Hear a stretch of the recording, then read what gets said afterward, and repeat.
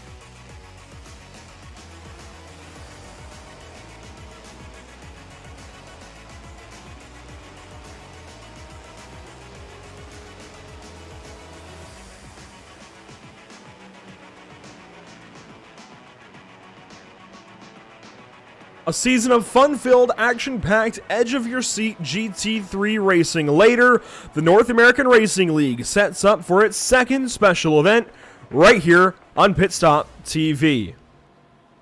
Welcome to the virtual Long Beach, California. Glad to be here virtually and glad to share the mic this morning, not this afternoon or evening, this morning, with JP Costa and Zach Lindgren with Emerson Arden over on our socials. JP, the last time we saw GT3 cars on the channel was back at Donington Park, and what a blast Round 8 was. Twists and turns, and not just in the course itself, but through the entire championship picture. We didn't know who was going to win that pro title, or even the amateur title for that matter. We didn't know who was going to walk away a champion at Donington until the dust had settled.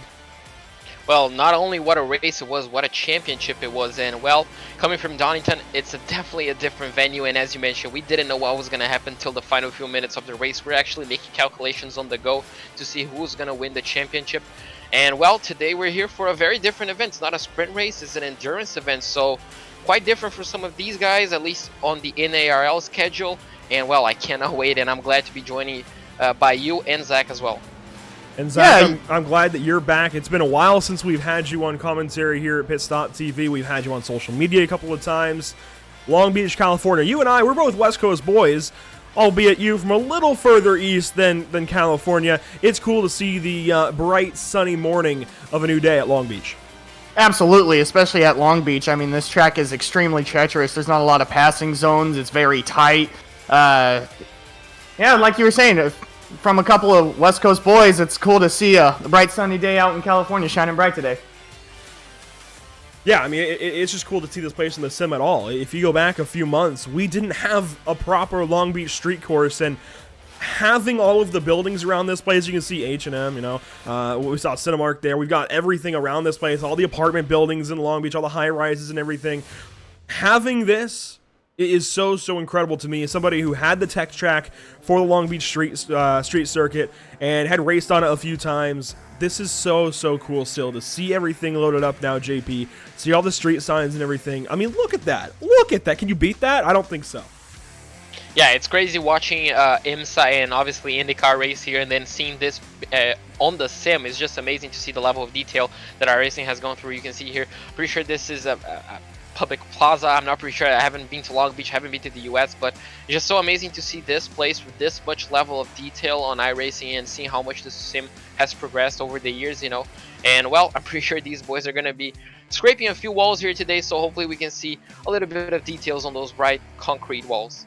Practice underway so far this morning here, Zach, and you can see some of the times checking in from these drivers, these teams, and you'll notice there's an extra color thrown into the mix here. It's not just the normal green and yellow anymore. We have purple in there. That's Pro-Am. We have 3 classes of drivers and teams. The green is still your pro category, and they will be the 2-digit numbers. If you go down to purple, you've got your 200s. Those are your Pro-Am teams, a mix of some really fast drivers and maybe some drivers who are a little more new to the sim. And then your amateur teams are still in yellow, and those are guys that are still working their way up through the iRacing ladder. And I think that's a very creative mix to have. I mean, they're all in the same GT3 cars, they're all in the same kind of speed cars, all in the same setup, but to have different level experiences kind of split up each group of the race, I think that's very interesting to have, and it's going to be interesting to watch as the race progresses to see how pros, pro-ams, and amateurs all kind of mix together along the 4-hour period of a race. Taking a look at some of the cars finishing up practice here. We are so close to getting qualifying underway. We've got a couple of special interviews coming up after qualifying. Boy, today is going to be a good one. The Acura Grand Prix of Long Beach. Of course, IndyCar and IMSA, they're there this week. I know a couple of friends that are down there having a great time. I am entirely jealous, but also very gifted, very thankful to be here this morning, this afternoon, and into the evening with the North American Racing League, ready to go racing for 4 hours. That's the part we haven't really touched on. 4 hours of racing today. That is the goal. Let's take a look at Long Beach, the street circuit, of course, JP.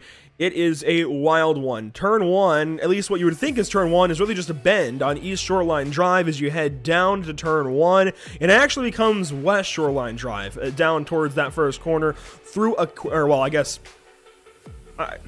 on Aquarium Way, we'll say, into the water fountain, of course, the famous fountain here at Long Beach. Turns 2 and 3, they are hectic. They usually cause some lap 1 mayhem. There's no other way to put it. They usually cause an incident on lap 1. We shall see. Hopefully we don't see that today. If you go further on towards turn 4, turn 5, things tend to kind of spread the field out a little bit onto Shoreline Drive. Take the left turn onto Pine Avenue. That's turn 6 and 7. Turn 8 puts you onto East Seaside Way down to the Firestone turn. Indy left brings you around what feels a bit like a carousel before taking the hairpin and ending the lap back on East Shoreline Drive. It looks like a relatively simple track layout, but once you actually drive it, it gets pretty tricky. I guess one advantage that we have here today is pretty much every single car is from the same class. You know, we're not going to have an IMSA style of race where you're going to have LMP2s and GTEs and GT3 cars. Everybody's going to be on the same machinery, so that should help out a bit in the traffic whenever we get to that point. Obviously, being a 4-hour event, drivers are going to be lapping one another left, right, and center, and having those 90-degree corners, well, that can prove quite tricky for some, but obviously it's going to provide some great overtaking opportunities throughout the race. And JP, let's not forget the title battle that we talked about a little bit ago. This is how things ended up. After 8 races, these are the standings from the first season of North American Racing League action. You can see how close things were. This is incredible for a GT3 series going to some of the world's best circuits. 8 races to have the top 3 come within 4 points of one another and completely flip-flop. The drivers that finished 1st and 2nd in Pro initially were 3rd and 4th going into that race. They end up taking the championship if you're, well, Fabio Zampolini for Full-Time Esports. And Matthew Dench and Jackson Rosende, they dropped. Scott Kimbrough, he came in 5th. He's now tied up, or I guess teamed up rather, with Scott Reister for today. And a lot of these drivers are returning for this event, but not all of them. We're getting a lot of extra drivers and a lot of extra teams for today. Spencer Hewins was one that was hopeful. Unfortunately, it seems like he won't make it for today, but we know that Joshua Benjamin should be in the field as well as Philip Ranieri. I think we should see Federico Tamayo, William Coffey, and Mike Braun and some others throughout the field. Yeah, exactly, and this just shows the quality of the fuel.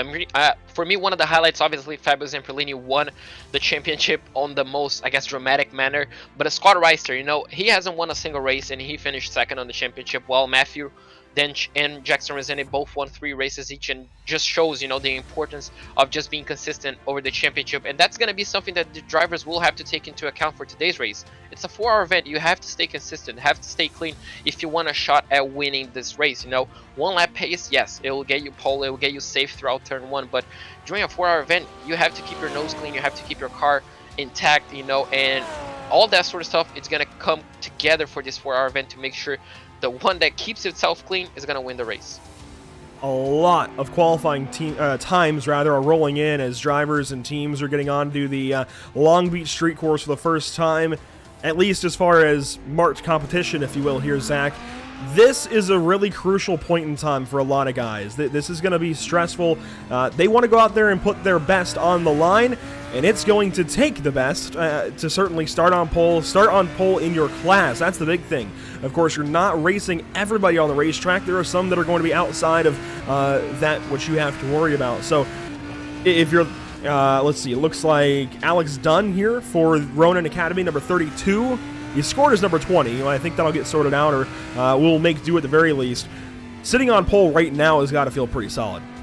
Well, especially in iRacing, because I think we all know that if someone wrecks at a road course, the caution doesn't really come out. So the further you are in front of that wreck, the further you are able to advance in front of the rest of the field. So I think qualifying is definitely going to pay dividends. It's going to absolutely give the advantage to, obviously, some of the faster people.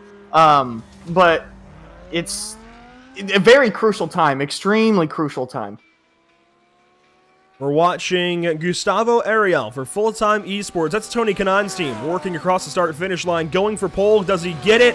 No. In fact, he's going to drop down to 3rd as BRB KTF Esports, piloted currently by Victor Miranda. That Audi's looking good. Moves up to 2nd place. This is the pole battle in Pro, but if you go down to Pro-Am as some more times come in fact, Casey Kerwin in the car. Look at this number 70, Maradnas Esports. They are one of the pro teams. Casey Kerwin racing for Denny Hamlin and Michael Jordan in the eNASCAR Pro, I got to think about this, eNASCAR iRacing Coca-Cola Series. There we go. He is a pro NASCAR driver on the sim. looking pretty good so far. A Lamborghini Huracan, I think he has come to play. And I've noticed a lot of those guys, yes, they're really good on ovals, but JP, they're broadening their horizons, getting into more road races. I've seen Keegan Leahy do it with VRS. I've seen Casey Kerwin now here this evening, or I guess this morning, this afternoon, whatever it is, for Cash Days at Long Beach. Yeah, exactly. Some of these drivers are able to not only be great at eNASCAR, not only be great on oval races, but some of them do carry that talent over to road course racing, and that's just amazing to see. Some of them, obviously, we know that they have, let's say, a better time at ovals than some others at road courses, but some of these guys just are able to be good at both of them. And something interesting I was looking at on the pro category, it seems like the whole grid is dominated by either the Audi or the Lamborghini. It's not something that we saw throughout the NARL season, that we saw the BMW sometimes coming alive, the Mercedes, all these sort of stuff. Looks like the pro teams are sticking with either the Audi or the Lamborghini, which both drive pretty similarly. And looks like backhand towards the Pro-Am and the amateur category, we do see a bit more of, let's say, a diversity of cars. So that's interesting to see and interesting to take in mind, because we all know how close the field gets in that pro category. A lot of times rolling in, 3 minutes left thereabouts in qualifying. These drivers have a few more moments to get those times in. Ronin Academy currently on pole by virtue of Alex Dunn on top of the standings. You can see Victor Miranda currently in second. That is for BRB KTF Esports. Undercut Racing Team White has moved up into third. That's number 3 this afternoon. Full-Time Esports, that's Tony Kanon's team. They sit in the 4th position, and wouldn't you know, they're number 48. That's rather convenient, isn't it? Manatee Racing currently sitting in the 5th spot. Late Apex in 6th. Radicals Online, that we just saw, actually. Soto, behind the wheel currently in qualifying, is 8th. Casey Kerwin puts the Maradnas E-Stars Lamborghini currently in the Radicals Online is 7th, and Maradnas E-Stars in 8th by virtue of Casey Kerwin. Full-Time Esports, the other Tony Kanon team, number 49, sits in 9th, and Schaller Sim Racing, currently Daniel Hake behind the wheel, is 10th in qualifying. The first Pro-Am car was Empire Racing. We saw him for a moment. That was Scott Reister. Scuderia Chicken House, rather, Max Wobbles. Isn't that a name? Max Wobblezak. He sits in the 2nd spot in Pro-Am.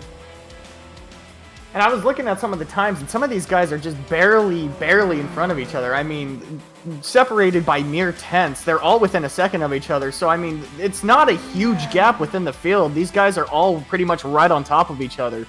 So, to set a time quickest in your class right now, I mean, you have to have a lap down.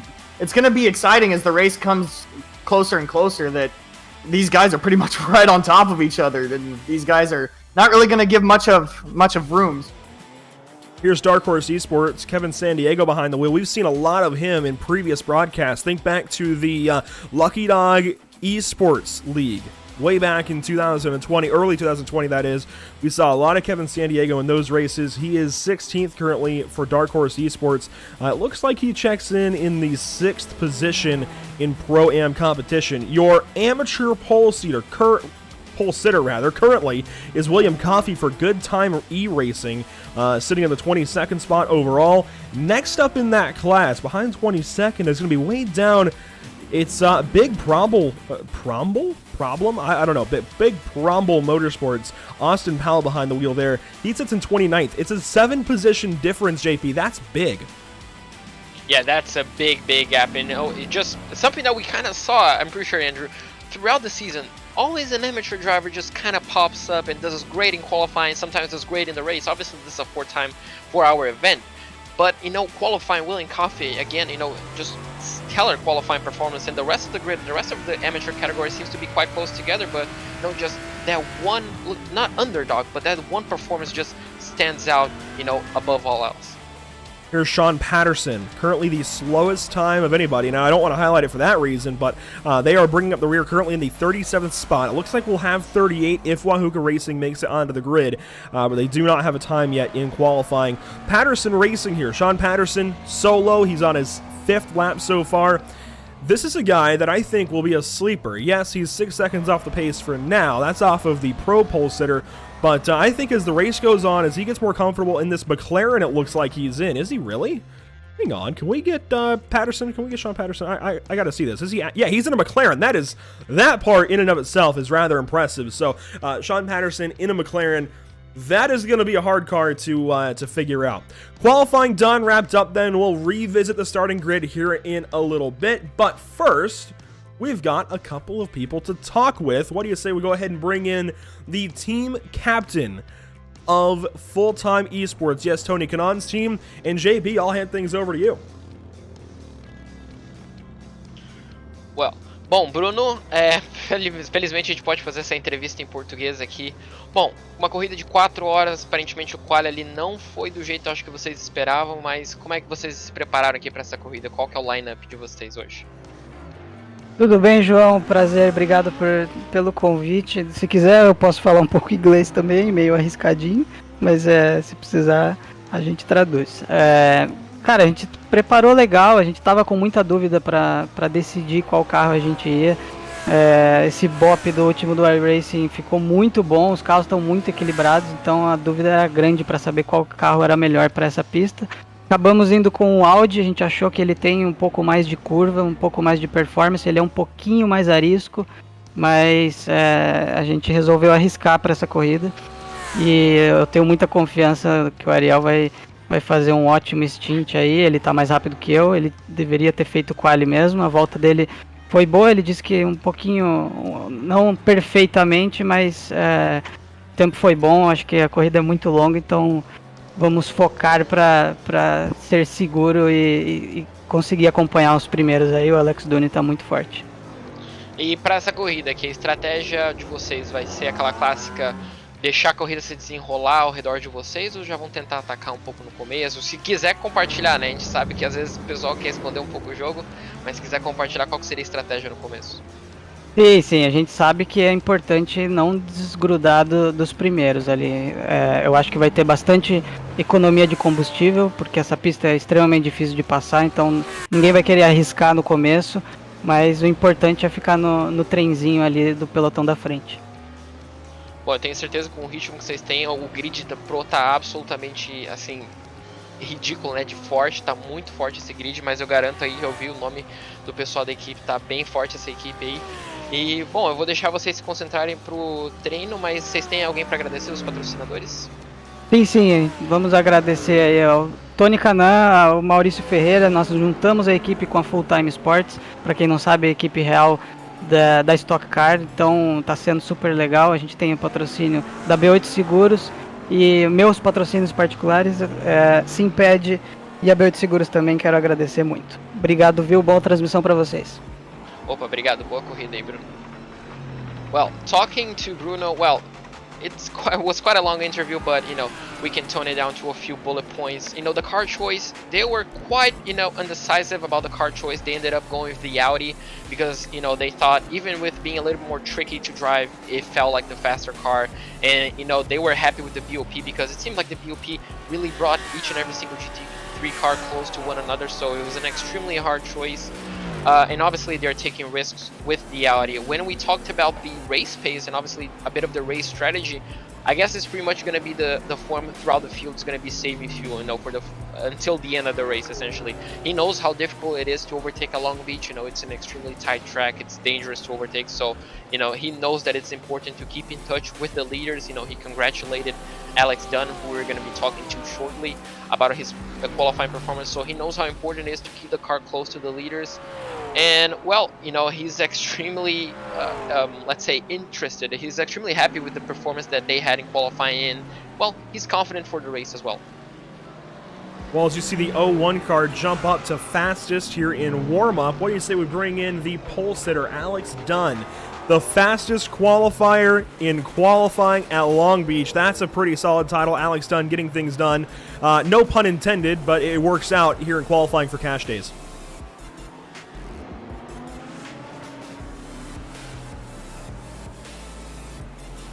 Alex Dunn, you got a copy? Hello, sorry. Hey, how you doing, man? Not too bad yourself. Well, I'd imagine not quite as good as you, sitting on pole for 4 hours at Long Beach. How's that feel, buddy? Yeah, I think it's a good feeling to be on pole. Decided to do the race with Ronan for some fun, and yeah, managed to get a good lap in quali and put it on pole. What's the preparation like coming into a race at Long Beach, especially for 4 hours, and especially with this fixed setup dynamic? I know a lot of special events on iRacing usually go the way of open setups. How is that different coming into a fixed setup race?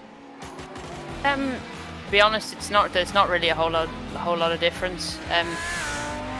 It's still same attitude, even with a fixed setup. You know, you still drive the same way and it's still the same attitude. To be honest, we haven't really done a whole lot of preparation for this race, but it's still the same attitude as how you would take it into a normal endurance race. Now, what is the plan? 4 hours, Long Beach. I mean, usually you go into like the Daytona 24, what have you, and you double stint. You kind of know what you're going for. What is the plan here, especially with some teams going for 2 drivers, some teams going for 3, even a few solos out there? Does anything change? Undercuts, overcuts? What's the idea? At the moment, to be honest, I'm not really sure because I actually won't be able to start the race because I have to be somewhere. But so we'll have to wait and see. We're not really sure on our strategy just yet.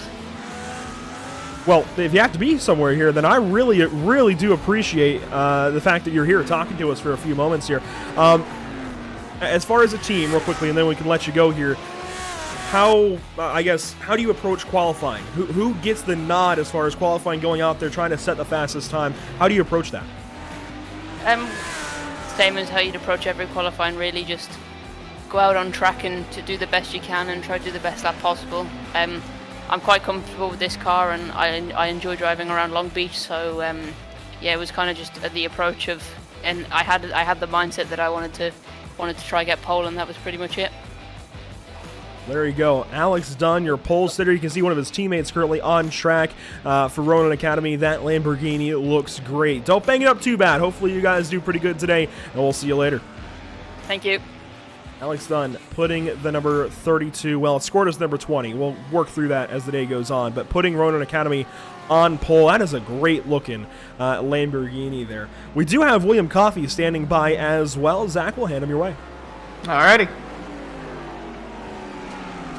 William Coffey, 4 hours at Long Beach. Are you prepared, buddy? I mean, I ain't got much of an intro. This track pretty much speaks for itself. You guys put down a good time. Are you guys prepared? Oh, dude, I'm excited. This is going to be a good time. Now, how do you, we were asking a few drivers before, how do you approach a track like Long Beach? It's very narrow. There's not a lot of passing zones. It's very treacherous towards the back half of the track. How do you approach a track like Long Beach? I think it's just more about surviving, especially with 4 hours going into it. We're just going to have to stay off of colliding in each other, stay off the walls, and I think it'll just kind of sort itself out. Understand. Now, with you being in the amateur class, so you're being kind of towards the back, you said staying out of calamity. Is that more of like a strategy, kind of just wait and see, let it all fizzle itself out? Are you guys more in the... excuse me, I'm... Total brain loss here. It's not a good sign for 4 hours. Are you guys more of a strategy to try to get through the field, just kind of stay where you're at? Yeah, pretty much. Yeah, I think it'll just kind of figure itself out, just kind of like a lot of these other endurance races with us lower iRating levels. It's just going to be me this evening. My partner broke his collarbone riding a super bike this weekend, so we'll just it'll just be me cruising around and just hoping for the best. Well, with you having the quickest time in amateur as of right now, and in qualifying, it's pretty good that, or it's pretty inspiring that you're the only one out here on track. Well, for your team at least. We don't want to hear about your teammate though. That's terrible news to hear about him breaking his collarbone like that, man. Yeah, a freak baking accident, but he'll get better. Well, shout out and praise to him, and obviously a speedy recovery. But no, you've got the quickest amateur time out here. Man, we wish you the best of luck. We wish you the best of luck for the rest of the race. 4 hours, man. That's a long time to be in a car. Yeah, well, we'll just get it done. We'll just race to the bathroom and during pits, just like real life, right? But I appreciate it. Thank you so much. We thank you for taking the time, man. Have a good race today. All right, thank you so much. There's William Coffey, somebody we've talked about a lot back in the, most recent, the only NARL season so far. We talked a lot about him in that amateur category. Glad that he's here today, and hopefully he has a good time racing, as the name suggests. We got Scott Kimbrough in the waiting, the Pro-Am pole sitter, the fastest qualifier in Pro-Am competition. Scott Kimbrough, we've talked a lot about you as well, and that 242 car teamed up today with Scott Reister, somebody that you raced a lot back in the 8-race season. What's that like? Well, the season kind of seeming like a cakewalk compared to trying to get laps around this place called Long Beach, because this place is dangerous. So I'm just hopeful that I could survive. That's what I'm hopeful for. Yeah, this is definitely an interesting racetrack in that regard. We expect a few beats and bangs throughout the race, and certainly the fountain is going to be difficult. How do you approach that? Putting that car so high in qualifying, the pole in Pro-Am, how do you try and get through the fountain lap 1? Carefully and being a good student in line behind the person in front of me. That's what I'm going to try to do. I like it. I like it. Carefully. First word out of your mouth. Yeah. Fair enough. Well, as I mentioned, you're teamed up with Scott Reister, somebody that puts a lot of work into this series and a lot of work into Team Empire. You guys raced a lot for the championship last season. You end up coming a little bit behind those guys that were up front, but certainly setting yourself up decently for Season 2, which we know is on the way. So if we can even comprehend looking past today, I know today is a big deal, but let's look past today a little bit. Let's talk about that season and returning for Season 2 later in October. How do you approach that season in general?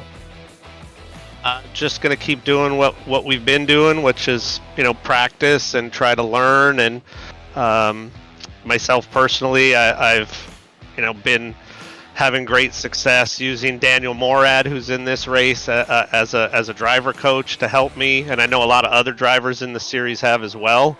So everybody's raising their game, but I would like to just take a moment. Obviously Scott's a friend, we raced together, but when he had the idea for this league and wanting to do something a little bit different and have something that's competitive but also fun in a North American time zone friendly schedule, I'd say he's gone way above and beyond the expectations that I would have even thought were possible. It created a great league. It was so much fun. You guys did a phenomenal job with the broadcast, so I'm really looking forward to the next season, because the racing's been great. The competition's great. People are in there and they're racing serious, but they're also having fun. They're helpful to everyone, and it's just created a great atmosphere of racing, so I can't wait. Now, you mentioned Daniel Morad and some of the partners behind this series, and there's certainly a lot of them. Specifically, Daniel Morad and a couple of the other big-time drivers. I know Tony Kanaan has been so involved with full-time esports and upping their involvement, especially in this race. How do you try and one-up drivers that are also getting help from guys like Daniel Morad? We've heard that more than once. A driver crediting Daniel Morad as far as coaching them through being able to develop on this iRacing sim. When everybody is going to the same place or roughly the same place for that coaching, how do you try and beat them? They're learning the same tricks, right? Yep, they're learning the same things, and I guess I don't look at it as, obviously the end goal is to try to beat them, but the reality for me is, as long as I'm comparing me to me and finding that I'm making improvements, that's the only thing I can ask for. I'm an old guy in this game, so I have certain expectations of where I might be able to go or what I think I might be able to do, and anything beyond that is just gravy and having fun. So I enjoy the heck out of iRacing and the competition that it affords us all to have. So as long as I can keep making improvements against myself, that's all I'm looking for. There you have it, Scott Kimbrough of Team Empire Racing getting ready to go for 4 hours. That's got to be a pretty surreal feeling here at Long Beach. Who do you want to thank? Who do you want to shout out? Definitely want to thank Scott Reister. He's done a great job. All the guys at Empire Racing, great group of friends that we have, and we enjoy the heck out of that. And certainly everybody that's been involved in helping put this race on, as well as the series. Daniel Morad, Tam Livery, Kanaan Esports, all of those folks that have helped out. You guys at Pit Stop TV, the broadcasts are fantastic. So thanks very much. Hope everyone enjoys the race. Definitely appreciate the kind words there, buddy. That's Scott Kimbrough, your Pro-Am pole setter, right with Scott Reister in Pro-Am competition. Buddy, best of luck. Thank you very much. Appreciate it. You guys have fun. You do the same. And again, Scott Kimbrough putting that 242 Lamborghini on pole. We've got another guest to speak to. It is the one, the only guy that so many of these drivers have been crediting lately for their driver coaching and getting them up to speed, and certainly, I think, improving their racecraft on iRacing. Daniel Morad, welcome. Hey, thank you, Andrew. Now, I believe we've talked to you before, back from Otmo last year, at least certainly about you in that Hello Kitty Mazda Miata, but you've been very active on the iRacing.com sim, and I'm sure more than just iRacing.com. A lot of these drivers, they're crediting one guy, Daniel Morad. What's it like coaching all these drivers, bringing your real-life knowledge to the sim? Well, the first secret is you must run a Hello Kitty livery, obviously. That's the number one criteria if you're going to work with me. No, but in all reality, it's been fantastic helping more inexperienced sim racers find their speed and their comfort and find their love with the platform. So that's been super satisfying for me, and I've been putting in a lot of work myself to improve my own driving technique on the sim. It is, although you're driving a vehicle, there are nuances that you have to learn and adapt to, and I've been really, really focused on that to try to close the gap between my real life experience and the sim racing. Yeah, nuances have been the topic of conversation, I think, between real race car drivers getting on the sim for the last year or so, especially with the COVID pandemic. We saw a lot of NASCAR guys get on iRacing, and the first thing they mentioned was, wow, this is difficult. What's it like, that transition from a real car where you've got that kind of seat, feel in the seat of your pants, you can feel the car, what it's going to do. What's it like adjusting? Yeah, I mean, taking away one of your major senses, which is that seat of the pants feeling, is pretty difficult to adapt to, funny enough. One would never imagine, but it's like driving blind almost. It's taking a major sense away and just having to adapt and really dial in your settings. Thankfully, I have an amazing wheelbase and partner, thanks to SimuCube. And I just have my settings dialed in to the point where I can feel the understeer, I can feel the oversteer all through the wheel. I don't feel that through my butt anymore, but more so through my hand. So having to improve my visual references has been something I've been working on, and that's in turn helped me in the real racing aspect as well. And you know what's crazy? I was just in Sebring on Wednesday and Thursday testing in the Mercedes in real life, and I'm starting to see the data traces in my head as I'm pushing the throttle and the brake pedal. It's actually crazy. I'm like, what's wrong with me? I'm seeing things. But I'm just so in tune with my inputs now. It's so crucial in the sim to be really, really precise.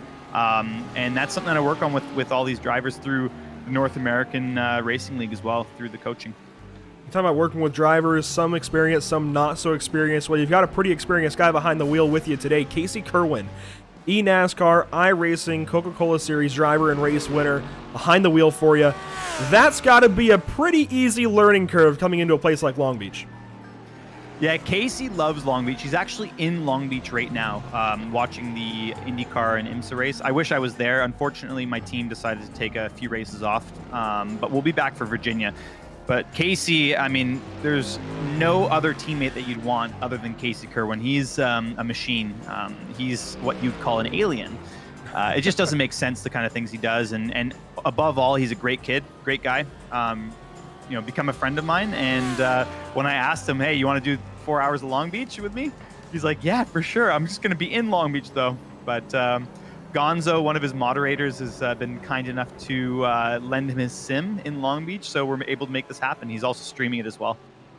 Yeah, I saw the notification go up at the same time that we started the broadcast. Big time follower of Casey's channel, and had the pleasure of meeting him back at Charlotte a little bit ago.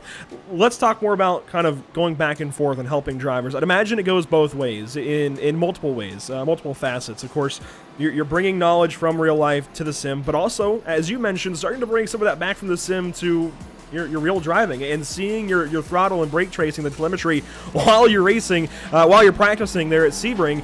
And it also likely goes both ways. Working with drivers of different calibers, I'm sure, helps you learn a lot. Not just teach them, but helps you learn a lot as you work with all kinds of different drivers from all kinds of different backgrounds.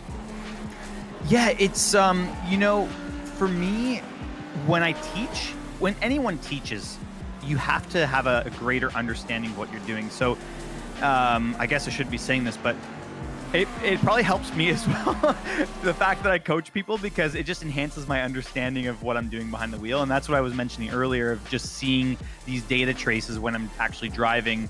But yeah, I'm just so in tune with it now. And I think I've taken my sim racing to a whole new level, closing the gap to the really high iRating guys. And you know, ultimately it just becomes more fun when you understand what you're doing, and sharing that knowledge with others, not just on speed and precision and driving as a singular aspect, but more three-dimensional, looking at racecraft, fuel save, endurance racing, attacking, defending, picking your moments, all those kind of things I also touch on when I'm coaching, and I think that's super important. It's something that's overlooked. I think everyone, when you think of racing, it's like, how fast can you be? But I can be one of the slowest guys, but, you know, race well and still win races. And that's a skill set in its own. So, yeah, it's not just about being fast. It's about being consistent, being smart, and picking your moments. Now let's talk about this race in particular. How do you approach this? What's the strategy like? What are you looking for in these opening laps to try and capitalize on whatever may come your way? I mean, a lot's going to go on down in the fountain, for example. What are you trying to capitalize on? I think that's going to be more down to Casey initially, and we talked about it, how there's a wide spread of skill levels in this race, and I love that. You know, the fact that more inexperienced drivers have the chance to race with some really high-end guys. Look at the front of the pack. The level is so high, and although we didn't have the best quali, you know, Casey nicked the wall and got a 0x on his lap. We should be right up there in P3, and currently in the warm-up we're sitting P3. But yeah, I think just taking it easy. Said everyone on iRacing, take it easy into turn one. But yeah, I mean, just keeping the car clean. Although we have 2 quick repairs, you don't want to have to take that in an unscheduled manner. So keeping the nose clean, keeping 4 wheels pointing in the right direction, and just picking your battles. It's a long race, even longer around Long Beach. So it's going to be interesting. Well, buddy, only a few minutes left here of warm-up before the race gets going. 4 hours on the docket. We'll let you get to it. Anybody else want to shout out? Anybody else want to acknowledge? Who helps you make it happen? Honestly, my Twitch viewers and subscribers, those guys are the real legends. I can't thank them enough, day in, day out, supporting. It's just really, really cool to spend, you know, this kind of experience with them. And you guys, listen, it's been awesome watching the broadcast. You guys are doing an amazing job. Scott Rister, or Reister? I still don't know how to Reister. He's been awesome. I've you know, I can't thank him enough for all the support he's given me through, you know, joining my coaching program and recommending it. It's been fantastic. And of course, my sim partners, SimuCube, Precision Sim Engineering, SimLab. You know, those guys make the dream happen. So really, really pumped for this. And although I'm not driving a Mercedes, which I should probably be, it seems like being a Mercedes sim driver and all. Hopefully I'll be able to drive one of those updated ones soon. So we'll see. But yeah, really excited for this race, and can't wait to see how it all shakes out. There you go. Daniel Morad getting ready to go. You guys are starting P3, right? No, we're starting P8. P8. Oh man. Yeah, P8. So it's gonna be a challenge in the initial laps, but it's gonna all cycle through, and pace is ultimately gonna dictate positioning after probably 2 stops, I would say. There you guys go. Daniel Morad getting ready to go for 4 hours at Long Beach, teamed up with Casey Kerwin. It's gonna be a fun one, buddy. Don't bang things up too bad. Can't wait to see how you guys do. Oh yeah, just gonna send it. I like that mentality. Daniel Morad, buddy, thank you so much. Well, that was a fun one. That was a fun little rotation of a bunch of people to talk to real quick. You can see, you know, everything's been going on in the background. A lot of practice has been happening. A lot of drivers getting accustomed to this circuit. And for the first, maybe potentially first time, certainly final time before we go racing, the pressure is kicking up. And this is about go time. 5 minutes left for these drivers to think about what they're going to do that opening lap. Now, the air temp, it's pretty calm here at JP. 65 degrees in the air. It's about as low as you can go on iRacing. So keeping things pretty calm. 86 degrees in the track. I mean, it's a street course. There's a lot of shadows around, and certainly a lot of things to break up the sunlight. Winds very calm. It is a perfect day to be on the beach well, I guess the Long Beach, if you will, but perfect day to be on the coast in California and perfect day to go racing. Yeah, exactly, and I'm pretty sure these drivers are just waiting for those 5 final minutes to kick off and just start racing.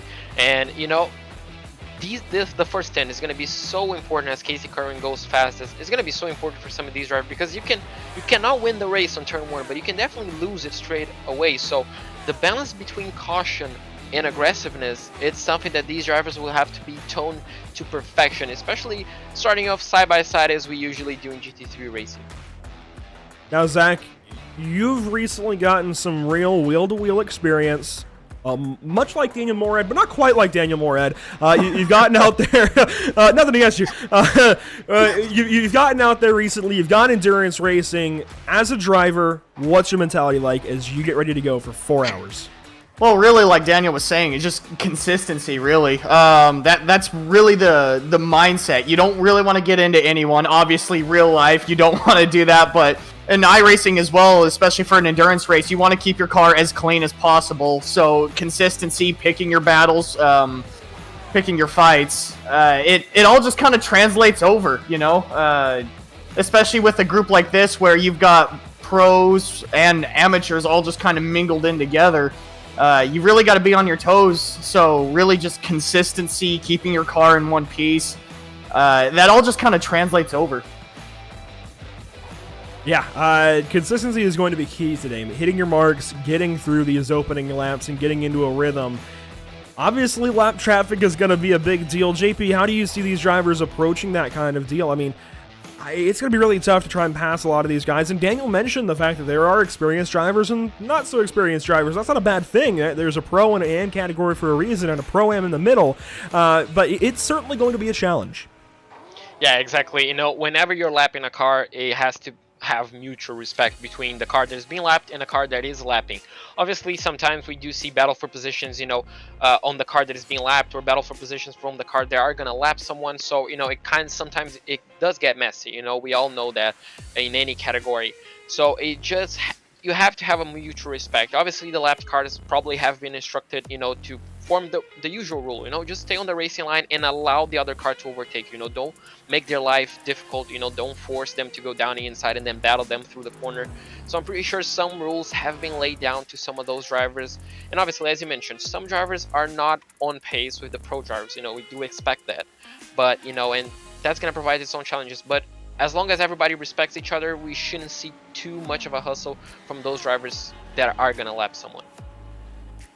Yeah, we'll certainly see, I think, a battle throughout the day between lead lapped cars, 2 minutes to go and warm up. These are the final moments before we get going. Boy, tensions are rising. I'm sure a lot of these drivers are starting to feel it a little bit. It's like, all right, it's about go time. Got to get in the seat. Got to get ready to go. And I will say, I've noticed as well, a lot of our concurrent viewers has dropped off a little bit. I think these teams are getting ready. They're getting into that mentality. All right, let's zone in. It's go time. It's race time. You got to hit your mark, and we expect 3 pit stops from these teams today, but we could see, depending on how things go, and I'll be honest, we have a very tight course. I wouldn't be entirely surprised if we see a full course yellow at some point today. That would change the strategy up entirely. That brings in an entire level of unknowns, but assuming we won't, because we don't know for sure, assuming we won't, these guys should have 3 pit stops. It's a 4-hour race, cut and dry. These cars can go 60 minutes on fuel, or at least thereabouts. They're going to have to do a little bit of stretching, I think, to get that number comfortably. Yeah, exactly. And whenever you add in, fuel saving, lifting and coasting, all that sort of stuff, whenever you're following someone, you tend to save fuel willingly or unwillingly. So, you just you give that car extra mileage on fuel, and that's all going to help. And some teams, obviously the ones that are starting further back than they kind of expected, are going to be betting on fuel strategy to get them ahead, not on the beginning of the race, but getting that fuel strategy toned to perfection to the end of the race, just putting half a fuel tank, 3/4, anything that's going to save them a few tenths of a second on pit lane is going to be important, because we never know how close this race can get. We saw 24-hour races ending on the last lap, so 4-hour races, who knows, it can end on the last corner for a battle for the lead. So perfecting the strategy will be 100% important on this race. As we get ready to go racing for 4 hours, a big shout out goes to all of the North American Racing League partners: RaceLab, Tam Livery, JS Consulting. A lot of great people making a lot of great things happen. Of course, RaceLab helps you to improve your driving skills. Much like Daniel Morad, with modern overlays, race statistics, and native VR integration, you can get the best out of iRacing. Start using it now for free at racelab.app. Tam Liveries offers custom packages for some of the best livery designs in iRacing. Used by pros and amateurs alike, you will definitely look good on the track. And JS Consulting provides custom website and app development, including iRacing League website design and hosting. Find JS Consulting at johnsedlak.com. Of course, along with that, a big shout out goes to all of our partners here at Pit Stop TV, Tucson Sound Art, Permanent Makeup and Cryo in Maine, Whiplash Media, BAM Racing Videos. A lot goes on, and a lot of it is big thanks to them. These drivers getting onto the grid, all 38 or so of them, yes, 38 in fact. Ronin Academy sitting on pole. Let's meet your starting grid for Cash Days at Long Beach. On pole, Josh Pulane, it looks like, for Ronin Academy. BRB KTF Esports, Victor Miranda behind the wheel, starts second. Starting third, it's Radicals Online, 465 Garage, Soda Muto in the number 01. Undercut Racing Team starts fourth. Starting fifth, it's going to be Full Time Esports, Gustavo Ariel, Manatee Racing to their outside in sixth. Starting seventh, Late Apex Racing, PB Racing, it looks like, with Michael Cal behind the wheel, and Muradness E-Stars starting in the 8th spot. Full-Time Esports, that's Tony Kanon's racing team. They start in 9th with Schaefer Sim Racing starting 10th. Starting off in 11th place, we do have Scott Kimbrough in the 242. The 259 of Max Wobbles starting off in 12th place. Looks like the cars are already heading down into the start-finish zone. So in 13th place, we do have Philip Pondes in the 272 and Michael Scheller, I'm going to assume, in the 252 on 14th place. In row number 8, we do have Sebastian Harzan in the 271 and Kevin Diego on 16th place. And looks like, Andrew, we're going to be going to the green. So Steven Weinstein on the 269 starting off in 17th and Matthew Dench on the 283 in 18th place. The rest will scroll across the bottom as we get ready to go green flag racing, waiting on the signal from our starter. These short pace laps, man, they are the bane of our existence as broadcasters, but it helps the drivers slow through the hairpin. The green flag is waving, and the ticker begins to count down. We're still waiting, Looks like the field is forming back up. It should launch at the start-finish line for Long Beach. Across the line, maybe we'll wait a little bit longer. I think we're just waiting for the field to clear the hairpin, to be fair to everybody. But we are about to go green flag racing as the entire lineup scrolls across the bottom. 4 hours. That's the distance, Zach. Boy, it's going to be wild. And especially going into turns 1 through the fountain and through those narrow parts of the track. It's going to get extremely wild right here, especially with the pack packed up the way that they are. It looks like we're going green now, Andrew. Finally, green flag down to turn 1 for the first time. We'll go silent. Listen to these cars get rolling.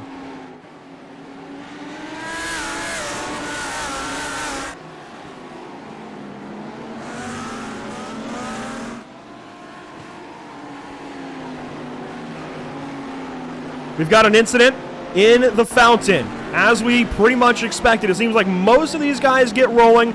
I don't see a stop car just yet, I think. Everybody continues on, but certainly some slow cars. Here's some contact deep in the field, and one is around. It's the McLaren of Patterson Racing. Sean Patterson with problems in the fountain lap 1. That is Triple Peaks Racing. Philip Ranieri behind the wheel. He's doing a solo today. A couple of solo drivers have turned each other at the front of the field. Back up front, the Ronin Academy leads us down to turn 9 for the first time. My goodness me. Well, it looks like 35 cars went pretty much cleanly throughout the fountain, and through lap 1, only 3 cars got caught up in that small incident. But look at this. Looks like the top 3 kind of broke away from the rest of the field, from the rest of the pack, as we do have 1 Lamborghini. It looks like 2 Audis, and looks like everybody's just kind of bumper to bumper throughout the hairpin. So getting quite racy, quite close, but, you know, it's first lap of racing. We do expect that.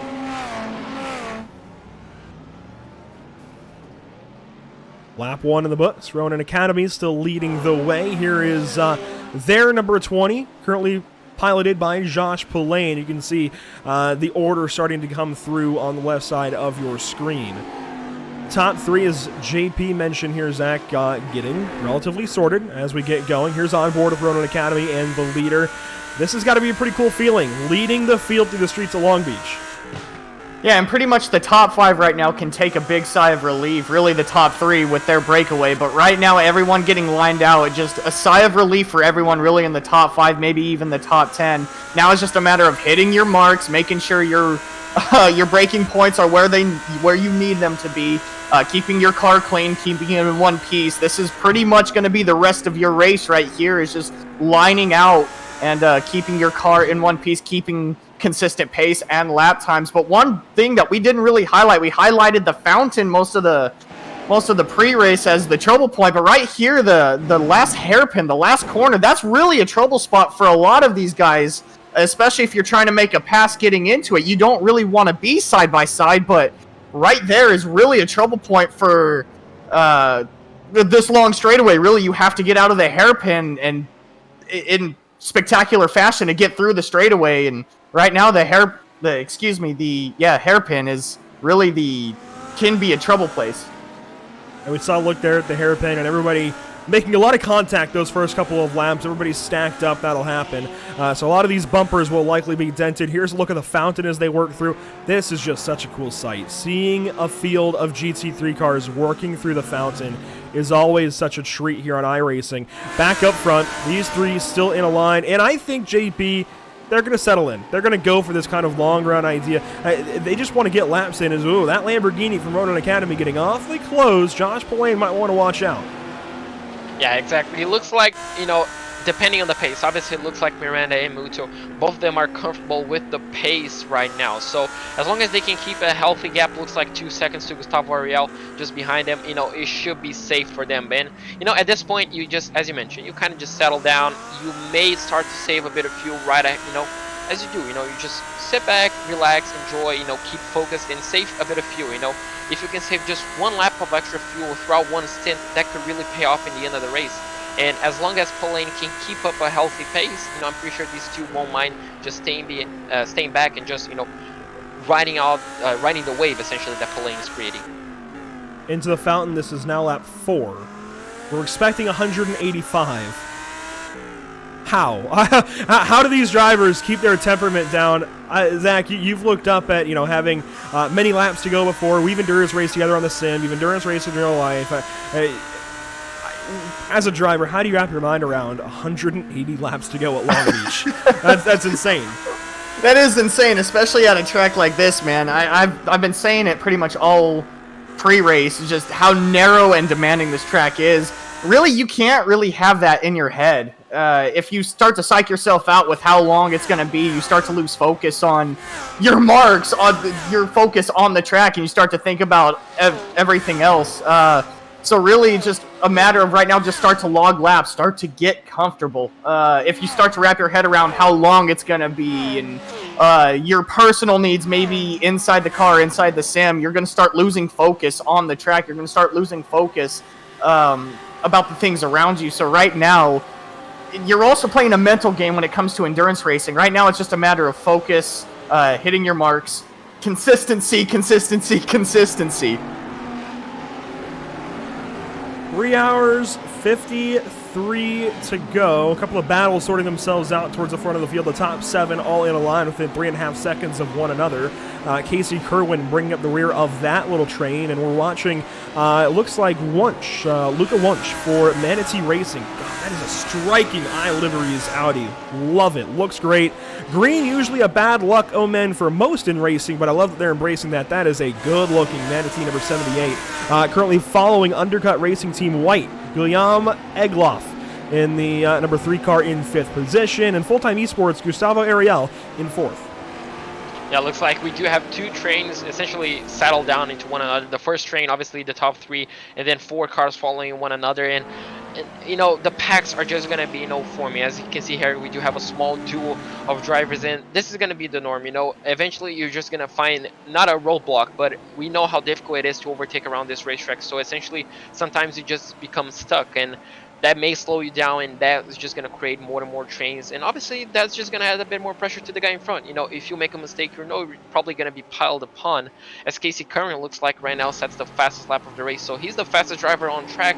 Now the question is, will he try to overtake the drivers ahead of him, or will he just settle down and enjoy the wave?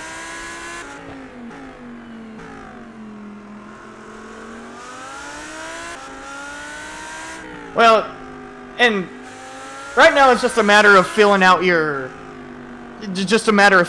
opponents, really. You've got 3 hours, 45 minutes still to take advantage of maybe some mistakes in front of you. So right now I think it's just a matter of settling down. Obviously he's already setting down fast laps, so he's got 3 hours really to push his way up to the front. He doesn't really need to push right now, especially for all these guys. There's not really a need to push right now, so a lot of time still left on the clock, a lot of laps still left to be ran. So right now it's just be patient. Just be patient. Let the car come to you. Let the race come to you. So we have gotten word that we have seen a pretty big impact here for second place. The last time through, BRB KTF Esports, Victor Miranda taking a large hit to the wall in turn 2, it sounds like. You can see the damage on the right front, JP. That's going to be tough to battle back from. It looks like the car is going to be okay. Aero-wise, I think you can get around here with a little bit of damage. It's a matter of whether or not that right front gets damaged at all. I don't know. We'll see, obviously, as the race goes on. That's opening yourself up. Anytime you hit a wall here at Long Beach, they're concrete. You don't have safer barriers here like some racetracks, and certainly on road, you don't usually have safer barriers at all. So to hit the wall at all is certainly a risk, but it looks like they may have gotten away because he is challenging Polaine for the lead. Yeah, exactly. It looks like the damage might not be as substantial as it looks like. And obviously they'll have some time. This is probably going to be optional repairs. Looks like he's challenging Polaine right now a bit on the outside. Polaine has to go defensive.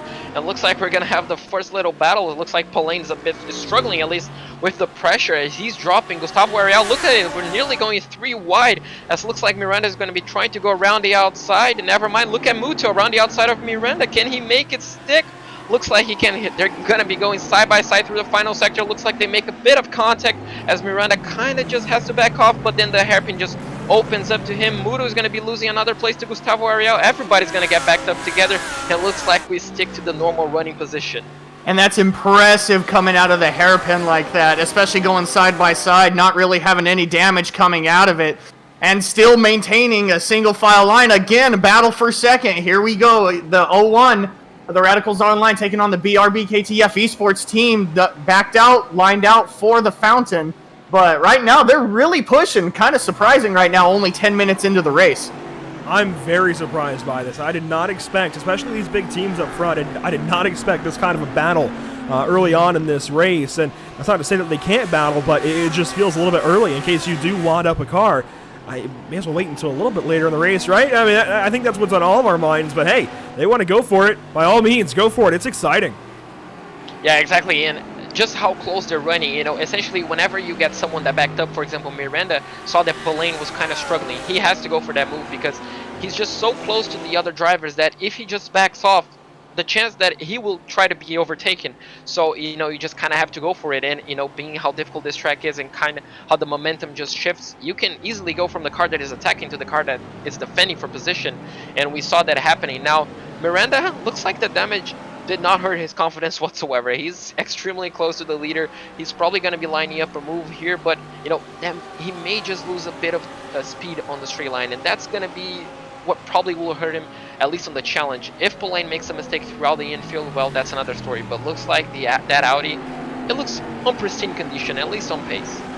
And one thing you mentioned, JP, was the momentum shifts. That Miranda started battling for the lead, and it brought up the third place. Pretty much started stacking up everyone inside the top 5, the top 7 even. It brought everyone back. Now that they're lined out, they're starting to spread themselves back out. But that's how quickly things can change. You can go battling for the lead in one corner and lose second, maybe even lose third the next. It's just a matter of picking, like we were listening to Daniel Morad talk earlier, it's about picking your battles, picking your time to battle. And another thing starting to slowly come into play is leader taps the wall right there. At least on my screen, goes into defensive mode. One thing coming into play right now, lap cars starting to kind of feed their way into the top of this race. Yeah, there is a Mercedes just ahead, and I believe that could be Pierre Thompson, is it? No, not quite. We're going to find out who that is. But there is a Mercedes right in front of our leaders. I know Sean Patterson, he got turned there at the start. It's none of these. Well, here we go. Prima Esports Racing White, it looks like. 36th spot. That is currently, it looks like, Linus Dahmen. Is that the name? Linus Dahlman in the number 294. As you can see, the leaders vying for position behind him. This is going to be a weird feeling in that Mercedes. You've got leaders coming up, and they are, well, they're moving. They're battling. You want to stay out of their way, but also you got to try and keep your own race together. Yeah, exactly. We do have to remind that the driver, Josh Mullane on Ronin Academy, was not the driver that set the pole lap time. That was another one. So he's probably not on the same pace. Normally you put the fastest driver at least on one lap shootout to go for qualifying. We saw that plenty of teams. So this could be hurting him a little bit. He could be, let's say, feeling a bit of pressure, but looks like he's slowing everybody down, at least on this moment in time, because as Zach mentioned, the whole grid, the whole pro class just is stacked up once again. And there's one thing that's good about it's never good to get turned on a race, especially in iRacing, but you'd rather have that happen sooner than later. You don't want to be battling for position, get turned or turn yourself late into a race. You'd rather, if a mistake were to happen, as the leaders catch up quickly coming into the hairpin, you'd rather a mistake happen. He pulls off to let the leaders by. It looks like for the time being, you want a mistake happen early so you can get through the mistake and work through it and use the rest of the race to try to advance your position. Here we go. First lapping of the race, it looks like, as, well, that Prima Esports car is hanging on. That Mercedes is hanging on for right now, but, the leader is there. Look at that, within a car length right now. Through turn 2 and into the fountain now. And, this is going to really bottleneck the leaders. That was your opportunity to let these guys by out of the hairpin down the long front stretch. Not doing that, that's risky, especially not even 15 minutes into this race. There we go. Go ahead and let them go on by. Good move there from Linus. Gets these drivers on by, but maybe presenting an opportunity for first. No, not quite. Looks like they stay as is. So these drivers up front, that was close. A Lamborghini, I think that was undercut trying to get on by. Yeah, exactly. Linus got himself into quite a predicament because as soon as he let one driver go, he had to let the whole top 10, the whole pro field essentially, just go at one point. He probably should have done that in the start-finish line. It looks like we do have a few drivers. Looks like that's Gustavo Ariel going for third place. Can he make it stick? If he can hold around the outside of the long sweeping left-hander, he can probably get the inside of the hairpin, but that's not quite the case. So some drivers are taking a few risks. Gustavo Ariel is definitely one of them because that was a late move down the inside. Some drivers trying to take advantage of the bottleneck from the lap car. It looks like we're getting re-spread out amongst the front stretch, but that's just how quick it could happen. You can go for battling for position, and now you're 3-4 car lengths behind the car you were just battling with. So it happens so quickly, so that's why I think some of these drivers are trying to take advantage while they can. But you got to make your moves as precise as possible. If you can gain that position as quickly as possible, you're in a good position. You're in a good spot. But right now, it just, as soon as other drivers go to make a move, not a lot happening for them.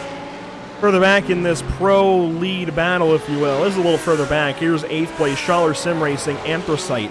Daniel Hake is behind the wheel currently in the number 24 Porsche. Late Apex Racing right behind. That's Michael Chow in the number 69 car. And further back, that's where you get to Scott Kimbrough, your Pro-Am leader. So we've had a lot going on up front. Admittedly, have kind of neglected the other two classes. Here is your Pro-Am leader currently in the number 242. Breaking into the top 10. Recently got by Pedro de Oliveira. And that's big because that is one of the full-time esports machines. To see a Pro-Am go on by a pro, that is big here at Long Beach.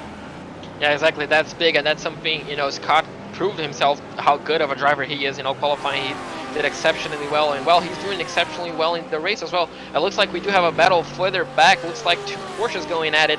Not something we're seeing a lot of in the NARL. Some only Porsche drivers now. Are they going to go side by side through turn 1? We haven't seen that all so far throughout this race, but looks like some of them yield, and that's a position gain. Looks like they're teammates, Andrew, if I'm not mistaken, because those still liberties look extremely similar. Yeah, that is Sebastian Harzum, it looks like, in the 271, and Philip Hendrik Pondus for both for Parobit Sim Racing. So the 271, 272, a couple of teammates on the racetrack, and you can see very similar liveries. One is kind of yellow-green, love that look. One is purple, love that look as well. A couple of colors that I really like on race cars, and they sit in 11th and 12th. Schaller Sim Racing, Michael Schaller sits right behind. I believe that is a solo effort this afternoon by Michael Schaller. We'll see if that changes as, these drivers, look at that. Out of the corner, slinging the car sideways. Now, one thing I've noticed recently in my I don't really run a whole lot, I'll be honest, but I test mostly to set up cameras for these races, Zach. I've noticed these GT3 updates, they have brand new tires with this new September iRacing build. They feel a lot more reasonable to drive, a lot easier to catch when you get them sideways. They just feel better, and it seems like these guys are definitely okay with slinging them sideways. It seems like the updates have worked. Yeah, before the updates, as soon as you get the back end to step out on a GT3, you pretty much just pile on the brakes and hope it doesn't go all the way around. But no, you're not wrong. With this new tire model, it feels a lot more comfortable. You feel a lot more confident in the car, putting it in different places. Maybe like we saw Michael Schaller do a little bit earlier, slinging it into the corner. You have a little bit more of confidence. And it's paying dividends so far. We've seen a couple loose out of a corner, but we haven't really seen a lot of slides. We haven't seen a lot of loops.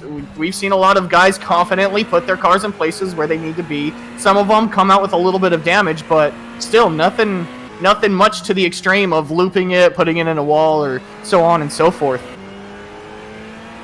On board here with Matthew Dench, somebody who battled for that title back in the pro category through our season. He's paired up with an amateur driver, I do believe. Let me reference my list. I have this for a reason. It's number 283, and he is paired up with, to be exact, Frank Kodak. So actually, no, he's up with a different team, a different driver, it looks like. He's for a second I thought he was with Joshua Benjamin, but that was Joshua Benjamin and Spencer Hewins in the 301 machine.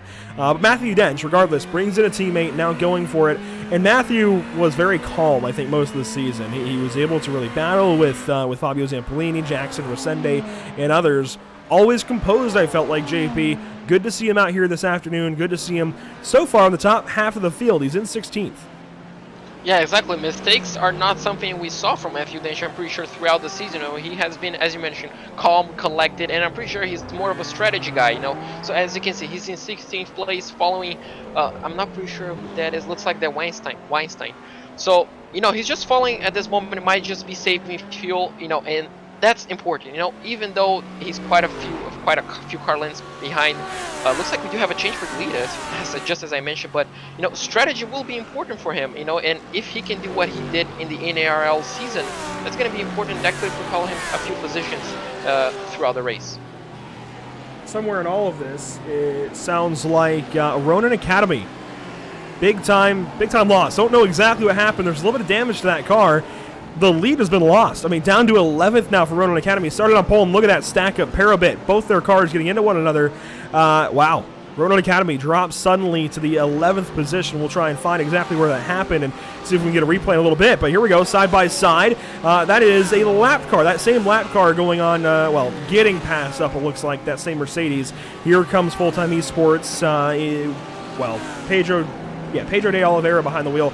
So number 49 of Full-Time Esports going on by that lapped car, and then you get back to Ronin Academy. But that opens things up ahead. Victor Miranda to the top of the standings now. Big as, here we go, battle for the race lead. Muto's challenging into, it looks like, turn 6. And because of this battling, it's brought some people behind them back into the fight. Full-Time Esports now right back into this fight. A little bit of a gap back to 4th. BRB is able to hold off there, taking a defensive line, using the narrowness of the track to keep it. Now battle for 2nd now as Full-Time Esports challenges. Full-Time Esports pulling up right behind that Radicals Online car. These guys are really going at it. I know we want to look at more of the field, but this is where the action's out right now. We already saw, or we know now, that our leader initially, Ronin Academy, has dropped through this running order. Miranda taking over, Muto and Ariel filling the gap behind. Egloff now in 4th rather for Undercut, and Manatee now promoted into a top 5 spot. Miranda's E-Stars, they're now into 6 with Casey Kerwin behind the wheel, of course. A lot's going on up front. We're only 22 minutes into this race. Boy, I got to try and catch my breath here. Well, Victor Miranda, now obviously he's leading the race, and that's probably where he wants to be, but the advantage of the BRB car is that it has damage, and we saw from the Radicals Online and even the Full-Time Esports, whenever they get on the straight, the BRB car is going to be losing a bit of top-end speed. And not only that, it's going to be losing a bit of downforce as well throughout the corners. So that's just going to allow the Radicals Online team, that's just going to allow Soda Muto essentially to just challenge him throughout the stint, And with those two battling, Gustavo Ariel is also going to be on their back end. And I had the pleasure, just remember, in 2014, I raced with Gustavo Ariel in 24-hour Le Mans. So I know what this guy is capable of, and I know sometimes how aggressive he can be. So it's definitely one to keep an eye out for, because I'm pretty sure he won't be holding back too much. If he has the opportunity to overtake, I'm pretty sure he'll take it. And one thing that we didn't really touch on is how close these guys are. Oh, there's a car broadside. That's Patterson Racing. Sean Patterson, I do believe, if we can get to him. There he is. That McLaren broadside in front of the entire field coming by. That might have to be a tow. I don't think he's going to find an opportunity. Yep, there he goes. Go ahead and tow back to the pit lane. So problems there for Sean Patterson, and there's a lot of damage to that car. You can see his pit stop is underway. I'd imagine it's going to take quite a while, especially with the tow. It'll be a couple of moments, certainly. Let's take a replay. Let's see if we can figure out what happened to him.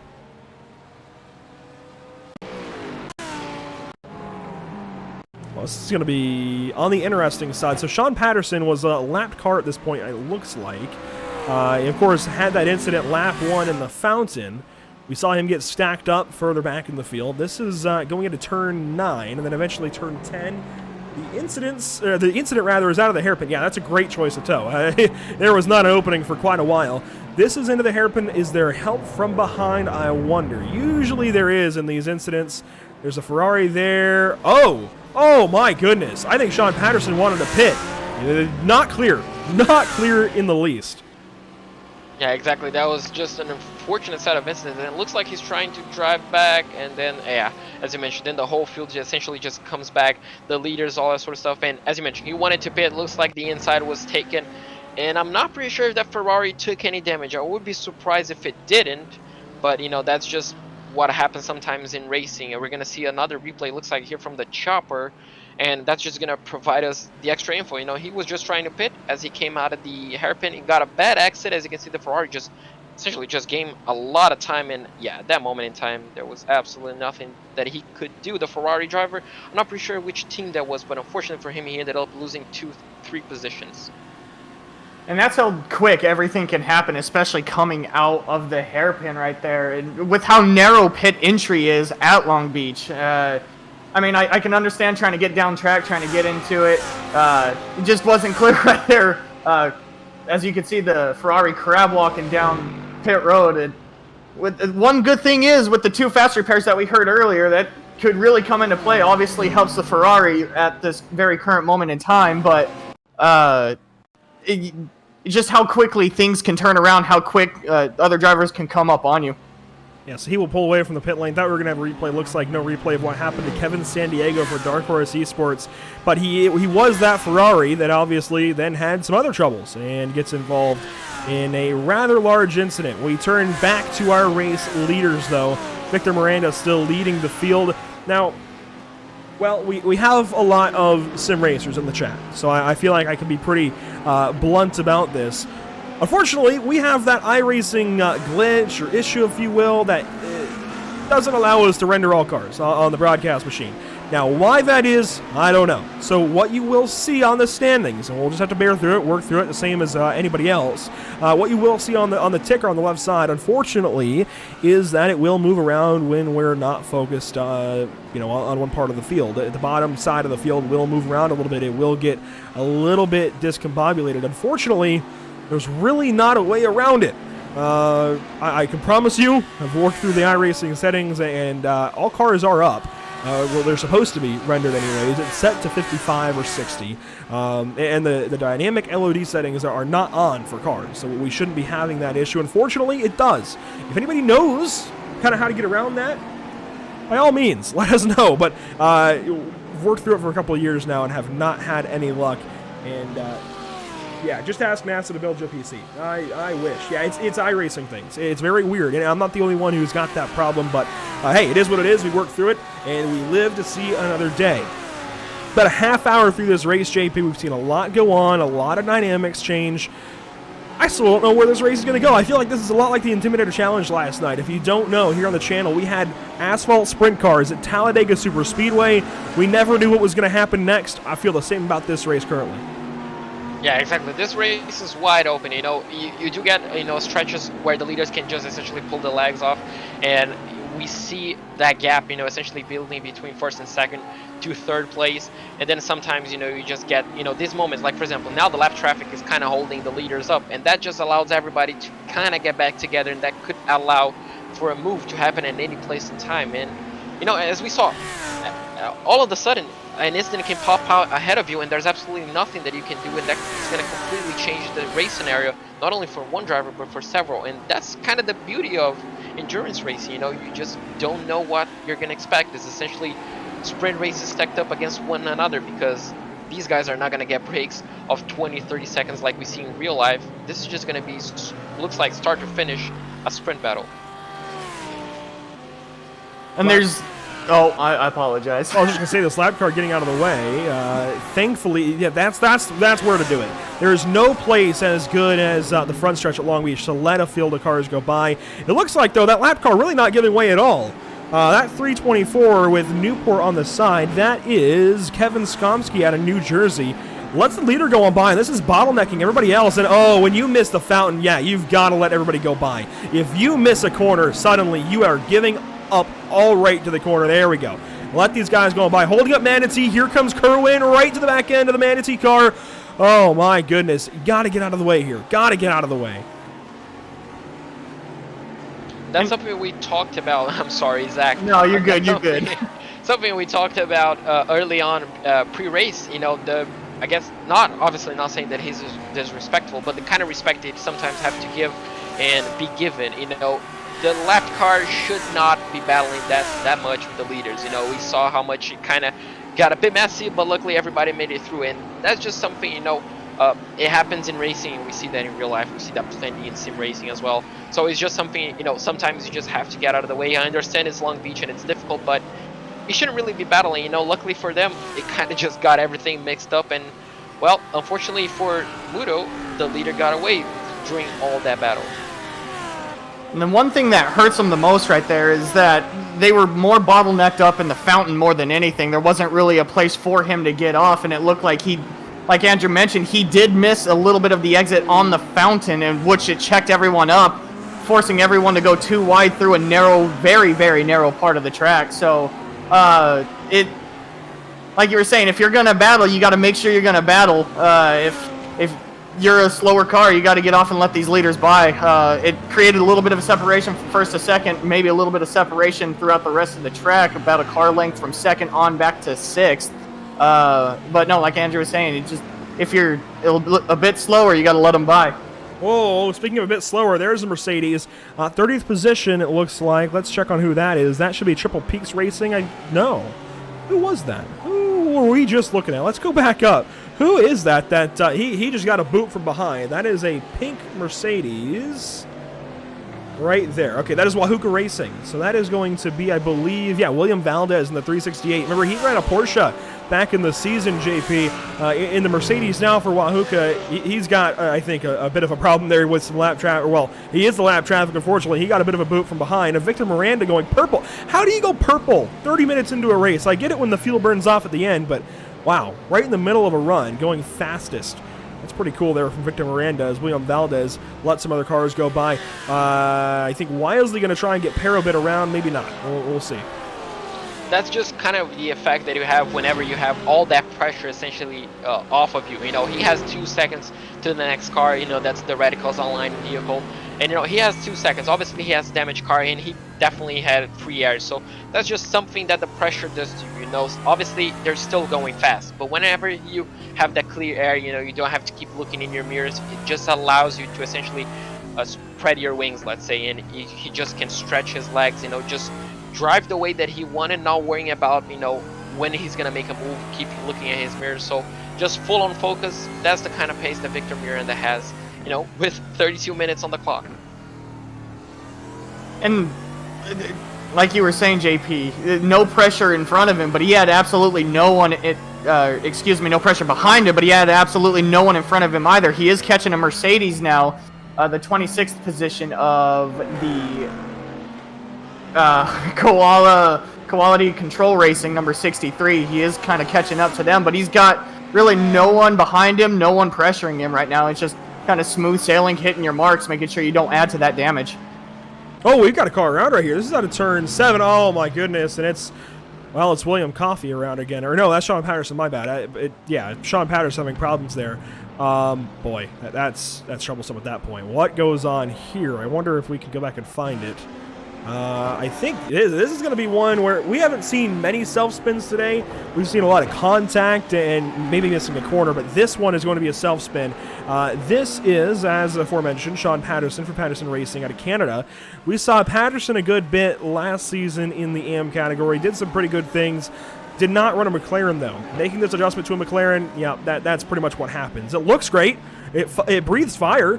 It's awesome, but that's generally the driver experience in a Macca on iRacing. That generally is what ends up happening. That's the unfortunate part of it.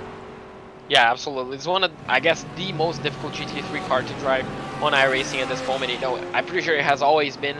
We see it throughout, we see on Twitch clips, we see on live streams, on races.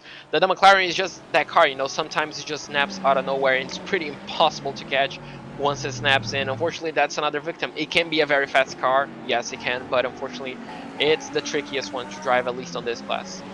This here, Zach, this is our amateur leader, not Pro-Am or Pro, our amateur leader, William Coffey out of the West. So he's relatively local to Long Beach, sitting in the 22nd position overall, leading in amateur competition, and ahead of Big Promble. That's going to be weird to get used to. Austin Powell, we're driving for them, ahead of Big Promble Motorsports, rather. The next amateur car is a few more positions behind. It looks like Empire Racing White, potentially. No, it is Quality in the 363. So a lot of these guys getting all kinds of mixed around further back in the field, and I hear a lot of crashing ahead. Oh my goodness! That's our leaders! That's a bunch of our leaders. That is the Radicals car on its lid.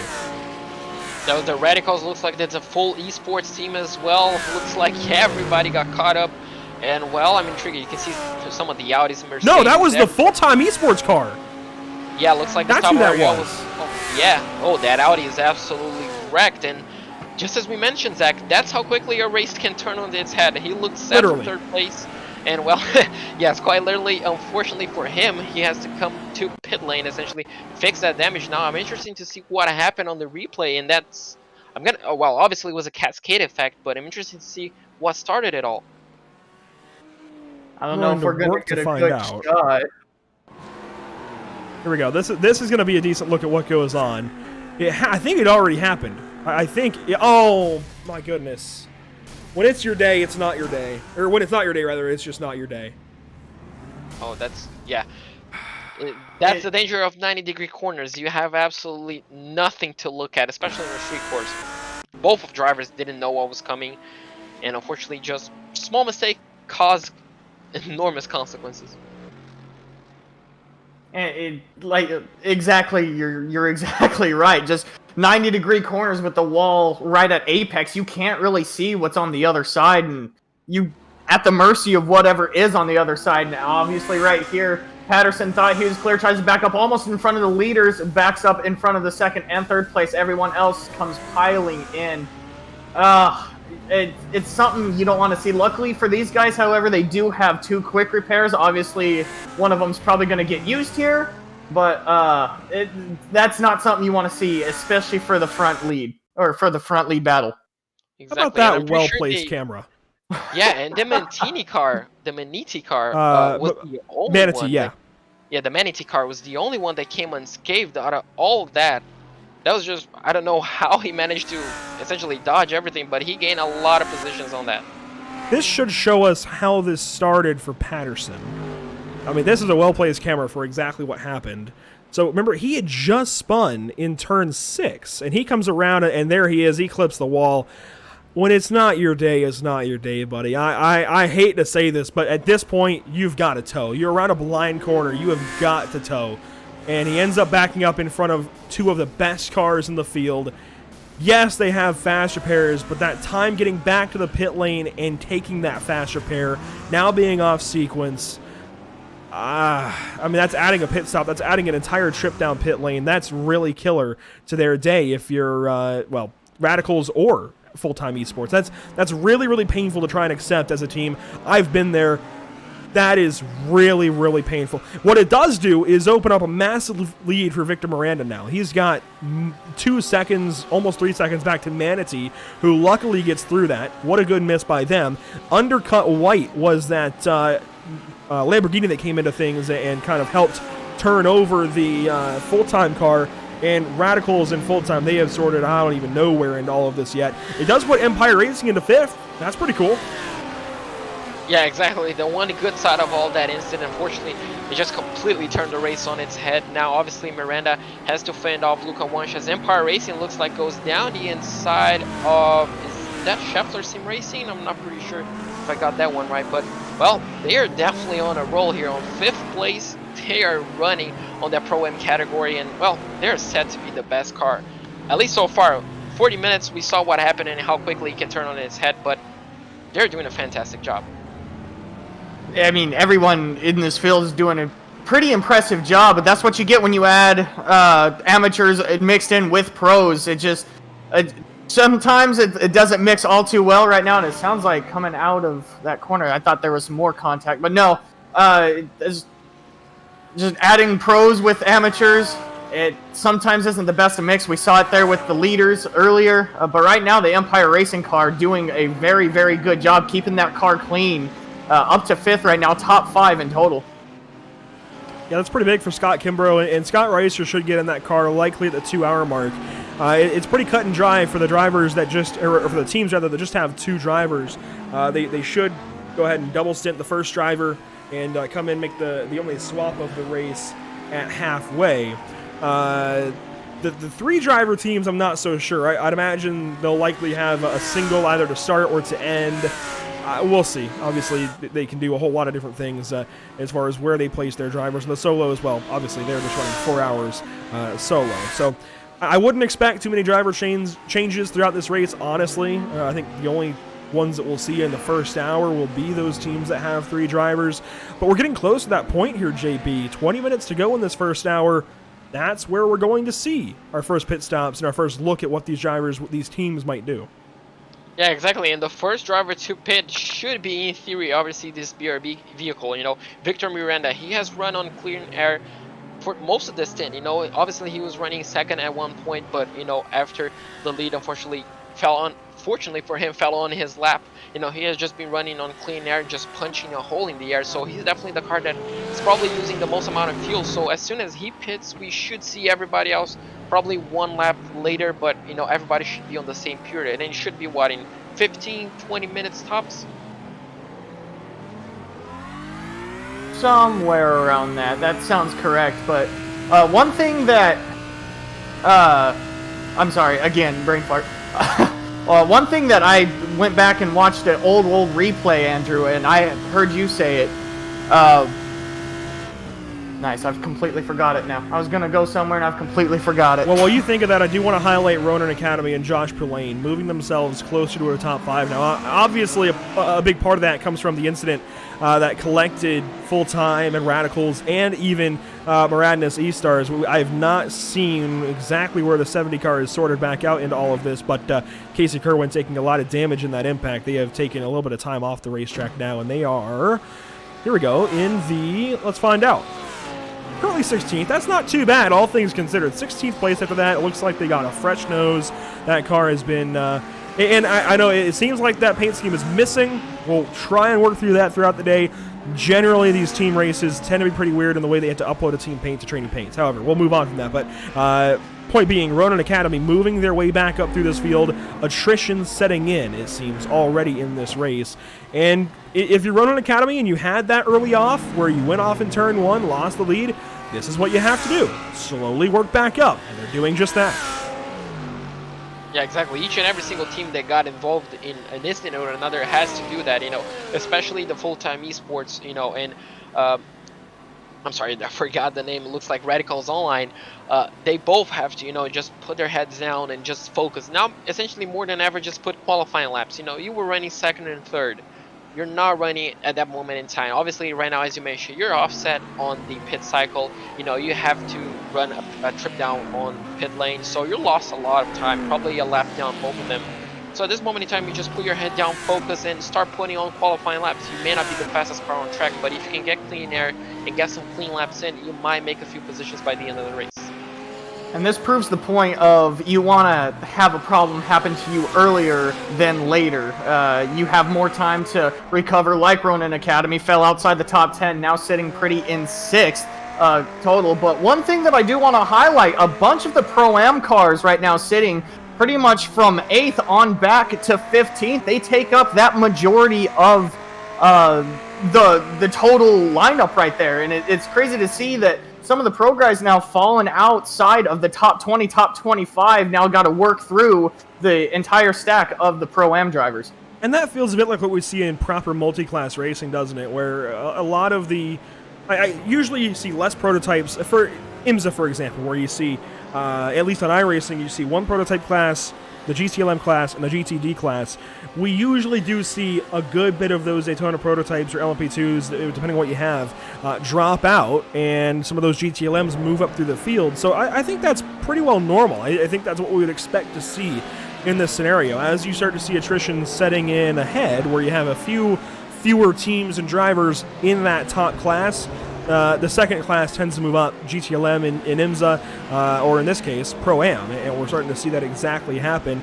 In fact, here is one of those battles, it looks like, Parabit defending over Renowned Sim Racing, who we were on board with for a moment. That's Matthew Dench in the 283, putting on some pressure for Philip Hendrick Pondus in that 272.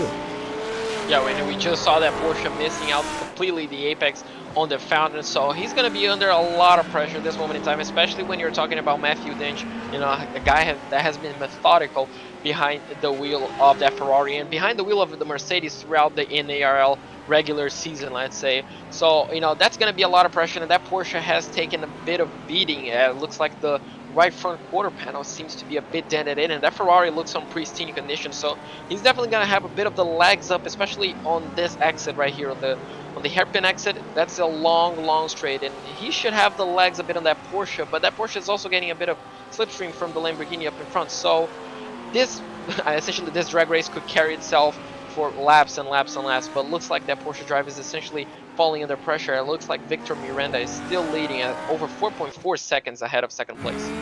And this shows up heavily inside the Pro-Am class. It's just a matter of how well you could deal with the pressure being applied to you, how much pressure that you apply to someone else. Right now, the Porsche driver, Philip Hendrick Pondus, he's running a little wide mostly through every corner. He's maybe overdriving it just a little bit. Like you mentioned, JP, he's got a little bit of nose damage, maybe a little bit of right front, whereas the Renowned Sim Racing car behind him does not. It looks pristine. So right now, a little bit of the pressure starting to be applied. Here's a look on board Pondus. So we briefly took a look at the race leaders, established that Miranda is still leading, even though, again, because of the render distance, well, unfortunately, Miranda will drop down in the standings. But Pondus still ahead in this little battle. Renowned Sim Racing Blue putting on a great battle right here. Matthew Dench really putting on some pressure in that brand new Ferrari as well. Brand new Ferrari to the sim, the Ferrari 488 Evo. We've seen the Ferrari 488 GT3 and GTE for several years now in iRacing, but to have the 2020 version darn near the perfect model year, or I guess the current model year would be, I guess, a little more accurate. It's pretty cool to see that brand new Ferrari. Here we go, Matthew Dench making a move, gets that spot. That is 8th place. And that's done and dusted. Oh, nearly clipping out the rear end of that Ferrari on the exit wall, essentially. And well, now he probably should drive away. 8th place is a fantastic result. Looks like he's in second place of his class at this moment in time, only losing to Scott Kimbrough ahead of him. And now, obviously, it's gonna kind of fall down. Steven Weinstein on the 269 is probably going to put a little bit of pressure on the driver ahead. And as you mentioned, the new 488 Evo, I haven't had the opportunity to drive on it. I haven't driven on iRacing for a year nearly now. But as you mentioned, Andrew, it seems like the transmission, as you mentioned, seems a bit different than the old Ferrari. So at least it's nice to see that it's not just a carbon copy of the car, but also an upgrade as well. Very sleek looking new car, the Ferrari Evo. It really is a sleek looking new... I'll just repeat myself, why don't I? But no, it's something good to touch on, really. It really is a good upgrade to a car that's been on the sim for quite a while, really. It was one of the first GT3 cars to be on iRacing. It's been through a bunch of new updates, a bunch of new cars being added to the GT3 class, so an update to an older car is really needed, and obviously with how good the Renown car looks, it is worth it to have. This new focus here in the Pro-Am battle is bringing us Schaller Racing, Schaller Sim Racing in the 252 machine into this battle. And Michael Schaller really could crack the top 10 before pit stops. That's big for a team that I believe is solo. I'll double check on that. The 252. No, that is a 3-driver team, or is it a 2-driver team? Regardless, it looks like a 3-driver team. So they actually could see a driver change at this hour mark. So I think Schaller might be driving his heart out right here, potentially, before he gets taken out of the car. Try and end this little stint on a high note. As, man, they keep just getting the walls. And we keep hearing crash sounds. I'm sure you guys can hear that watching along at home. Oh, we had one right there on the exit of turn 7, looks like. It's just as you mentioned, a car spun out exactly at the same moment. As you can see, I'm not sure it was the Lamborghini, but I just caught it on the back of my eye. Clarence Rosa going around. Good eye, good eye. Usually I can pick those out. That time I did not. Let's go back and see if we can find out what goes on for Clarence Rosa. Yes, we will have it. The California native. Not a great moment here into turn 8. Seems to be Calamity Corner. Boom! Tire barrier. That's a hard hit. Oh yeah, looks like at that moment, I was gonna say he locked up, but obviously GT3 cars are mounted with ABS, so that was just looks like a little kiss on the wall, a little bit more of a kiss, but I'm not pretty sure if that Lamborghini caught a bit too much damage. But if not, obviously he can just keep on going and repeat on his fuel cycle. But as you mentioned, those 3-driver teams, well, they're gonna have an interesting time, because I'm not pretty sure, I forgot the rule on iRacing, if you can fuel while changing the drivers, or is it changing tires? I'm not pretty sure which one you can do simultaneously, but some of them are gonna have to do a little bit of sacrifice on time in order to get all 3 drivers to essentially drive on this race. So great point. I can confirm. I was actually surprised about this. I was talking with Scott Reister the other day. I did not think that fueling and a driver change would be allowed at the same time. Usually those have to happen separately. If you fuel before you do the driver change, well, usually the driver should be out of the car in case there is an issue. And obviously this is sim racing. We don't have that same concern. We don't have to worry about fire. Apparently, yes, the driver change will happen during fueling and tires. So I was actually quite surprised about that part specifically. Zach, maybe the same for you. You know, we've done some Lucky Dog stuff lately and Champ Car stuff lately. And very fresh in my mind that we got to have the driver out of the car before we fuel. Yeah, that's what I was going to say. Usually you got to have the driver out of the car and the new driver in before you can even start touching fuel, or vice versa. You have to have the fuel in and done before the driver change can even happen. But as we were talking, I was kind of looking through this battle here. Lap Car, again, kind of mixing up play right here for the Perro bit. The Mad Lads, number 69, the Schaller Sim Racing, right here pretty much at the top 10. Lap Car, again, mixing it up. But they've really closed in on each other here, the battle of the top 10. That they have, and we're, again, nearing that hour mark. Almost a quarter of the way into this race. It's not quite felt like it. KCR Macam Mad Lads, currently Stephen Wutstein behind the wheel. That's the number 269 that we've been watching here in this McLaren. You know what? We have one camera specifically for this. Let's see. It should be this one. If we can get back to him. It looks like ATVO is being picky today. Here we go. Down into the corner. Oh, there we go. That's a good sight to see. That's an interesting sight to see. You know, normally flaming shooting out of the back of your car is not a good sign, but obviously for the McLaren is a fantastic sign, and that also works for the distraction for the driver behind you. I know if I was driving behind a McLaren and it started shooting flames on the narrow strips, I would be a bit distracted and probably would have missed my braking point. But these guys, I'm pretty sure they're completely focused on the racetrack, and that's not going to drive them crazy one bit. Might melt the camera just a little bit too. No, that was something that everyone was highlighting when the McLaren first came out, just the flames poking out the back. It's actually really cool sight, something to get mesmerized behind. I believe they came out just before the Bathurst 12-hour, I believe in 2019. I can't remember exactly when they came out. I want to say 16 probably. It's been around for a while. It has been around for a while. Time's getting away from me. It has been around for a while, but when they first did come out, everyone was mesmerized. I'm not going to lie. I kind of missed a few of my breaking points when they did first come out racing against them. So it is something to behold once you first see it, especially on the sim. for them to add in that kind of level of detail to it, it's really cool to see, especially being in the car and being behind it. I don't know if you saw that close call, but that was close with Parabit working by that lapped car. Parabit almost put themselves in a really bad spot. If that lapped car had cleared itself up maybe another meter, even maybe a few centimeters, that car would have been in the fence.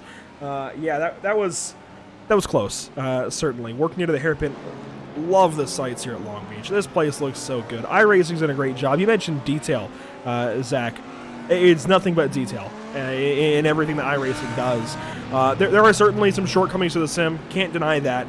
But there will be when you try and put race cars and racetracks, world-class venues, world-class racing vehicles into a computer program. There will be certain shortcomings. Every sim has their shortcomings. Some might be better at one thing than the other, but the thing to remember about iRacing, it's ones and zeros, and they do a really darn good job of making it work. Yeah, exactly.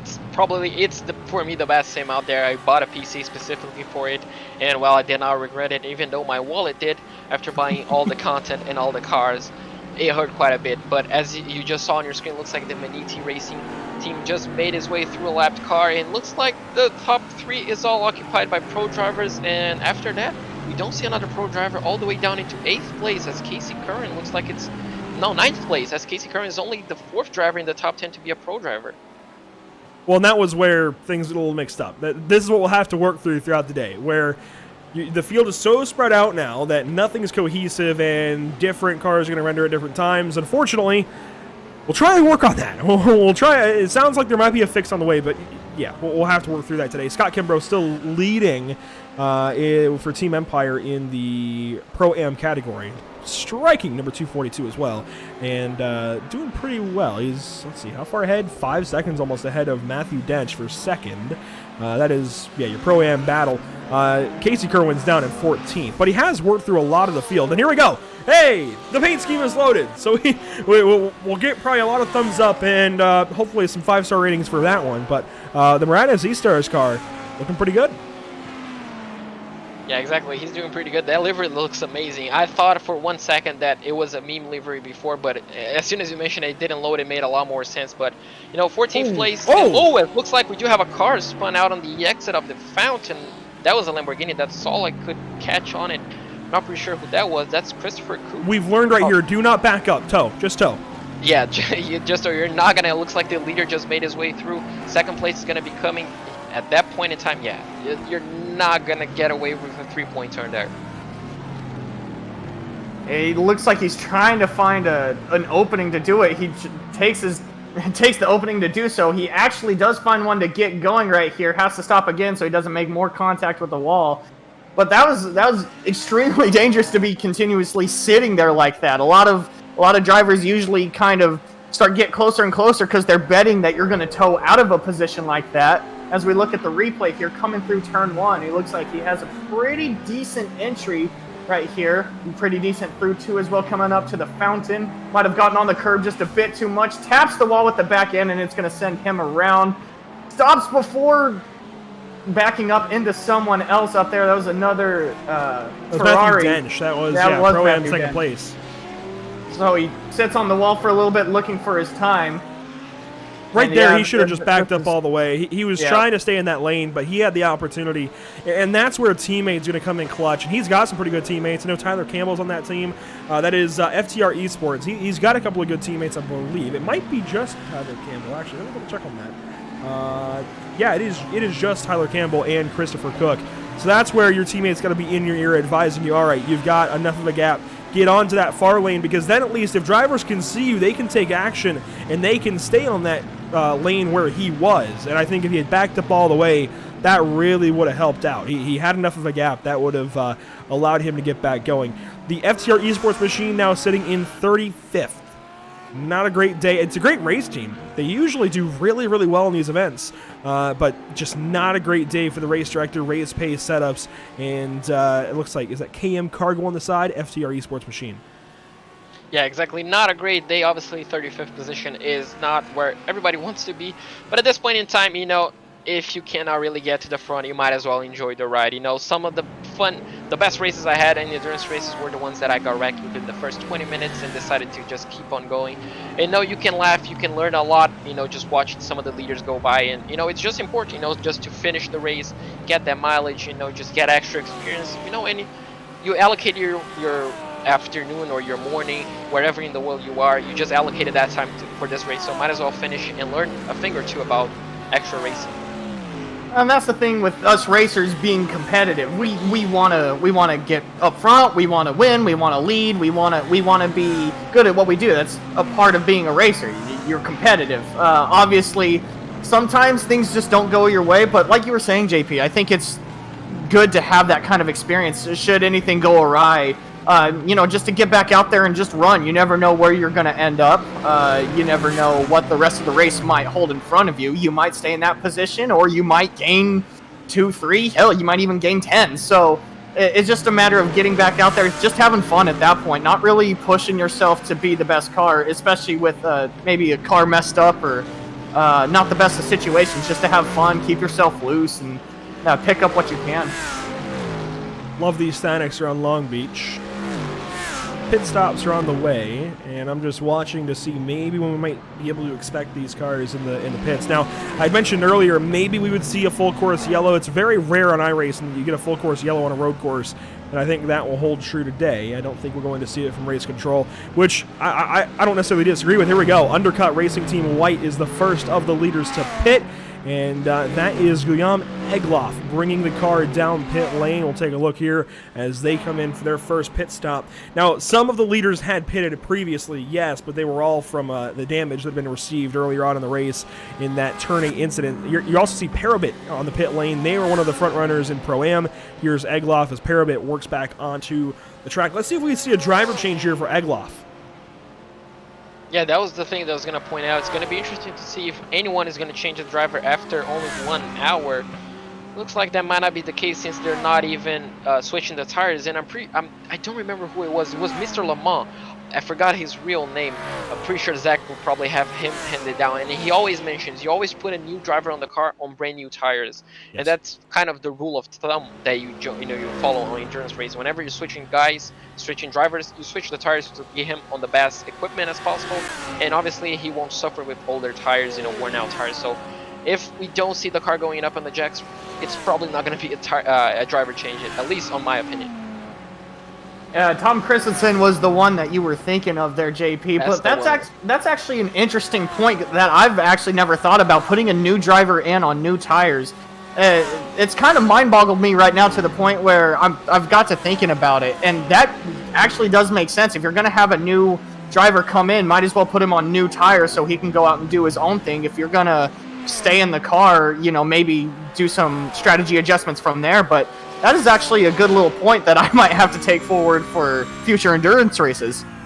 Well, yeah, I mean, that is the goal, but obviously in a 4-hour race where you have 3 drivers, at some point, if the strategy is to double stint tires, which seems to be likely, you're probably going to have to send at least somebody out on old tires. We'll see when that happens. We have gotten through the first hour of action. This is on board with Parabit Sim Racing. We're waiting on pit stops from our leaders. We saw the counterpart car to Parabit Sim Racing, well, this particular 271 car. We saw the 272 in the pit lane a moment ago. They have gotten back on the racetrack. No driver change there. I don't think we've seen really any driver changes yet. Yeah, maybe 1 or 2 from drivers that have crashed, teams that have crashed, and opted to put somebody else in just because of their current situation. But really, no changes to speak of that I have seen at the very least. And we just continue to hum along. Yeah, exactly. Might be a bit too early for some of these guys to essentially just, hop into pits and essentially leave the car. Obviously, we know some drivers do have personal appointments to attend to. We saw that in the case of, it wasn't BRB Motorsport, it was our pole sitter. Unfortunately, he had to sit out the start of the race, and unfortunately, I'm pretty sure he's not going to come back to the race. But, some drivers just have to exit after 1 hour, but rule of thumb, again, we don't usually see on the first stint someone hopping out unless obviously it's a complete different strategy that we don't even know of. But, probably we're going to be seeing this driver for at least the next few hours. I remembered what I was going to say earlier, Andrew, about what you had said in past streams. You said you're not going to beat the leader by doing the exact same thing he does. So some of these drivers may be trying to finesse some strategy, try to pick up some time on the leader as of right now. First through about 4th or 5th right now for the pros have not pit just yet. Maybe some of these guys putting on new tires, or maybe just putting some fuel in, try to pick up some time on the leader, seeing what they do. Yeah, I think these guys are going to try and go as far as they can on this tank of fuel. I think that was a little bit interesting that we saw those pit stops right at the hour mark. Usually in endurance racing, you always go as far as you can on a tank of fuel. Yeah, I mean, it just... I don't really know why. I mean, obviously it buys you insurance. At this point, you're good. You can go ahead and pit at any time, but it just seems to be the move. You always go as far as you can on a tank of fuel, and then you pit. I couldn't explain exactly why that is, but it's just the way it gets done. As Manatee is actually working to lap one of the full-time cars, I believe. Yeah, looks like the pace, unfortunately the crash may have, obviously not only hurt the car, and obviously after press repair you gets completely repaired, but also, the confidence of a driver. After you're running so well and, unfortunately get taken out of a race, by no fault of your own, it just kind of hurts your confidence a bit, and sometimes you just back off, you lose a bit of all that focus. And unfortunately Gustavo Ariel looks like he's going to be under pressure from the leader right now for 2nd place. And it looks like he's going to be having to yield that position, even though he may think he's faster because he was running up ahead. But I'm pretty sure the reason, Andrew, that most people obviously try to run the tank dry is obviously till the end of the race. Normally in the end of the race, you won't have to fill the car up again. So you kind of have your car a bit on last fuel, a bit lighter and a bit faster. So you just kind of, prepare your car for the last 10, even though it may be just a splash and dash. But normally that's the reason why we did it on our team on endurance racing, but obviously team on team the strategy differs, and I'm pretty sure Zach probably has a different strategy. Yeah, I'm kind of siding with Andrew here. Usually in endurance racing you try to run it down to the every last drop, try to get everything you can out of it. That's also a good time to test what your car can do when the car does start to get a little bit lighter from the fuel, when the car starts to wear off on those tires, or the tires start to wear off. It's usually a good little test. Coming in, maybe just putting in fuel, not changing tires may not be the best. Those tires are a little warm, they're a little worn, so it sometimes may not be the best. So I'm kind of on the side of Andrew here with, going the full distance as far as strategy goes. But, we never know. It's all speculation up here. Maybe those guys had this plan from the get-go. Maybe they've got something in store that we're just not seeing at the very current moment. We still got 3 hours left or just under 3 hours left to go. So we have a driver change. Schaller Sim Racing just put in a different driver. David Bohm is now behind the wheel of the 24 car. We saw the 24 and the 242 work down pit lane together. That was, and a driver change for the 242 as well. Empire has just put in Scott Reister. If we could try and get a look back at that car for some reason, ATVO, there we go.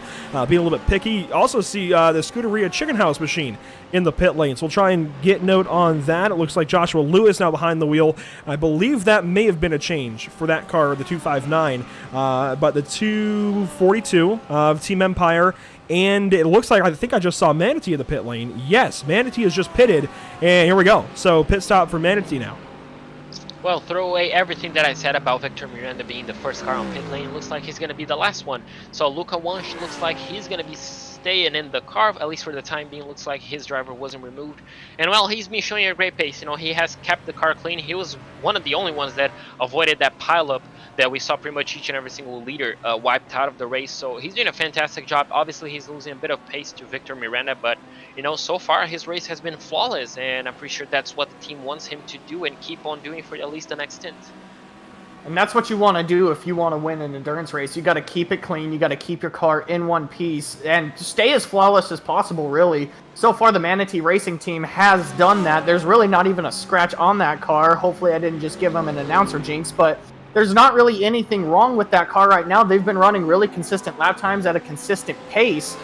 They've been kind of actually keeping up with the 17 car with Victor Miranda, who is down pit road at the very current moment. Long stop here for Peach. This is for the 252 machine.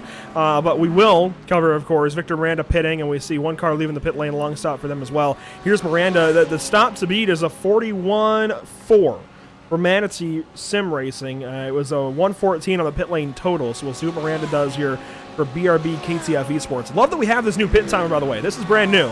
Glad we can debut it for this race because it's that important. Well, yes, absolutely. We know, especially me and you, Andrew, covering the NARL, we know that sometimes even tenths of a second can make a big, big difference whenever you're talking about pit lane. And, well, Victor Miranda definitely don't want to be losing a lot of time. I'm not 100% sure if he took the fast repair. It wouldn't make sense if he didn't. But, you know, he has to beat out that time. Looks like that 41 It's going to be long. is still... Yeah, it's going to be a long pit stop. He's definitely filling up to the brim, essentially. And, well, taking a long time. Will he lose the lead to the Medici car? Looks like he will. I'm not pretty sure what's taking so long, but, well, something definitely went wrong. Looks like Lewis Hamilton in 2018. They might be repairing that damage on the right front. Well, but the fast repair wouldn't be activated if he forgot to take the fast repair. That could be a big. Well, but I wouldn't take the fast repair for that. At Long Beach, where you can get flipped over, as we've seen, take the optional. Just go ahead and take it. There's no reason to take a fast repair for a ding to the wall like that. You've obviously got to keep it in your pocket. So 101 on the pit lane. That is not a minute one. That's a minute 41. Almost 69 seconds in the box. That's a long stop. Yeah, that's going to be a long stop, and, well, he definitely lost the lead right now. It's just going to be a matter of a question whether English. If it's going to pay off at the end of the race. Obviously, if he gets in another 2 accidents, as you mentioned, that fast repair could come in handy. But, yeah, it's just going to be a question of, will that time loss essentially pay itself off at the end of the race, or will he just lose the lead to the Medici racing car that just passed him on pit lane? So through all the madness, however, it looks like because of this might actually hand the lead to Maradness E-Stars, i.e. Casey Kerwin possibly. He did jump up to third. It'll hand the lead right to him after all these pit stops come through. Now remember, he was involved in a wreck a lot earlier. He was involved in that big pileup coming into the 90-degree right. I forget which corner at the very current moment. But right now, this hands the lead to them. They will have to pit earlier. But in turn, that will just re-hand the lead back to Manatee Racing, who's already inside 10 seconds behind Murad E-Stars. Now, if you're Maradness E-Stars, one thing you could do here, and I mean, I think there's 2 different ways you can go about this. You can go ahead and pit on schedule with everybody else, and you can see exactly how far you're behind. Or you continue to go on this new strategy, run as many laps as you can with Kerwin here, and pit a little bit later. Don't show anybody else where you are. I think to keep fighting back, Kerwin has got it within him, certainly. He's an eNASCAR iRacing Coca-Cola Series driver for a reason. He's got it within him to make up a lot of time up to those cars ahead. I think leave him in, let him keep doing his thing, keep him on the strategy, don't get offset, or I guess don't reset yourself, at least not yet, because that would kind of show your hand. Everybody else would see where you are. Go ahead and get these laps led, see how it goes. Yeah, exactly. The one advantage that they have right now is that absolutely no one will know where they are in relative, essentially what you mentioned. And they can use this to their advantage. You know, sometimes a crash may not be the end of the earth, you know, might not be the end of the road, as you can see now. That's Casey Curran. Looks like that's battling with... Contact! Oh! Contact! Oh, that's not going to help out his cause any bit. Looks like both cars. Looks like the Mercedes came out with more damage than the Lamborghini, but, you know, the question will be now, can he make that time back essentially on strategy? You know, he may have to stop 1 time less or just put a bit less fuels. Looks like the Mercedes getting out of the Medici, getting out of the way. So it's just a question of how will Casey and how will that car essentially hand out for the remaining 2 hours and 49 minutes. Look at all that damage to the Maradness eSports car, too.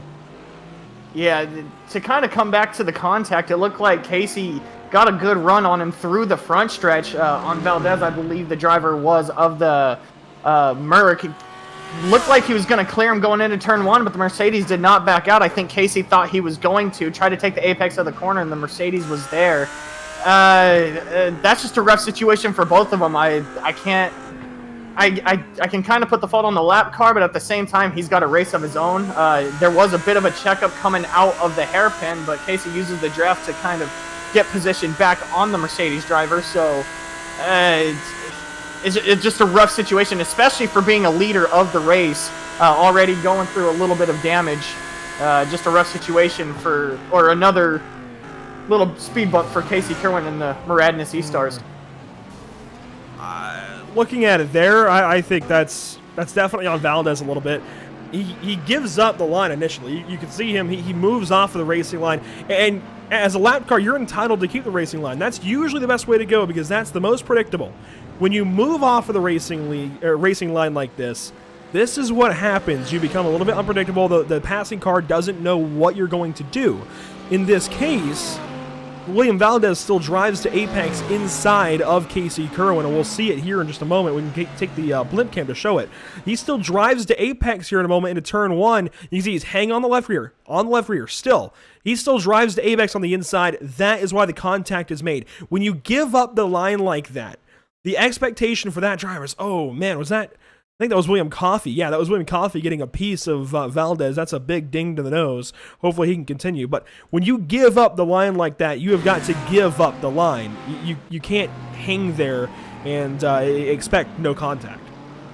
Yeah, and at that moment, you can see from the angle, you can see from the slow-mo shot, I'm not pretty sure if that Mercedes was actually making that corner anyway, even without Casey Curran on his outside. So kind of a sloppy situation that the Mercedes driver put himself into at that moment in time, as you mentioned, Andrew. As soon as you go defense, I mean, I'm pretty sure he went defensive. He's not defending here. He's giving up. He's trying to let Casey go by. There's no defending. He's just trying to give the spot up, but he doesn't. He doesn't fully give the spot up, and that's where the problem lies. Yeah, exactly. He should have 100% just backed off the throttle, came back into the racing line, and he would have avoided all that. He would have avoided damage and all that time loss, and even giving damage to William Coffey. So sloppy situation, unfortunate for him. Obviously, the race goes on. You just come back to the pit lane, get that damage fixed if you need to, and just cycle yourself back into the race. As looks like that's the BRB car. I'm not pretty sure. It looks like it's in 6th place right now. Is that a replay? No, that's live. So yeah, looks like in 6th place right now. If that timing is correct, looks like the top 8 is full of pro drivers once again. And that just shows how much the fall off was because of that longer pit stop. Manatee Racing still remaining in 2nd, where they were before pit stop, but BRB was leading. They've now dropped down to 6th. They're 26 seconds behind the leader of Casey Kerwin at the moment. They are 20 seconds behind Manatee Racing.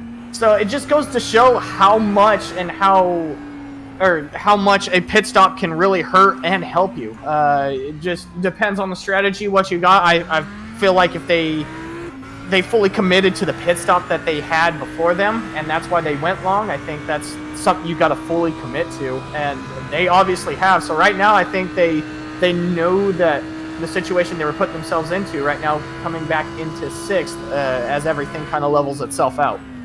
Word on YouTube is that they took tires, and that's the difference. That Manatee did not, and that BRB KTF did, and that's the defining factor. And I believe that entirely. Usually a full 4-tire fuel stop is about a minute.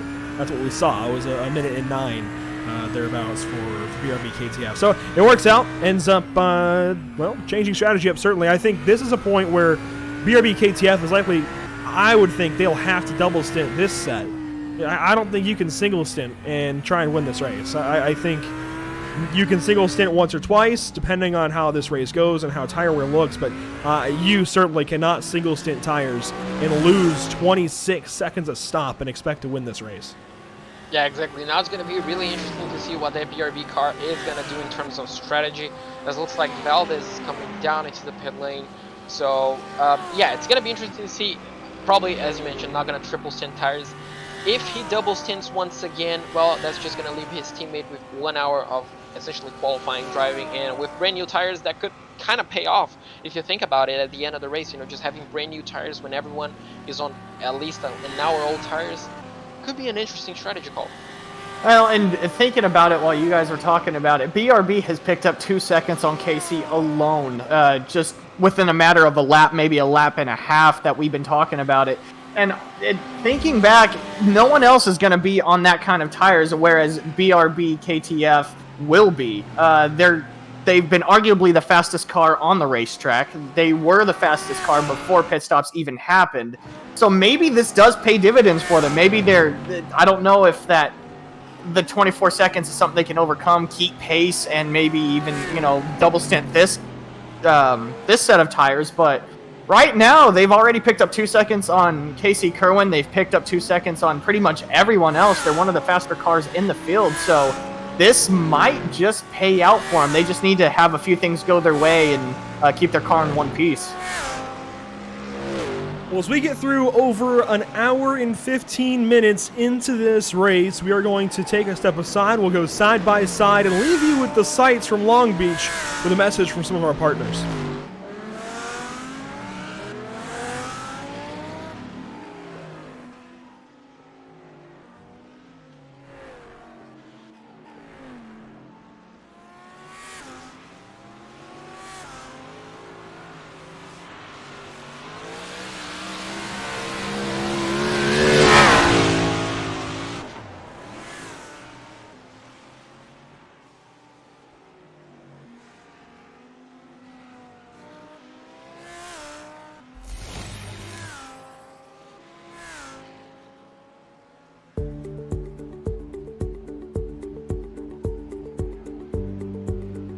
Sound Art is a product that is a speaker and it's art. We combine it together and we call it Sound Art. What makes it so unique that any picture can be your speaker? Sound Art gives you the high quality sound without the ugly speaker. This isn't a picture with a speaker, the picture is the speaker. Just imagine your wedding picture uploaded onto a canvas and now it's speaking 10,000 tunes. I mean, it's a very cool concept. What we like so much about it that you can take anything that means something very special to you, upload it on the canvas, have it hanging up in your room, your balcony, wherever you want to put it, and now it's a speaker. I mean, how cool is that? It's something that we have that and no one has. No one has this product. It's just a great gift to give anybody. It's just a neat concept. Around here we say, art never sounded so good.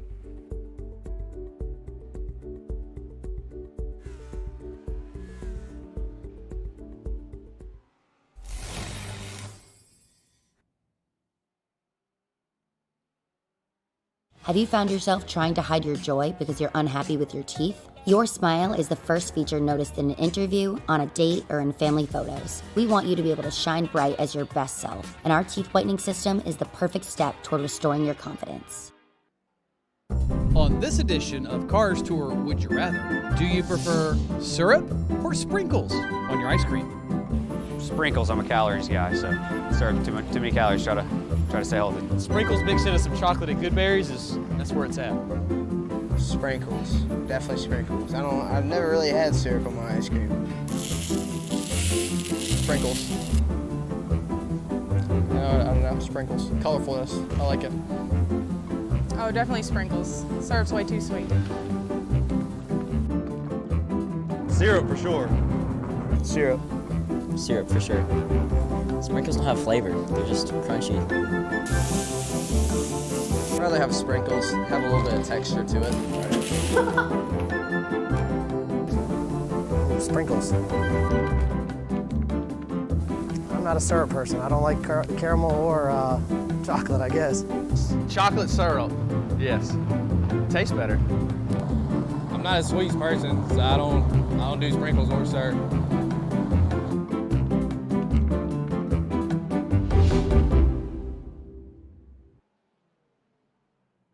After months of quarantine, we're all interested in how we can become our best self. The team at Permanent Makeup and Cryo is here to help you get the flawless makeup look every day without the extra effort or time. When it comes to your appearance, you deserve the best care that money can buy.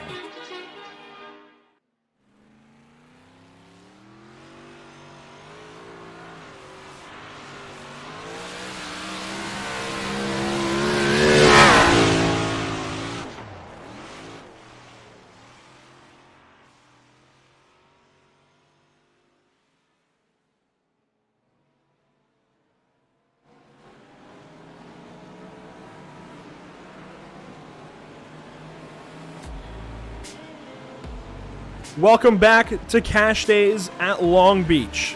It's a 4-hour event put on by the North American Racing League. We had a great season of racing throughout the summer and into the beginnings of fall. 8 races in all, and it came down to single-digit territory for each championship. Now we bring in several several other amazing drivers. We're talking about 7,000, 8,000 iRating in some cases, and they are doing battle today along with pro amateur drivers, amateur drivers. It's a whole mix, and it's a fantastic day of racing at the Long Beach Street Course. Let's revisit some of our points from earlier today, JP. Of course, the track map here at Long Beach, it's an interesting one. It's a tight one. It's a tough course, of course.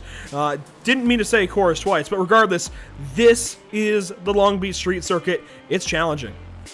Yeah, exactly, and we saw how challenging it is throughout the race. You know, we saw attrition, we saw collisions pretty much in each and every single corner. We saw at turn 1 just a few moments ago, Casey Curran getting involved in an accident with a lapped car. The fountain we saw in lap 1.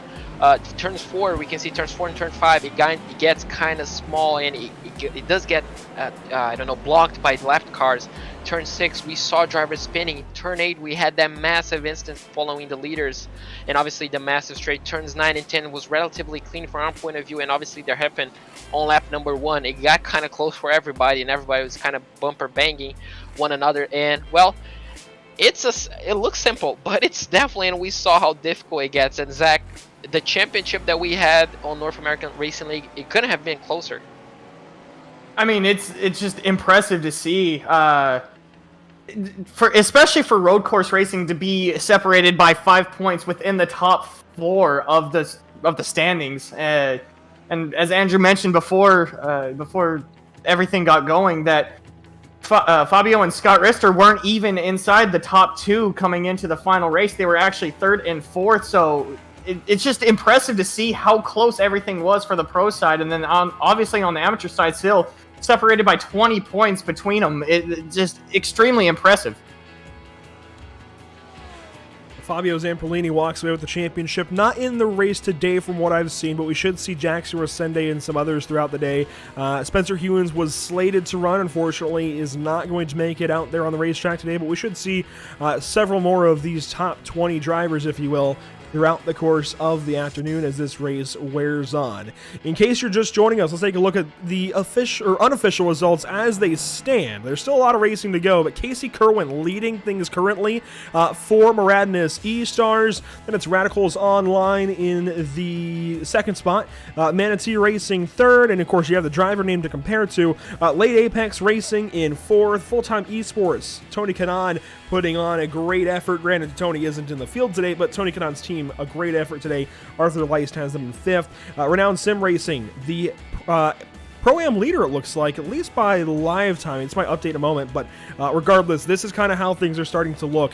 A little shy of halfway into the race. Yeah, exactly. Obviously, this one is kind of before every pit cycle kind of cycles back together, so it might change a little bit in the next coming minutes. But Scott Reiser still in 11th place, and well, looks like each and every single car is still in the race. We can see down to 30th place, only 4 laps down, but just as I mentioned, looks like we do have 3 cars that may have dropped out. Sean Patterson definitely dropped out. Unfortunately, after that small incident, as you mentioned, Andrew, when it isn't your day, unfortunately, just is not your day. You cannot just keep going. Unfortunately, bad luck will follow you. But, you know, the racing has been absolutely perfect. We saw drivers going side by side. We saw moves happening. Unfortunately, we saw crashes, but it's racing. It's going to happen. And, Zach, what can we expect from the next 2 hours and 30 minutes? A lot more of the same, if I'm being honest. You know, we thought we kind of knew how the race was going to go out. You know, everyone kind of single-filed out, but then the race turned itself on its head 2-3 times, you know. After the first contact, I didn't expect to see Casey Kerwin to be leading the way that he is. We were kind of in agreement that Ronin Academy would be the dominator of this race, currently sitting 5 laps down. I'm not for sure if they're even in the race at the very current moment. You know, I think it's still a lot of the same. We still got just under 2.5 hours to go, so I think we can expect to see a lot more action, even though we are a bit more spread out than we were at the beginning of the race. A lot more action, maybe a couple of twists and turns here and there. It does look like, great eye there on Ronin Academy, it looks like they have parked it potentially. Gonna try and maybe find what's gone on for them, but yeah, they were already several laps down. You can see some damage there. This will be a little bit spotty because they were kind of in and out of render, but well, oh my goodness, this is while we were re-introing. We had one car stopped there going into the fountain, and oh wow, That's a 324 car, Newport Sales Group. Skomsky behind the wheel when this happened. Oh, there's Dench. Wow. How close was that? I was gonna mention the running esports driver that avoiding action that he took, but Matthew Dench somehow did not make contact with either the wall or the driver. That was amazing. It looks like here we're gonna see. Looks like we do have a few cars blinking in, and now the Lamborghini is gonna be pinched against the wall. That Lamborghini looks like it already has damage. It tries to go around the outside of a Ferrari, kind of gets sandwiched, but that looks like it's all a bit rubbing. It doesn't look like too heavy of a damage, at least for the time being. They are in a very thick group right here, the Ronin Academy drivers coming into the final corners right here. The long two lefts coming into the hairpin. This might be where they have called it. They, as you said before, they were already in some trouble, Andrew. Maybe a bit frustrated, straightened out onto the straightaway, and it looks like that might have been it right there. Just goes ahead and pits, and we haven't seen them return to the track since. So several cars having some issues later in the going. Ronin Academy still looks like parked, unfortunately. Really unfortunate after the start they had. Really, really, truly unfortunate.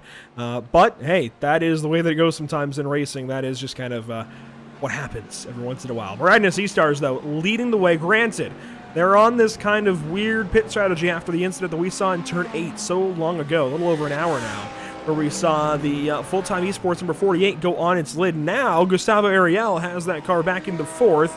Granted, they are also on the odd pit strategy, along with Radicals Online in that number 01. So, 3 cars towards the top of the running order. They will pit soon. Really, Manatee cycles into this race lead at the hour mark, and that's what we're watching for, of course. Only time will tell exactly how this works out. We really don't know exactly, and there's a lot of twists and turns yet to be seen. Yeah, exactly. We kind of do know that Manatee is probably one of the few cars, obviously the number 3 Undercut Racing Team, also one of the few cars on the lead, at least on the lead group, that is on the normal pit cycle. We should mention, obviously, the full an hour tank, all that sort of stuff.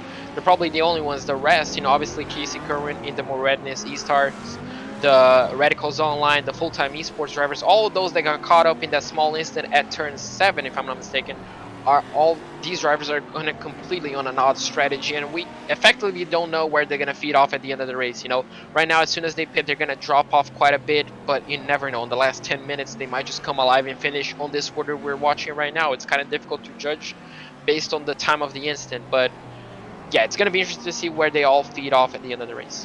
I think we can all just kind of speculate where they're going to end up as pit stops, maybe, reshaking things up. But at the very current moment, before we went to break, we were talking about the BRB KTF esports car, how they were on a different strategy, more new tires over everyone else. They have not made up much time as I thought they would. The only car to really make up time right now is actually the Radicals Online car, the Radicals Online 465 Garage Soda Muto. Is actually making up time on Maradness, actually passed for second as we were coming back into it. Right now, if everything were to level out the way that they have, Casey Kerwin would have to come in. This would hand the lead to Radicals Online. Manatee Racing would still be stuck in second, actually kind of maintaining time with Casey. Fastest car right now inside the top 5 is the 01 of the Radicals Online. Well, Radicals pitted on the same lap as Maradness. They were in that crash. Oh, my apologies, Yes. They were one of the 2 Audis that almost went over. There were 2 white, red, and black Audis. One went over. That was Full-Time Esports. The other one was Radicals Online. This is an interesting battle that JP started to talk about. Undercut Racing Team, well, they lived up to their name. They undercut everybody. They pitted earlier, and they're 6 laps off sequence from the rest of our leaders, which is about, I think, what we expected. Once we saw them pit, we waited and those leaders took a little bit longer to pit. They did get in front, though, of BRB KTF Esports until this very moment as KTF goes on by. That is Victor Miranda still behind the wheel of the 17 car, and we saw that tire change, and I wonder if it's going to even out. I mean, it's still a long ways up to Manatee. It's still, let's see, 17, 18 seconds. So they've made up some time, but I don't think over the course of the next half hour that it's going to even out the way they expect, or even the next 40 minutes.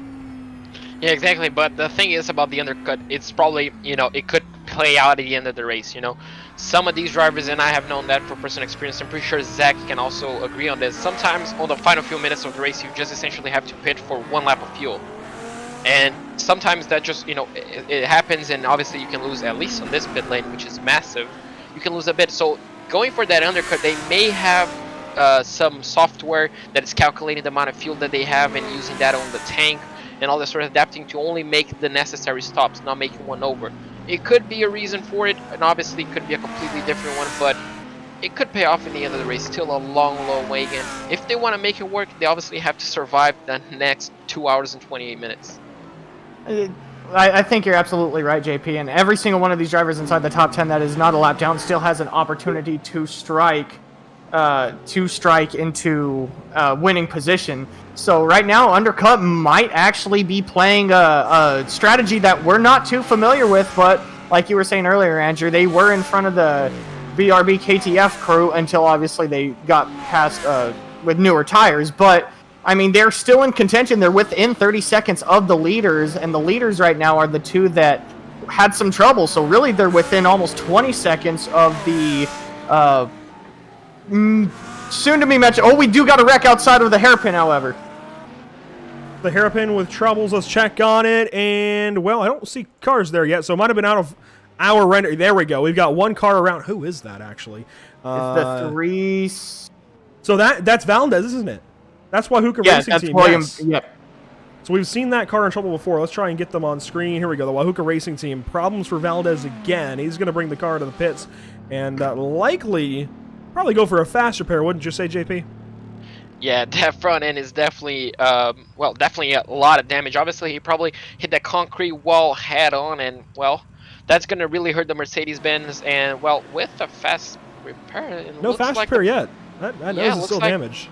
Maybe they ran out of fast repairs previously, and they could also be opting for optional. There's still over 2 hours. Much like with our leader previously, you don't want to burn those before you need them.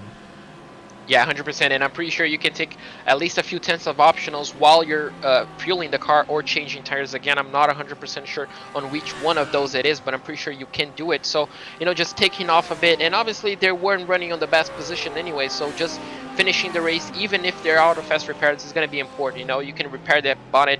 Obviously, the car might not be 100%, but, just the spirit of finishing the race, might be important for them. I do want to revisit our amateur leader here, Zach, and there has been a driver change. Big Problem Motorsports has now put in the driver of Morgan McAllister in that number 353 machine. Mercedes looking pretty good. They definitely took a fast repair. That car did not look quite that good when they pitted most recently. So that is a stunning livery as well. I like the camo they got going on. I like it. It definitely stands out. And it probably looks pretty good in those pictures that Emerson Arden is taking. Our team today, it's going to change up here in about another half hour, but we've got JP Costa alongside with Zach Lindgren on the mic, and Emerson Arden currently, well, he will be taking pictures all day long, so appreciate that effort from everybody so far. But yeah, this is Morgan McAllister. There was a driver change made, and now in the race lead, which is interesting considering the driver change, but we did also see that contact a little while ago from Good Time Racing. Also worth mentioning in all of this, there's a lot to unpack here, Zach. Ram Racing Esports right on their tail. Yeah, that is for position.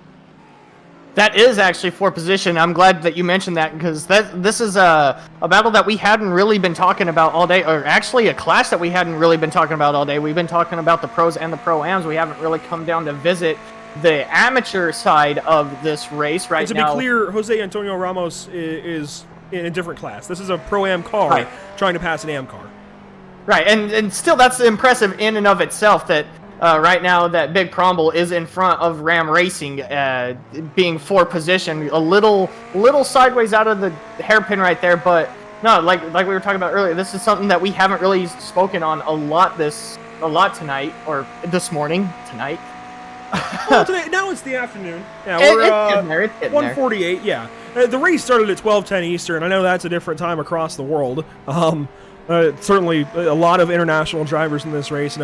For example, for JP Costa, our very own JP, that was what 1:10 local for him, and for some of the drivers on the West Coast, 9:10 would have been 9:10 local for Long Beach. Although worth noting, very completely off topic, these guys will be racing into the nighttime kind of later on. It'll get a little bit dark right at the end of the race. So we are in the afternoon, as you can tell. The shadows will get longer throughout the day, and we will get a little bit of sunset. So that's going to look great. And JP, I'm very disappointed that you won't be here for that, because that's going to look good.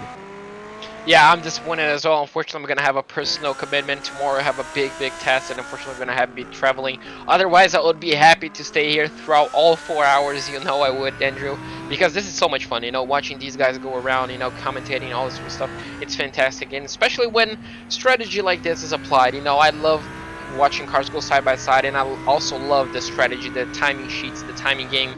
It's something that it's fun for me, at least. I know for some people it might be boring, but I love doing this, and well, I'm thankful for the opportunity. Unfortunately, I won't be here for the next 2 hours and 23 minutes. Currently watching Luca Wunsch, Manatee Racing, in the number 78 in third position. Wunsch is some 4 seconds back of Radicals Online right now. And again, Radicals will have to pit here very, very soon. These laps are about 1:17. We're working to about an hour since those drivers pitted, so maybe it was a little bit deeper into that stint than we had initially thought. But we should see our leaders on the pit lane just about at any point in time. There's no way, right, that we go an hour and a half. No, I don't think so. I honestly would not expect to see any kind of move like that from the leaders trying to take as much time as possible like that. But I mean, we've seen this race topple over on its head multiple times, so it's entirely possible. 2 minutes 22 left. And in case you're just joining us, boy, what a show you have missed so far. We've had a lead car on its lid. We've had the Maradness E-Stars machine be crashed, now leading the race. It's going to be hard to try and sum it up. All I can tell you is you've got to go back and watch it all from the beginning. We had a couple of great interviews at the top of the show. We've worked through the day so far. Let's check in on our weather. It's not really moved around. It's maybe warmed up a tiny bit, I think, or maybe down 1/10 of a degree, but the track has started to cool off, and along with the track temperature dropping, I expect to see lap times drop. So the speed will pick up, lap times will go down, and it looks like one of the Parabit cars is about to go an extra lap down. Yeah, There we go, Radicals pitting. Well, just as we mentioned, so the pit cycle for those involved within that crash on the first stint might have just started. Obviously, the Radicals Online opened up that pit window, so it's going to be interesting to see whenever the full-time esports drivers will come down into pit lane. Obviously, looks like he has already. I'm not seeing Gustavo Ariel in the top 7, so I'm not pretty sure if he already went down into pit lane. But all eyes are 2 now. laps ago. Oh, he pitted around 2 laps ago, so looks like Radicals Online. We're going to have to see where he feeds off, because that's going to be where we're going to be working towards, and well, it only will plan out in the next 2 hours. So interesting will be time to see. Well, only 15 second stop, so that's quite quick compared to the 40. Yeah, that's only fuel. So wow, they're going for it. They're trying to get to 2 hours. They still have a driver change to make. They're just splash and go, get to 2 hours to go, and they'll make their driver change at 2 hours. Yeah, that's probably the best. I mean, that's an interesting strategy. Obviously, that's going to hurt them on the short term, because obviously they're going to be making an extra stop only 20 minutes from now. But definitely interesting. And then, well, I hope it works out for them, because they were running really close to the lead on the first few stints, and they had some really good pace. P6 though now, Zach. P6 right now, late Apex, I believe. I have late Apex as P6 right now. Well, I would say the 01 cycled into P6. So Radical cycles into P6 after the pit stop. So this is still pretty solid, and we don't know what Kerwin's going to do. It looks like Kerwin might be on the pit lane, actually. Yes, he is. Here comes Casey Kerwin finally pitting into the box. Unfortunately, the C's did not part for him a little while ago, but he will go ahead. And do we see a splash and go here as well? I would imagine no. Daniel Morad is now getting in the... So Morad's going to go 2 hours 20. Or when they pit later, it would be insane, I would think, to pit later and put Kerwin back in at the end. I think this is the move for the rest of the race. They're putting Morad in, and that's it. Yeah, probably going to be the strategy at this point in time. 20 minutes, it's 1/4 of a race, 1/4 of an hour, I'm pretty sure. So it's not going to make a lot of difference for Casey Kerwin at this moment in time, if you just stay an extra 20 minutes. So a completely different strategy from the one that Radicals Online used. I'm pretty sure this is going to be the better strategy. Unless obviously they have some sort of fair play rule, fair use rule, the driver share rule. But you know, this is going to be an interesting, as you mentioned, they changed tires as well, so new driver, new tires. We should be seeing some pretty fast time from Daniel Moran. And I think you just got to play with the hand that you were dealt. I mean, these guys were dealt a very bad hand when it came down to them being involved in a wreck very early on in the race, and I think they're just trying to make the best of it now. Obviously, they have leading for a little while of the race, but because of this, it'll hand the lead over to Manatee Racing. Now you see the 49 down pit road changing drivers to Resende as well, the full-time esports car. Yeah, Jackson Resende almost captured the championship. I know, JP Costa, you're a big fan of this guy. Almost went out there and got the championship for Tony Kanaan, and at the time, Kanaan Esports, now full-time esports. And I got to say, the Brazilian colors, the gray, or not the gray, the green and yellow, it looked great, but I think these liveries are a step up. Yeah, fun fact, whenever I was talking to Bruno do Carmo, the leader, at least the representative of Full-Time Esports, this is actually a merger with a real stock car team here in Brazil. So it's a really interesting collab that they're making, and well, it looks striking. Obviously, they're not running the Brazilian colors, and with you, I also love those cars, but this one, they look a bit striking. You know, the white in the front, the red in the black, the red in the back. It looks amazing, and you know, I'm always going to cheer up from the fellow Brazilians, and it's always nice to see some of them on the racetrack, even though whenever the race is not going on their way. But some race that is going well is the Manatee Racing team. Well, I'm pretty sure they started on 7th place, if I'm not mistaken, and well, they're doing a fantastic, leading the race with a healthy gap to P2. They had a bit of a moment about a lap ago. The lap car that they had just passed, the Ferrari, had a moment going into turn 1, slid it. They were able to clear everything out, straighten back out, and not lose much time. Right now, the top 5, the only ones on the lead lap, obviously subject to change because of pit stops. But, I mean, Manatee Racing, we've been talking about them all day, but we've been talking about them, Manatee Racing, I apologize, we've been talking about them being second, being third. We haven't really talked about them being first. Here they are. They finally got their chance to shine. They finally cleared out all the drivers in front of them, and now here they are being P1 with almost to halfway. 2 hours and 15 minutes remain. Radicals Online, by the way, has just worked ahead of Renowned Sim Racing. No, you know what it is? They just worked by Moradness. That's what it is. The pit stop from Moradness took a little bit longer with that switch to Daniel Morad now in the car. So Radicals Online moved them up to 5th. Granted, their driver changes on the way. Muto has taken them the entire distance so far in this race. So this is where the race is going to change complexion entirely. We've gotten used to the speeds of each team now, but remember, these are not open setups. It's not like the team has the speed right now. It's the driver currently on whatever setup. Well, they're on the high downforce setup, but yeah, this is where the race is going to start to really change complexion. Daniel Morad could get in here and rip off some amazing lap times and really work that Moradness esports machine back into the lead, and that's what we honestly would probably expect from Daniel Morad, of all people. So we'll see how this changes. BRB KTF Esports currently 17, almost 18 seconds out of the race lead.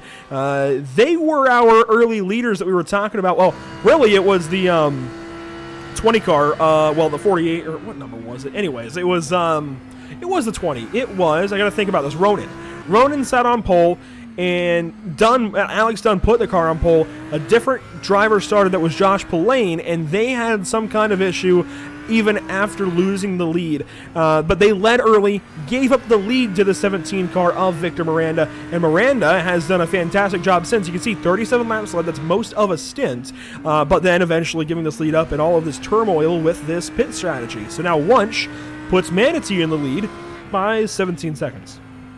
Yeah, and Manatee's race was, looks like a small contact with the wall. I almost got scared at this moment in time. Manatee's race was also quite crowded, if you remember. They were not in the top 5, if I'm not mistaken. Andrew, you can correct me if I'm wrong, but I'm pretty sure they were at least on 7th place. They're on the second train outside of the top 3, and after all that crash, they somehow got promoted up into P2, and well, they stayed there at the moment in time. Now they're leading the race. Now the question is, can they keep this pace up? Obviously, as you mentioned, 17 seconds, 18 seconds, they get down to P2. They haven't shown the pace, at least on qualifying or race trip, to keep up with Miranda, at least for the time being. Now, will the driver swap change anything on the complexity? Only time will tell. I'm pretty sure Zach could also point out some of the lap times that they're putting. But, you know, this race is wide open for the win if everything stays as it is. Right now, I just wanted to point out, like you were saying, JP, that these guys' pace that they are running. Oh, The 36th place car is a 218. That is currently Pierre Thompson. This is for the team of Extreme Speed Motorsports. So down to 36th of 38. One of the final cars left running. Caos Latin Gamers. Bruno Alcaraz has already parked the car. He almost won the amateur championship, by the way. Big nod to Bruno Alcaraz. Nearly turned everything on its head and took the championship from Spencer Hewins. But problems here for Extreme Speed Motorsports. This is working through, what was that, turn 5, turn 6? I think it was turn 6, yeah, that we're working down towards. And we have another car around. And this is leading a big train of machines around. This could have been troublesome. Yeah, exactly. Something that we see from Long Beach is you have to respect the guy in front, even though they're quite slow. So Pierre Thompson looks like he may have just got a tap from behind. Ooh. Yes, quite a big tap, in fact. And then obviously he just overshot the corner and just quickly reversed. I'm not pretty sure who ended up. Is that David Bohm? David Bohm, yep, 24 car. Yeah, the 24 car unfortunately just rear-ended the Lamborghini. You know, just it happens whenever you're following that closely, and obviously with the internet difference, you know, different places on Earth, it looks like that may have helped a bit with the context. So, yeah, unfortunately, it looks like David Bohm is still in 14th place on the Scheller Sim Racing. So that Porsche is looking quite good, quite healthy, if I may add. Maybe just a bit of damage from that small incident.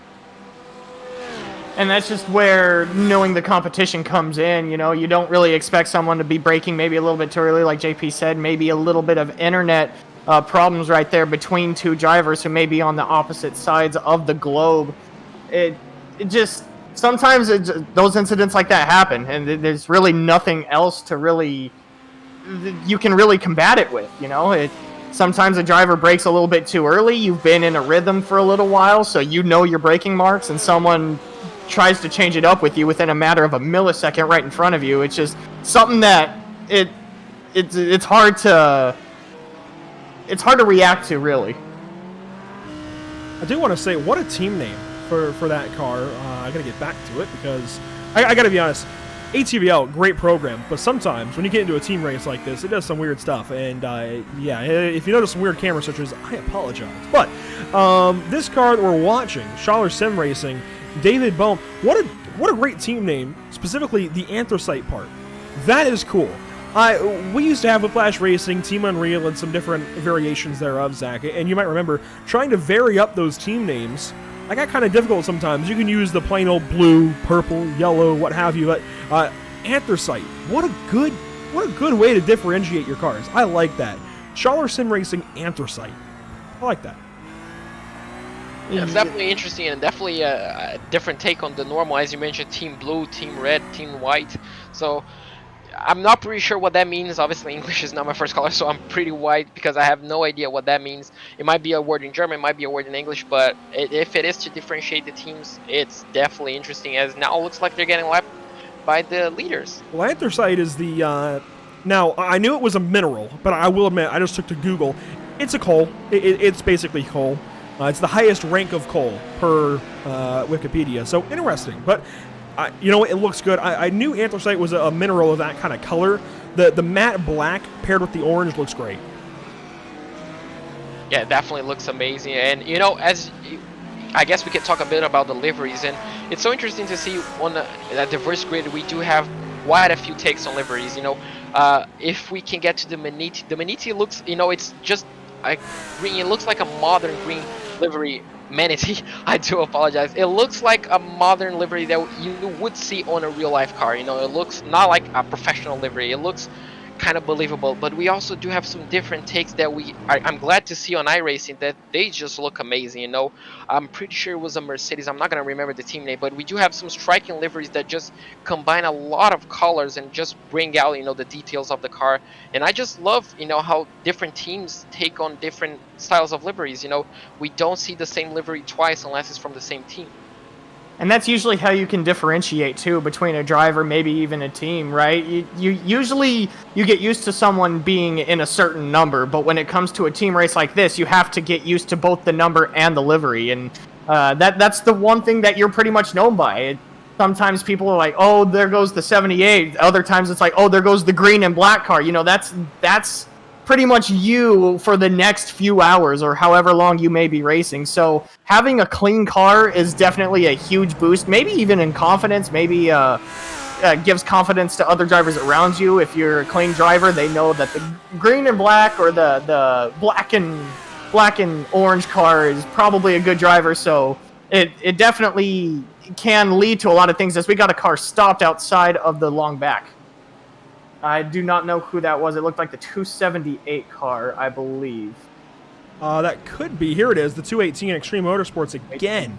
Or Extreme Speed Motorsports, that is, the 218 again spun around. This is very similar to where they were spun earlier. They were spun in the previous corner, now on the exit thereof. And that is still Pierre Thompson behind the wheel. Let's take a look back. Maybe find out what kind of goes on for this driver. Certainly not what you want to have happen at any point of the day, but let's see if we can find something here for Pierre Thompson. It'll take a second to come to us, but here we go. So he's already spun when we get him, and yeah, that's a bad place to be sitting.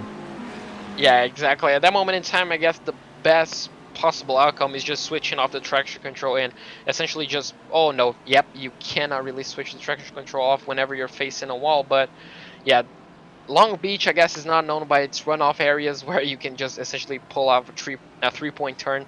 And, well, unfortunately for the Lamborghini, the day is going from bad to worse. The car is not looking on great shape, but, you know, if it's still drivable, you can kind of stretch it out until the pit cycle, which, in fact, it should be in a few minutes. It should be in around 7 to 10 minutes, I guess. I think that's where the treachery of Long Beach really does come into play, because you can't really see into every other corner. The few cars that we have seen stopped have been in terrible places for every single driver that may come across it. So that's just the treachery of Long Beach, with how narrow, with how the walls pretty much encompass the entirety of the track. There's really not an open spot on the track. So it's just how scary that Long Beach can be. And this is a great angle to show how things twist and turn. The other corner, turn 8, this is where bad things happened earlier in the day, right by those Acura banners on the fence. That's where we saw one of the full-time racing machines on its lid. Another big corner that tends to catch drivers out if you're brand new, potentially to Long Beach, right here, the Fountain. This is where generally bad things happen, as we have one car working through, it looks like. But this is where really weird stuff happens. Here comes our race leader, Manatee, on through, bringing some others. And oh, we have one car. I think that was potentially William Coffey going a little bit wide on exit. So I'll be honest, break the fourth wall a little bit. Last night, about 1, 2 in the morning, so I guess this morning, setting up cameras, it was already late, already getting pretty close to where I needed to go the heck to sleep. Figured, you know what, let's set up cameras in each corner, and I think it was worth it. Being able to look through these particular corners, the hairpin is a really good one as well. Being able to look through these corners and just watch the field work through is really, really cool. I was gonna mention during the broadcast, whenever we had this big instant, I was gonna applaud you. You know, even the chopper, all these cameras, they look fantastic. You know, the static cameras, you know, the normal cameras, I'm not sure what they're called in English, the moving cameras, let's say. They all look fantastic. They all look absolutely 100% perfect. You know, you can spot, you know, each and every single inch of the racetrack, and then you have cinematic shots like this one. This just looks amazing. You know, a cinema that looks like a small shopping mall. It's just brilliant, you know, Andrew. You outdone yourself here today, and well, it's a joy to be looking at these. And it does give it a really much more of an authentic feel. You know, from the driver's seat, all you could really see is out the dashboard, out the front windshield, and the car in front of you. But when people come in to watch broadcasts like this, it just gives the full effect of the track, what the drivers may be facing, and it just gives more than what the drivers may be facing. It makes you feel like you're actually watching, or you're actually there even, you know, at different points on the track. You see cars coming in, coming out of the corners. It's something that you guys did very well on setting up these cameras, Andrew. Dang. I paid these guys to commentate for a few hours, not to give me all those kind compliments, all those kind words, and boost my ego, but I certainly appreciate it. There's a lot of preparation that goes into these, and yeah, that's one of the things that really takes a good bit of time, and being able to look around this racetrack as this endurance race goes on is really, really cool. I mean, it's one of the best looking tracks, so my job was made a little bit easier there. One of the best looking, if not the best looking track on the iRacing.com sim. So I look forward to seeing where iRacing goes from here, honestly. This opens up the door for so many other amazing racetracks, especially street courses across the world, that would really, really benefit the sim. But enough of that. I do want to get back to some of the battling here, as if we look towards the 5th and 6th positions, here is 5th place on the racetrack. I'm going to be honest. Alex Uringa, I think is how you say it. I think. This is a team that none of us have talked about. This 69 car, Late Apex Racing, they've been in the conversation once or twice, that's it, as just an extra car that's been around. They're in 5th, my guys. This is amazing. An amazing run suddenly out of this Late Apex Racing number 69 car. There's a saying in Portuguese, those that speak Portuguese will understand the saying. It's quem come quieto come mais. This essentially translates to those who eat silently, they get to eat more.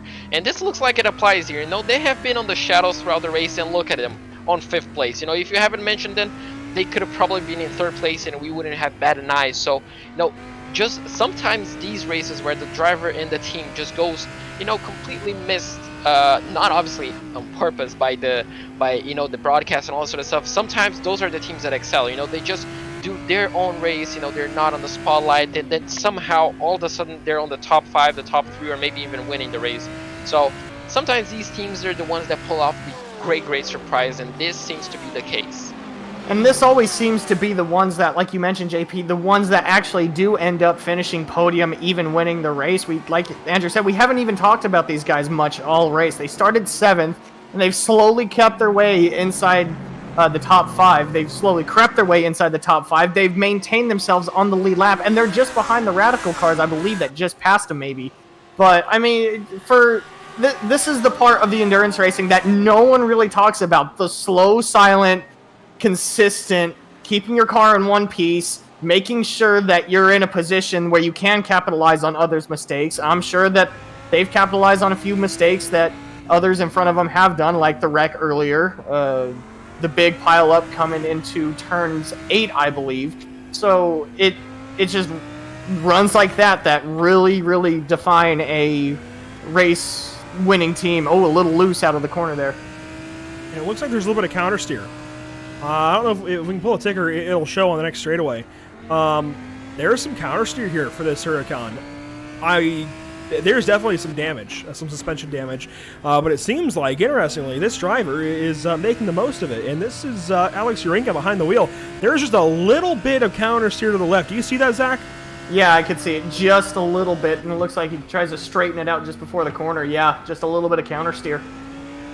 That's something that it's really difficult to fight against. I recall our first Daytona 24 back in 2018.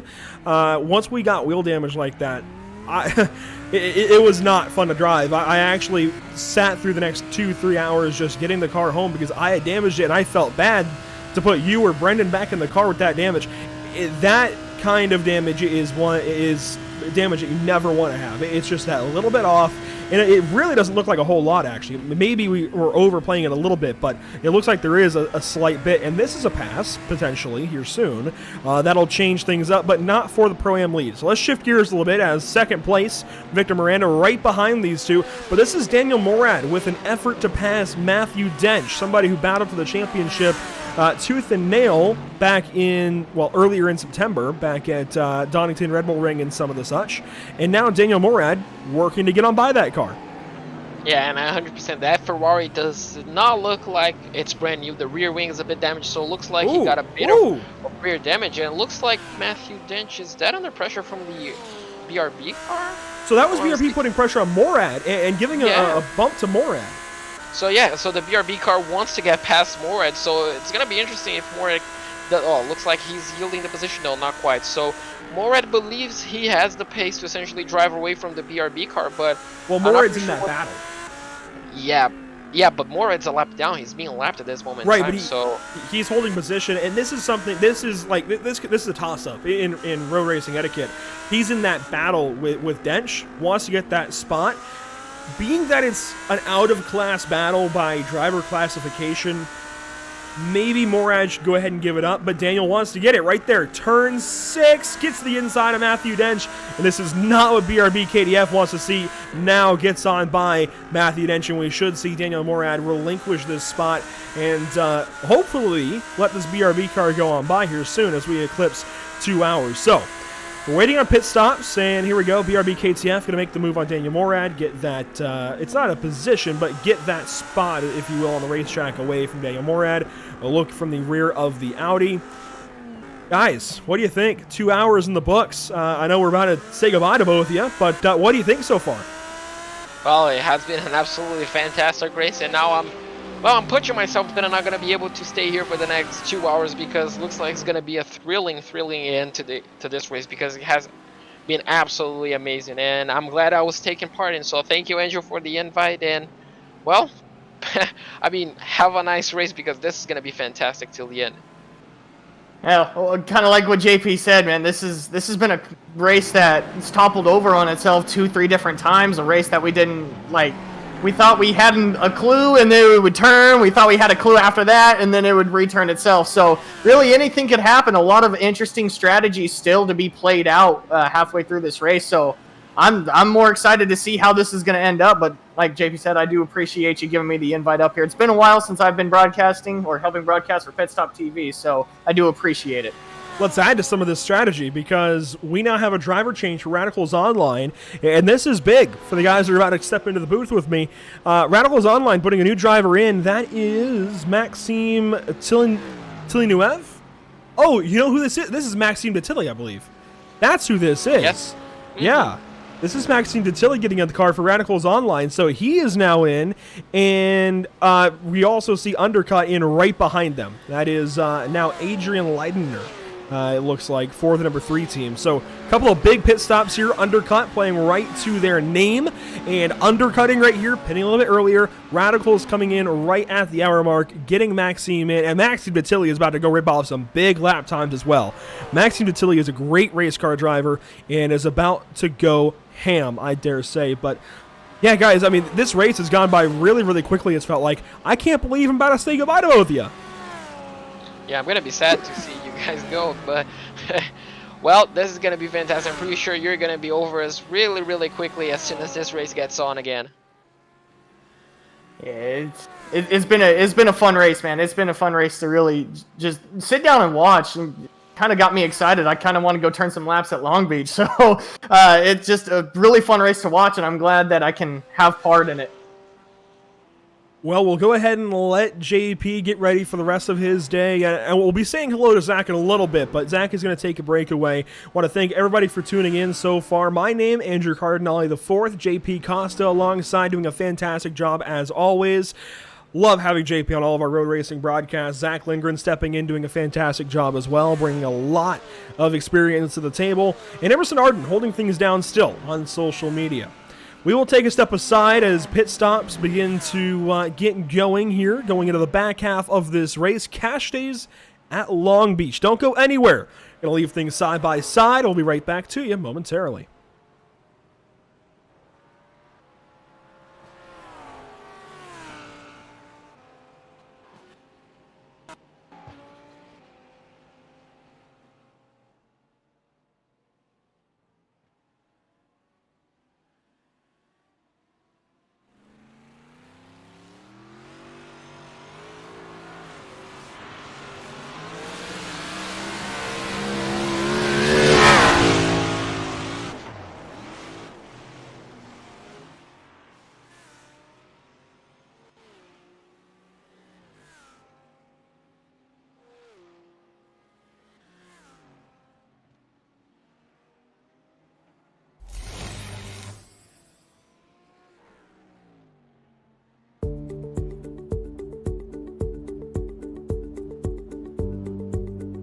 Sound Art is a product that is a speaker and it's art. We combine it together and we call it Sound Art. What makes it so unique that any picture can be your speaker? Sound Art gives you the high quality sound without the ugly speaker. This isn't a picture with a speaker, the picture is the speaker. Just imagine your wedding picture uploaded onto a canvas, and now it's speaking 10,000 tunes. I mean, it's a very cool concept. What we like so much about it that you can take anything that means something very special to you, upload it on the canvas, have it hanging up in your room, your balcony, wherever you want to put it, and now it's a speaker. I mean, how cool is that? It's something that we have that and no one has. No one has this product. It's just a great gift to give anybody. It's just a neat concept. Around here we say, art never sounded so good.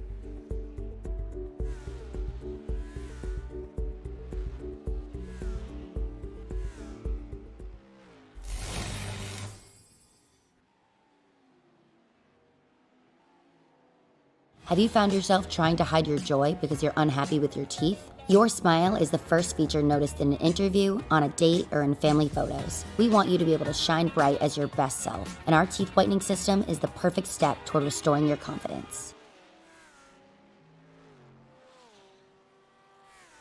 On this edition of Cars Tour Would You Rather, do you prefer syrup or sprinkles on your ice cream?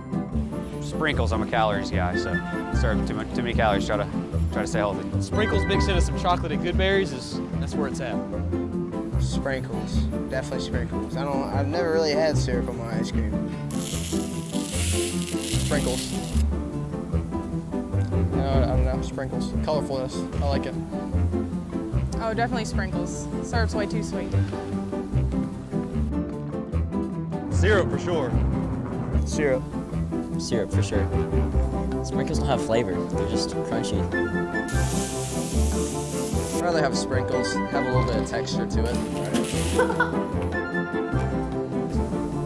Sprinkles. I'm not a syrup person. I don't like caramel or chocolate, I guess. Chocolate syrup, yes. Tastes better. I'm not a sweets person, so I don't do sprinkles or syrup.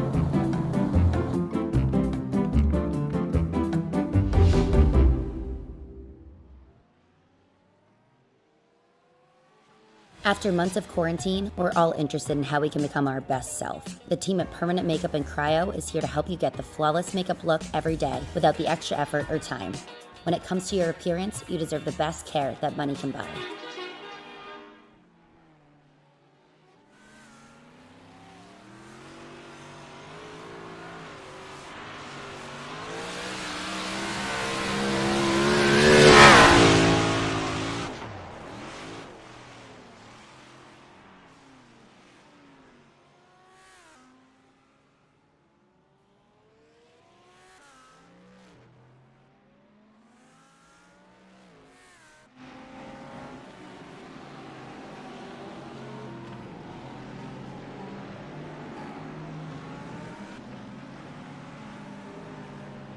Well, you just saw a good bit of what just happened in front of us, as that was William Coffey going for a spin in the number 357 Good Time Racing machine. That was out of the 5th corner just a moment ago. Let's take a look back and watch that one, and then we'll get back to everything else.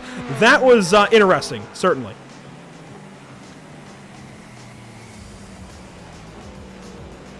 As we take a look back, we will bring this up. So this will be through the fountain. William Coffey, the number 357 that we've seen a few times throughout the day, just in front of Daniel Morad. It's going to be right here out of turn number 5 where he's got a problem.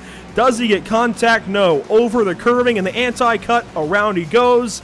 Look at the stellar avoidance. Matthew Dench gets right back on by Daniel Morad. How about that? So Matthew Dench gets that spot back because Morad has to come to a full stop. But now that that's out of the way, I can formally welcome in the one, the only Eric Brennan and Caleb Gladney, both a couple of guys with a lot of real-life commentary experience around short tracks, road courses, what have you, that I'm so glad and humbled to be able to welcome into the broadcast booth. Eric, it's been a wild one so far. Glad you're here for it. I got to say that you, JP, Emerson on social media, Zach stepping in as well. Everybody's done a great job to kind of keep things afloat because there was a lot to take note of. I only got to tune in to a handful of segments of the opening first 2+ hours of this race and unpack a lot of the information that is tied to all the entries in this field. But let's call a spade a spade. Long Beach is tough. It doesn't matter what car you're in, whether it's a sports car, Indy car, stadium super truck, whatever you want to put on this thing. It's a hard place to get around, but the level of prestige that is attached to this facility makes it truly one of the most enjoyable tracks to get around, especially when things go well. And I know that we saw that some drivers were plagued by some problems and teams were plagued by some problems early, but I think that this golden hour of racing opportunity that is just around the corner and this latter stage of the event is going to continue to offer up some surprises and shuffling, and I'm just happy to be a part of it as we see just a look at this track that is just under 2 miles in length. And this weekend, the host of the IndyCar Series season championship finale. That wasn't the original plan, but it's pretty spectacular. It worked out that way, and this is just an opportunity here. And I've always wanted to be able to take a chance to go down East Shoreline Drive myself. I always get goosebumps with the onboard footage, whether we see it here today on the sim or on some real racing broadcast, because just the element of speed as far as navigating your way through that wide open sweeper just past the start-finish line before you have to pound on the brakes to get into that left-hander at turn 1 is one of the most remarkable sights in motorsports. Yeah, it's been fantastic watching these guys navigate the tight streets of Long Beach. And Caleb, this is a look at the track map. It's a wild one. There's a lot to try and unpack here. We've watched a lot of these guys go through it, including a lot of the championship regulars. This is how things ended back at Donington Park in the UK. It was wild. To have a GT3 championship, and Eric would be able to attest to this, but Caleb, it's wild to think that we came down to 4 drivers having an opportunity at a championship without any kind of, playoff format like NASCAR has. It's pretty incredible. Well, yeah, when you have 4 drivers all racing for a championship, like you said, especially in this series alone, especially going to a lot of these road courses, it makes it interesting. 4 drivers all racing for the championship. That's not something you see at road courses and in this series a lot, much less series alone across the nation, whether that be short tracks or all the way up to NASCAR. But it's something we are seeing right here in the North American Racing League as we're here at Long Beach getting ready to wrap things up. Yeah, still 2 hours of racing to go or thereabouts. BRB KTF Esports leading the way currently. This is a look at the 3 car. We should get the 17. Here we go. The number 17 Audi still leading. In fact, now by a lap because the closest competitors have pitted. Manatee has already visited the pit lane, and there you saw quickly BRB KTF coming in. This is for service and likely a driver change. We'll try and recap a lot of that coming up momentarily. Victor Miranda, we expect to step out of the car under this pit stop. And you mentioned golden hour, Eric. Yeah, look at the sunset. It's getting down there. It's ready to set over the Pacific Ocean. And in my preparation for this broadcast, and I knew that I was kind of coming in here trying to have to learn a lot and understand some of the drivers' history and even some of their pronunciations and whatnot, but in terms of things that I can allude to, I haven't had that much time on the sim in the last few years, but nevertheless, I can only attest to what these drivers are going for in the endurance standpoint. And, even if you think about it in an endurance race, if it's at your local kart track, if it's one of the prestigious endurance races that takes place on the sports calendar slate, your eyes are typically adjusting to the natural light settings around you constantly.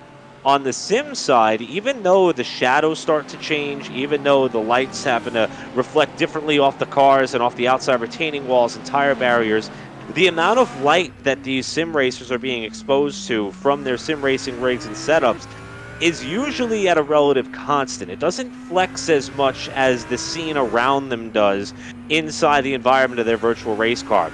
And I've got to imagine, as someone who hasn't taken part in a race of this nature on a sim side, I got to imagine that it's something that could certainly be taxing in an endurance standpoint, especially for the teams that are trying to do this with just 2 drivers, or in some cases, drivers who got stuck just doing this solo for 4 hours. While all of this is going on, and this might be a battle for position here momentarily, we do want to bring in one driver in particular, and this is Philip Ranieri. And Philip, you've had a lot of fans that have popped in a lot throughout the NARL season that have really cheered you on. Now you're out here running 4 hours solo, but it wasn't always the plan. What happened? Yeah, I had my friends Andrew and T watching all the races back in season 1, and my buddy Dustin Glenn, who's from Alabama, is supposed to be racing this race with me. He actually got deployed. He's starting basic training 1 week early. So he's going to be there for 14 weeks, and then he's going off to the airborne. So I just wanted to say good luck, Dustin, and we're all rooting for you, and get back home safe. Yeah, I don't want to bother you too much. You're pitting now, obviously. How's the race gone so far? Pretty good. It was a little rough at the beginning. We're all trying to kind of feel each other out, but I think we're all kind of settled in now, and I'm just going to try to keep the car in one piece until the finish line. Well, buddy, best of luck to you. Go get him. It's a crazy story as far as your teammate, buddy. We're rooting for you here. Yeah, thank you guys. Philip Ranieri in the 352 tore things up last season in his own right. Had a couple of really good runs throughout the course of the season. Not quite what he would have wanted in the 208 car, but now in the 353, Triple Peaks Racing, getting out there on his own. Wasn't planned to. And how about that story for a teammate? Usually it's, oh, well, this came up with my wife or my girlfriend, Caleb, but how about being deployed? Well, we were talking about it before we came on. Not something you hear about every day, and a last-minute thing for him to have to adjust to. But obviously, for a great cause, his teammate going to deployment, we wish him all the best of luck. But definitely threw him a curveball as a driver to have to go this full 4-hour stint here on Pit Stop TV. So we'll have to keep riding along with him to see how his day ends up. So the 352, in case you're wondering, is sort of into about 28th position. That's why the number 28 is on his windshield. If you didn't know, that is a fantastic thing about sports car racing. And honestly, I hope that's something that can come to stock car at some point. The fact that we have that digital display shows you what position the car is in. Sure, the scoring pylon is great at the center of a lot of oval tracks, Eric, but to have that on the windshield is really, really helpful when you're us. I know that just last night you were Pit Stop TV was part of a broadcast that was raising money for Racer Magazine and Racer.com writer Marshall Pruitt and his wife and her battles that she's going through. And one of the questions that I know Marshall is constantly bombarded with is when these graphic and digital number designs are coming back to IndyCar. Because they had them for quite some time, and then they started to have a lot of technical gremlins, and it started to become a bit of a deficit for some teams that couldn't figure it out and that were struggling with it on the technical side. But from a fan's perspective, especially if you're trying to bring someone new into the fold, whether it be an IndyCar or a sports car, I agree with you, Andrew. I think it's one of the technical facets and a bit of mastery that kind of helps you stay in tune with what's happening on track, especially when you're at a place like Long Beach. You may not always be privy to having, as you said, a scoring pylon or a ticker. A lot of these road to street courses, they don't have pylons to lean on for the most part, especially at some of the street course venues, and you're pretty much at the mercy of technology in the palm of your hand. And you know, if you want me to go on an even greater tangent, obviously when you're at a big sporting event, usually cell signal gets a little bit weak because of the masses and so on and so forth. So to have that information right at your disposal, like we do here on the top right-hand corner of these windshields, if you're inside the car, left-hand corner if you're looking at it front-facing, it certainly makes our jobs a little bit easier, and it makes it a lot more simple for people who are watching across all of our media platforms to stay in tune with where their respective drivers running. Watching on board here with full-time esports driver Bruno Do Carno. Now, Bruno is the team captain, or at least the team representative that we spoke with earlier in the day. JP had a great conversation with him, talking about all kinds of different things. He's currently chasing down Maxime Detilly. Now, Maxime Detilly, if you don't know, has a lot of real-life experience. Obviously, one of the best drivers on iRacing, gotta say it. For Radicals Online, fantastic driver, now in the 5th position for Radicals Online in the 01, under pressure from full-time esports driver Bruno Carmo. That's big. These two drivers might get going at it here soon, Eric.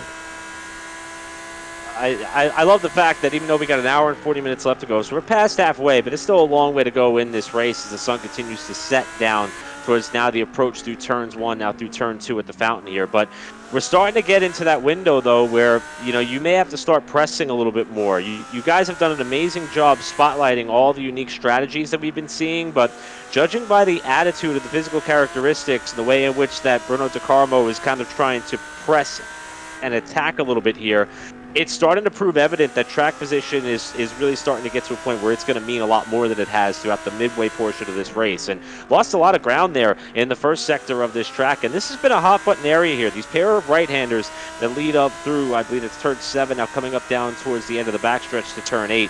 And all weekend long on the IndyCar side of things, this is where we've been seeing a lot of cars kiss the concrete. It's been a bit of a tail of the tape so far here today as well in this endurance event.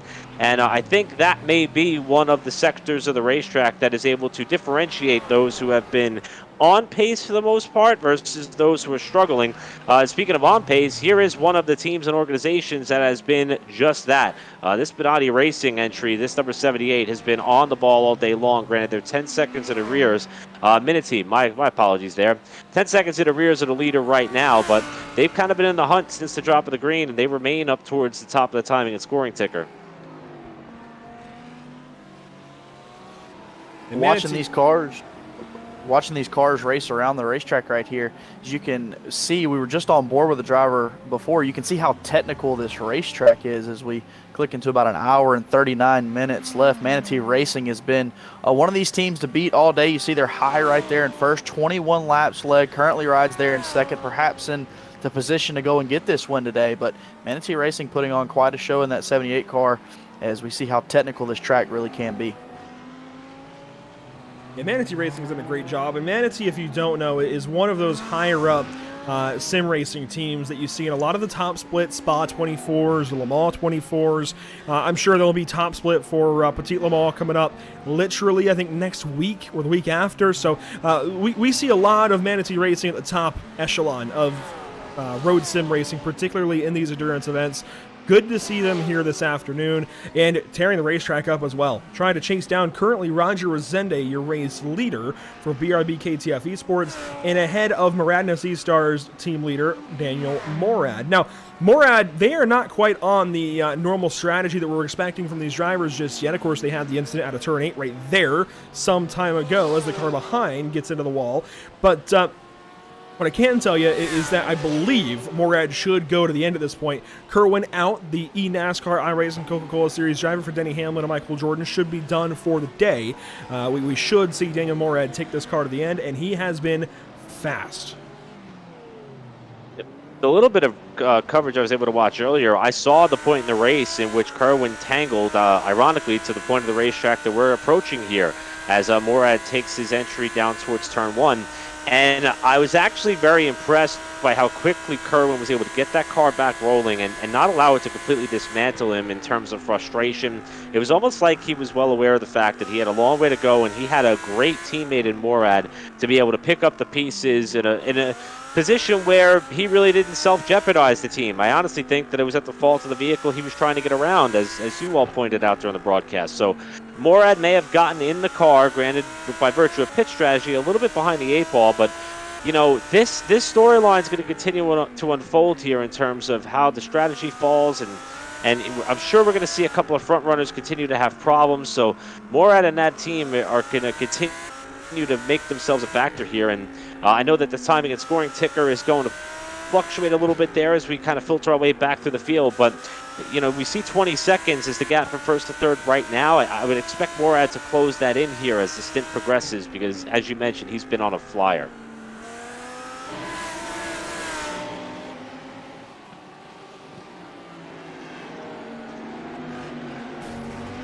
Yeah, Morad has been one of those cars today, as he rides in second right now, where as this strategy unfolds, we'll have to see where it puts him.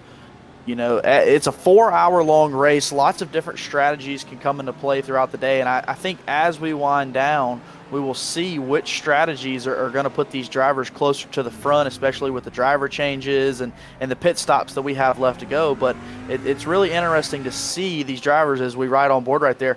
5 cars under a blanket right there as they come down this straightaway. Things are starting to heat up. We feel like we still have a good bit of time left, but as you said, Eric, as the time runs down, the tempo of this race starts to pick up. Working into turn 1 hour, 35 minutes to go or so. We're watching Undercut Racing Team White do battle with Late Apex Racing, and we will catch up on BRB KTF Esports. They may have just had an issue, but this is a battle potentially for 4th or 3rd. We'll see exactly when we catch up on BRB KTF, who has just had some kind of a problem. No, okay, they sort back out. So that's the kind of issue we'll have to work through. Roger Resende is still leading the way, and I find it hard to believe that he's going to get caught at any point throughout this race. They did take the fast repair on that pit cycle, so ladies and gents wondering about that damage they picked up earlier, that damage has been repaired, and they're saving one fast repair in the bank in case there's anything else that happens. That's an interesting move. I like it because it evens the car out. It fixes the car completely for the new driver. But I'm going to be honest, Eric, with the way street courses go, and we could see anything happen, I don't know about that one. I think I would have kept that extra repair if the car is still running right. I mentioned earlier the incident that Casey Kerwin was involved in, and that was a talking point that you had brought up with the Moradness E-Stars team. That I was actually in agreement with JP when I was first watching it and saying, okay, they're running so good, come in, burn your fast repair, get back out there. Then I heard the argument that you presented, and I couldn't help but suddenly agree with you. You swayed me on the idea. With a race this long, with so many variables, and as tough as it can be, you could be working your way up to a lap car, and they could have a problem and end up right in the racing lawn, and you have nowhere to go. I'm with you in terms of trying to bank that fast repair no matter what the situation is. I would almost try to consider it like a timeout in an NFL game. Like, no matter what the scenario is, leave it in your pocket until the final 30 minutes or so in the event you need it then, because you certainly don't want to burn it up too early in the going here because, you know, and Caleb just alluded to this as well, the tempo of this race is picking up. Guys are going to start pushing harder. I'm not saying things are going to get totally crazy here in this final hour and a half, but you can expect the intensity to continue to slightly build to a crescendo, and you want to make sure you got that fast repair in the bank just in case you're at the wrong place at the wrong time. Yeah, Eric, I would have to agree with you and Andrew with holding on to that fast repair. I also understand where when you made that driver change, like you said, Andrew, it balances out the car, gives you a clean car for the remainder of the race. But we're looking at an hour and 33 minutes, and as you alluded to, Eric, we don't know that it's going to go crazy here at the end, but you would love to have it there, especially leading here. You would love to have that fast repair in the bank and hold on to it is if anything happens as this race rolls on. But obviously they've used it, and now they've made their bed and they got to lay in it. Yeah, I think in the case of the 17 car, especially being the leader, anything can happen. It usually does happen to the leader in these races. I love the NFL example. When you were starting to explain your side of things, Eric, my mind immediately went to, well, timeouts in the NFL. When you get down to that 2-minute warning, yes, you want to go out of the race having used them usually, or well, out of the game usually, having used those timeouts. This is a situation where you want to make sure you have them in that 2-minute warning, that 4-minute offense, but you would rather go out of the race with 2 of them in your bank, and maybe one. I think you want to use it for a little bit of damage when you get down to that point. Your last pit stop, maybe use one, but you want to make sure that you've still got one for that last hour of racing in case something happens. And I think going out of the race, finishing the race with a fast repair is certainly a lot better than not. It means you're basically keeping the car in I can't think of the word. Hang on. I'll figure this one out. You're keeping the car intact. There we go. You're minimizing the issues that you've had all race, keeping the car intact, keeping the car rolling. I think as an endurance team, that is a larger statement than using both, personally. But we'll see how this goes. This is a battle on the racetrack that we were talking about a little bit ago. The 69 Late Apex Racing has now worked on by Undercut Racing Team. And the Undercut Racing Team has usually put them in this situation where they make some spots up, but they lose those spots later on, while Alex Uringa for Late Apex has just moved this 69 into a really good spot in this race as the race has gone on. All the while, Full-Time Esports Pro-Am is suddenly your Pro-Am leader.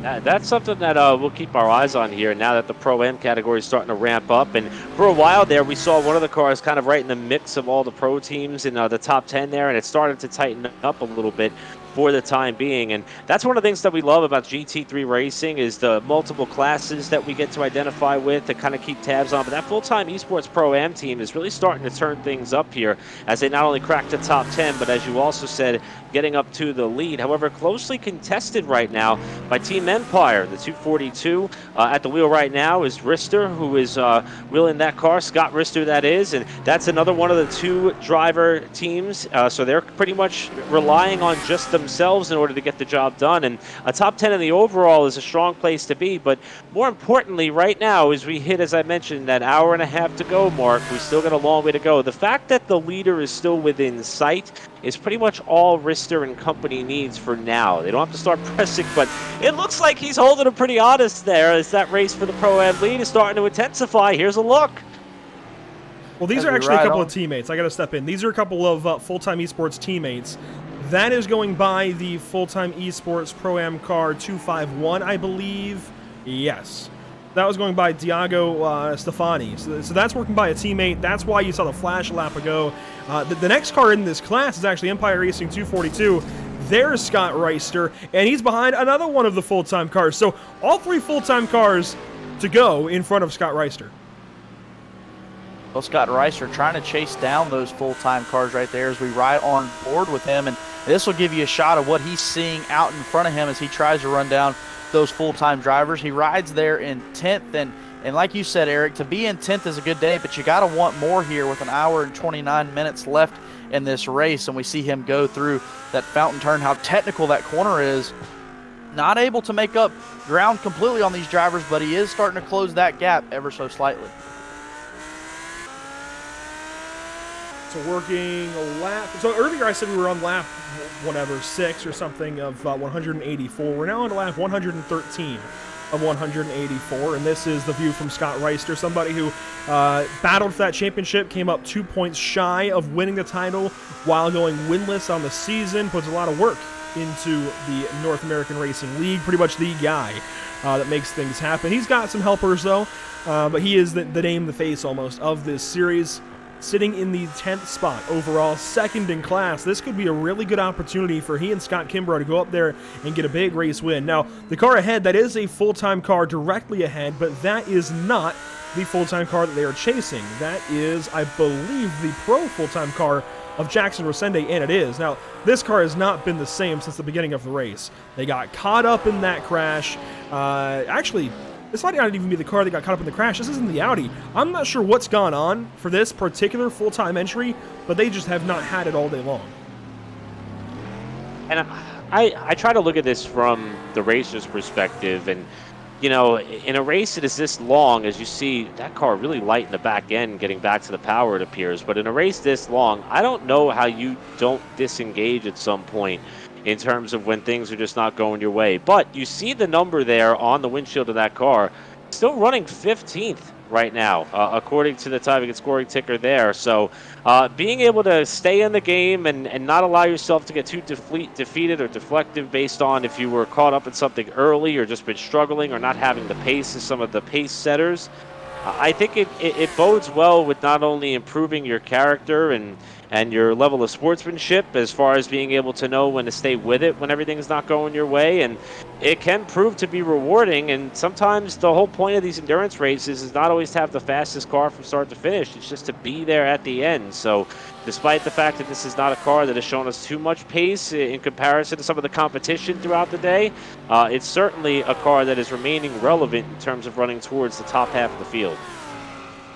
Well, I can tell you this, as someone who has never done any kind of broadcasting in an endurance atmosphere, I'm enjoying the fact that even some of these cars that are well out of contention, like you said, they still race just as hard. And even when some of these leaders come up on these cars that are out of contention, it's no pushover. These leaders have to work and use their car to get by them. And as this track is tight, there's not a whole lot of area for mistakes and even racing around these guys. So something interesting I've seen just in the few short minutes we've been on the broadcast is these cars that aren't necessarily in contention anymore still race you just as hard for that position as they would anyone else. Yeah, just because it's a class position or out of a class position rather, doesn't mean the intensity is going to ramp down at all. These are still overall spots, and speaking specifically about that 49 that we were just watching, they sit about 9th overall, or sorry, 9th in class while being 15th overall. So still a lot of reason for that 49 car to continue racing. Granted, they have a large gap back next to the back to the next pro car they've got to worry about. This is on board with KCR Maca Mad Lads, the number 269, Tristan Terracciano behind the wheel, chasing down Renowned Sim Racing. Frank Hodak now in that car as Matthew Dench has gotten out, and we are getting properly down to Sunset.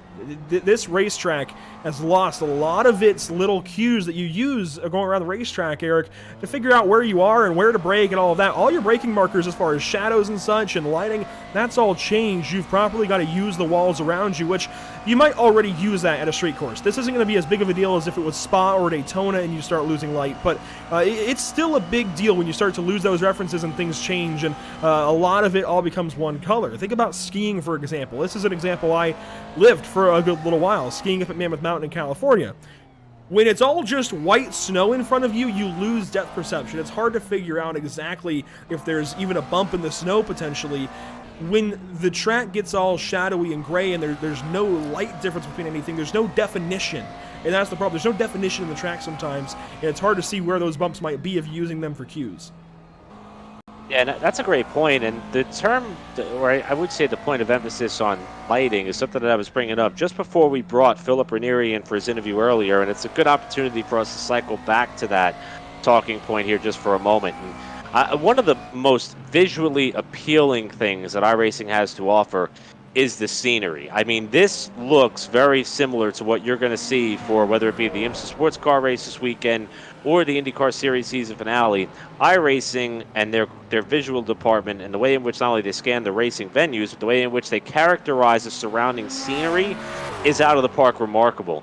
Along the same lines, though, as Andrew Cardinale IV just mentioned, it does create a difference as far as lighting effects as a race of this nature goes on for 4 hours in length. And, you know, I'm someone who I admit that would be an element that I would struggle with. As far as trying to pick out your braking zone or being able to identify the proper apex to a particular corner, or maybe even being aggressive here on the curbing around the fountain and making sure you're not taking out some of the shrubs with you as you hug that right-hander. As that changes and as those light effects changes, the rhythm that you developed as a driver starts to get disrupted. Now, if you're really great at what you're doing, like a lot of these drivers are in this field, it won't really phase you in terms of your rhythm. But if you're someone who's a bit of a novice like myself, it's certainly something that could catch you off guard, and it could kind of take you a couple laps to get back in the swing of things and now re-identify these corners by virtue of what it looks like currently. It's a very fascinating element of endurance racing that I don't think gets all the attention it truly deserves, and it's certainly something that we'll need to consider here for the final hour plus of this race that's still ahead.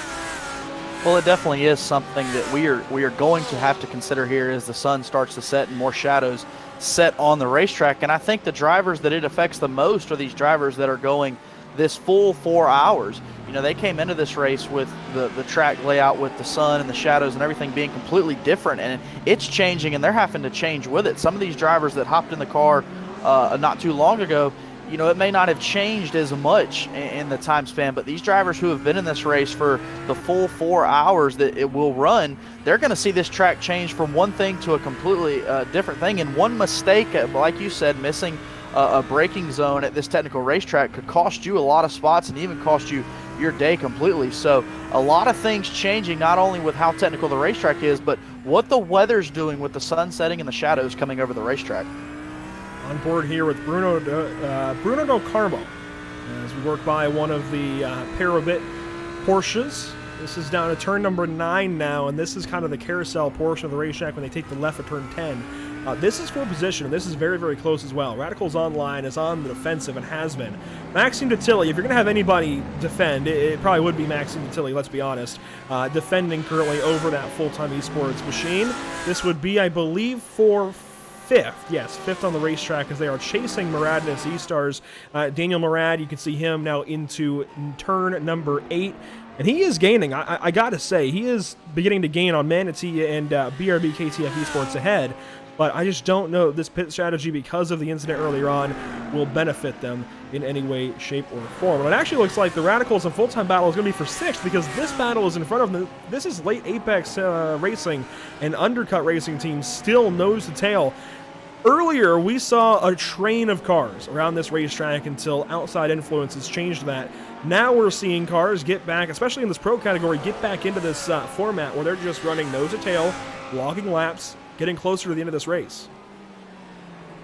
A lot of the series that we cover on Pit Stop TV, especially on an oval sense, we use the term rubber band effect or comers and goers. Well, in multi-class GT3 racing, the rubber band effect usually has a lot to do with traffic. And I think one of the commonalities that we're starting to see in some of these battles for position, albeit up in the top 10, as we see one car duck to the pit lane just in front of this fight, I think it's the fact as to whether or not traffic is in or around these particular fights for position. It's certainly helping kind of gap these cars back together again and create some not only opportunities of intensity, but also opportunities in general.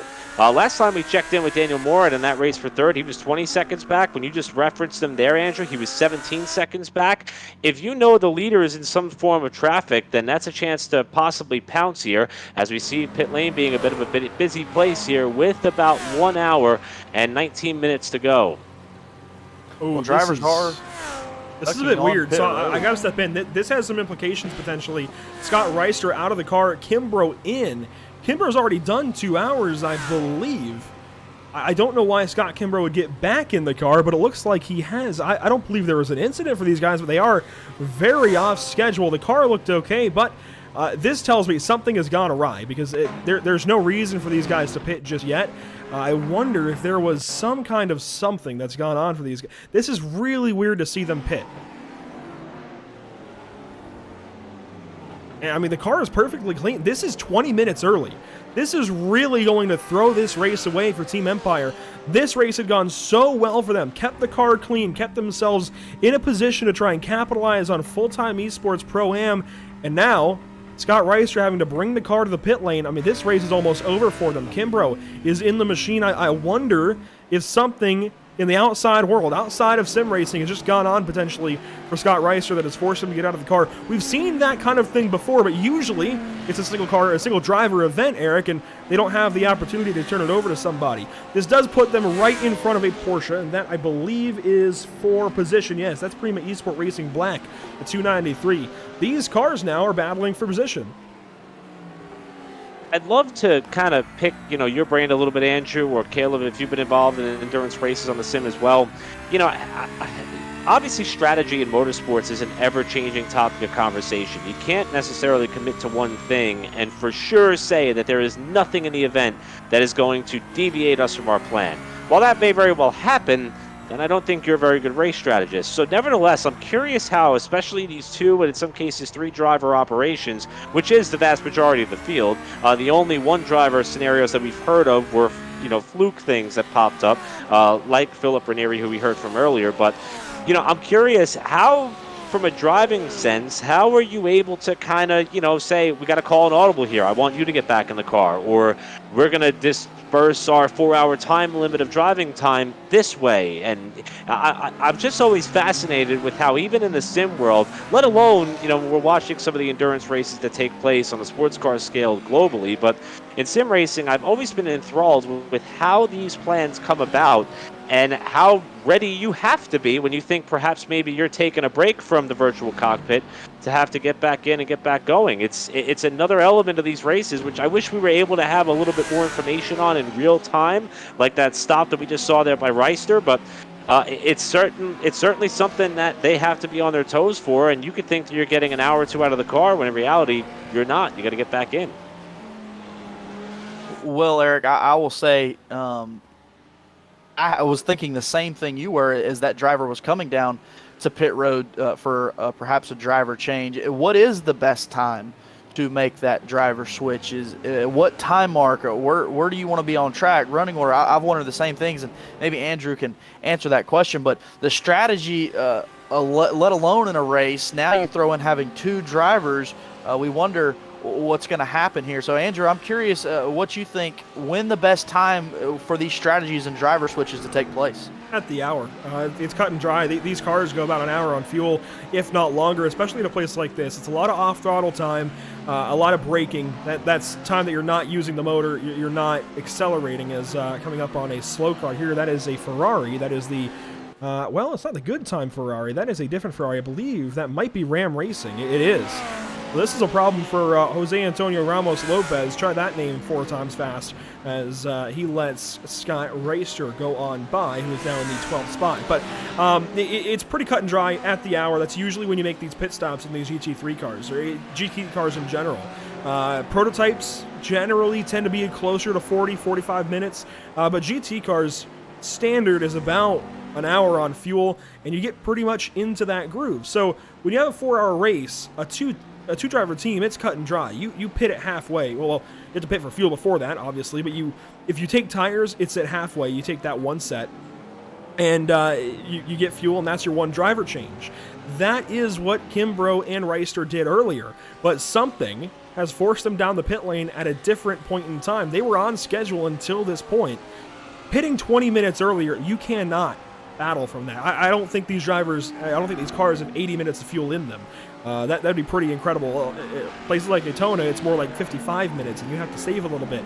You've got to go into a different fuel map to make 60. So to have to pit 20 minutes early is a really big handicap that I think is going to pull them out of a lot of great battles now. And we'll have to wait and see how it goes. Empire Racing now looking around maybe a top 10 if it works out.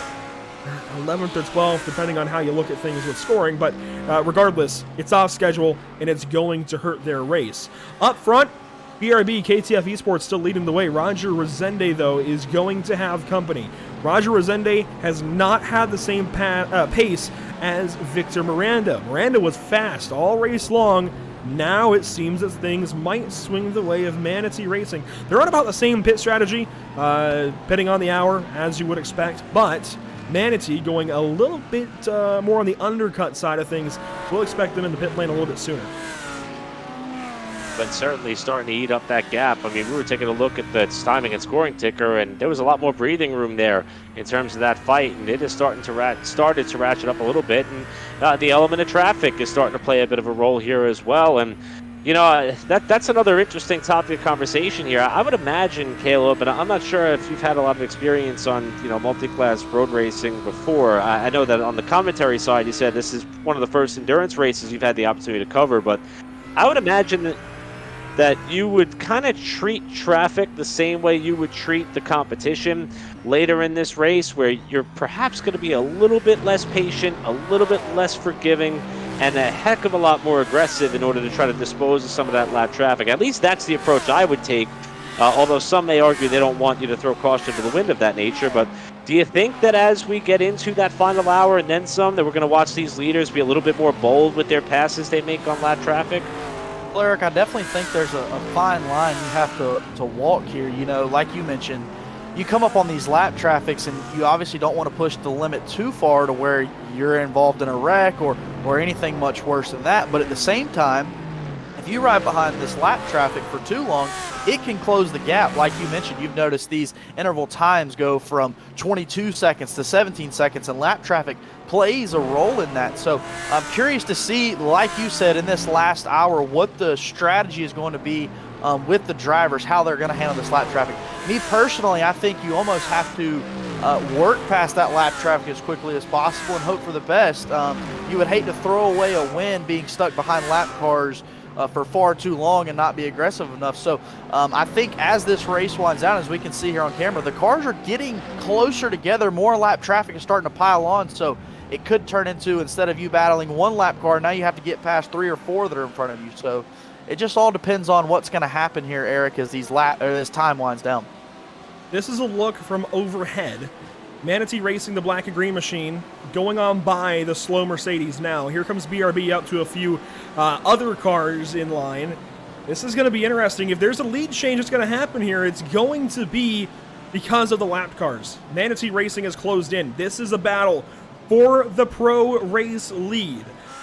We're going to welcome in Zach Lindgren once more, and this is another guy that's got a lot of endurance racing experience, be it on the sim or now in real life as well with HMS Motorsport, and this might be it. Manatee is going to make a heat. Matsky tried. Matsky was looking to the inside right there. Zach, you're working traffic here. You're Manatee Racing. You're Tim Matsky. How do you get by Roger Resende?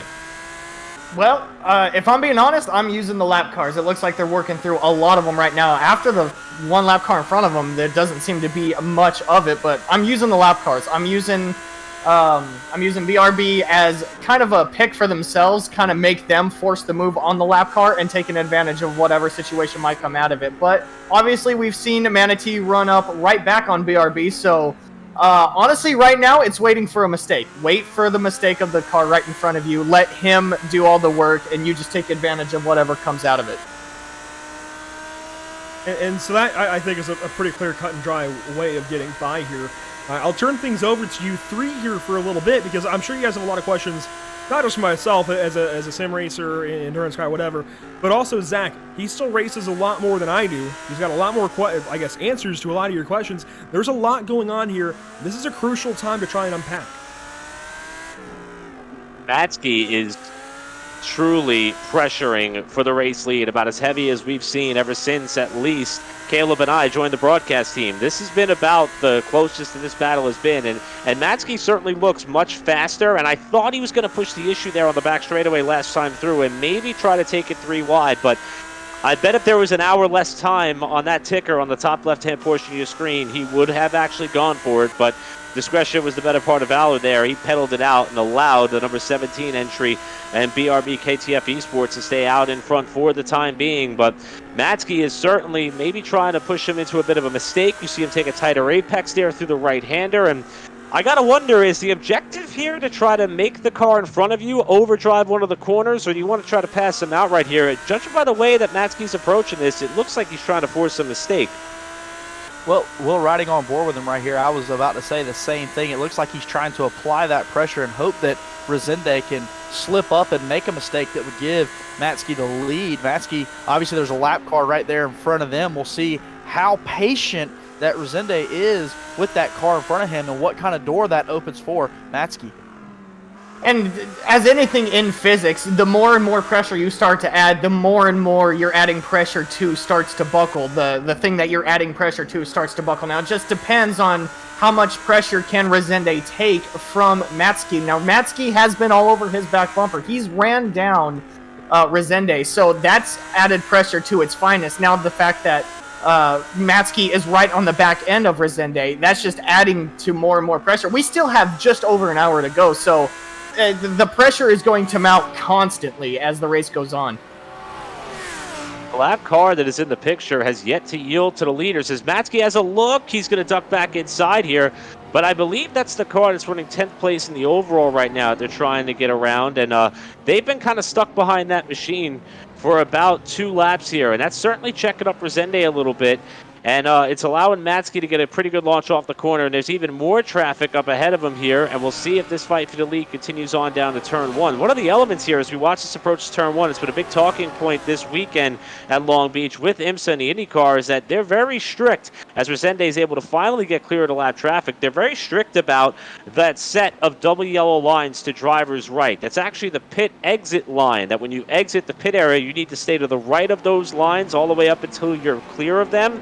Well, it's the same thing in the racing line. They don't want drivers oftentimes to trickle their right sides over them to get a better entry into turn 1. I don't believe, and Zach, if I'm wrong, you can jump in at any time, I don't believe we're enforcing that to the nth degree here. But we'll see if that is something that these drivers have to be aware of here as they're going to start to push a little bit harder with the laps winding down. So that's something that's something that each driver has to be aware of coming across the front stretch, coming out of pit road exit as well. Drivers exiting too quickly will get a black flag for unsafe pit exit, but that is also something that each driver on track has to deal with as well. They can't go all the way over to the wall. That could be a huge penalty, especially for leaders, but that is a penalty should they cross all 4 tires over that pit exit line right there. I'll say it's another wrinkle in this race, as you just talked about it. Not only are we battling the weather as shadows come down and it messes with drivers' braking points and also lap traffic, but we also have the battle for the lead, but that as well. So more things coming into play here with just an hour and 6 minutes left in this race. And both of our leaders got past that lap traffic pretty well, but it did allow for Resende to expand his lead over Matsky. So we'll have to see if Matsky can close that gap back up on our leader. And that's just pretty much a mind game at this point. Resende can see that he's pulling away just a little bit here from Matsuki. If he can see that gap growing just a little bit, that gives him a little bit of breath, that gives him a little bit of relaxation that I don't think Matsuki can really afford to give him at this point. In my honest opinion, I feel like he could really apply the pressure here, force Resende into a problem. But like I said earlier, we've got over an hour to go. We've got a lot more racing to happen and go through here. So it could be a strategy on both ends here. Maybe it's just a strategy on Matsuki just to kind of relax just a little bit, same way as Resende just kind of relax and not really push the issue here just too hard just yet. It's incredibly hard to take our eyes off this battle as it remains, separated by just over or in or around a half second here. There is a little bit of a draft effect, I gather, by watching some of the earlier coverage on this this long straightaway here on the front stretch through East Shoreline Drive to the approach down to turn 1, but not close enough. But much later on the braking there was Matsuki. That was very visually evident there as to how far he was able to close up. In fact, he went from about 4 car lengths back now to about a car length and a half through turn 3 now, and continuing to apply that pressure. I think traffic really has been the great equalizer. The problem is there's no additional lap traffic up in front of these two for the time being. Matsuki's going to have a look, try to fill the mirror, maybe try to go around the outside here. This is for the lead. Matsuki trying to make it work on the outside of the corner. They're side by side. They touch. Contact made between the leaders. Give the position to Matsuki. Matsuki takes the lead after contact with Resende, and that was a power move to go to the outside in that corner and make that pass, but I feel like Matsuki decided time was running out and he wanted to get this lead. Matsuki now has the lead in front of Resende after a power move to the outside, as before mentioned. Now here's something that we need to keep our eye on. Will Resende try to reapply that pressure? We've seen Matsuki run up and apply it to Resende. Will Resende be able to give it back to him? Only time will tell. If I'm Resende, I know there's an hour and 3 minutes left to go. I'm a little hot. That looked like a hip check from my perspective there, trying to get through that upcoming corner. And we'll see if Resende was able to take light of that. We've seen Matsuki be able to outbrake Resende really down to turn number 1. Did it there again. Through the fountain, Resende tries to close up. But boy, I was surprised by how far over to the left. I don't know how he made the outside move stick through the left-hander, but in preparation for the upcoming right-hander, we saw him kind of weave all the way over and just barely acknowledge the fact that Resende was out there at all. And they made some pretty significant contact, and it was a beautiful save here. It was so good, we're going to go back and watch it again. As you can see right here, Matsuki was closing that gap, got right to the bumper of Resende as they come off the corner. Right there you see Matsuki still following in line right there, and there he ducks to the outside to make that pass on the outside. Such a bold move, makes that pass, and then cuts all the way across to the left right there. Like you said, Eric, a little bit like it was almost intentional to try and get that lead, so we'll have to see what Resende does following that move. Obviously we saw the replay and we saw what happened, but it seemed like Matsuki came all the way across the racetrack to try and block to get that lead. As we come back to live now, we see Matsuki has almost a second lead. Oh, my apologies, coming through the replay. Yeah, it looks like, maybe Matsuki thought that both Resende and himself were going to go over towards the wall, and he just kind of faded over, thinking that maybe Resende was trying to play a little bit of defense, keep him on a shallower line, but I don't know. I'm kind of in agreement with you there. It kind of looked a little aggressive. While I'm fully aware that you got to set yourself up there to arc into that right-hander, Resende was still clearly driver's left.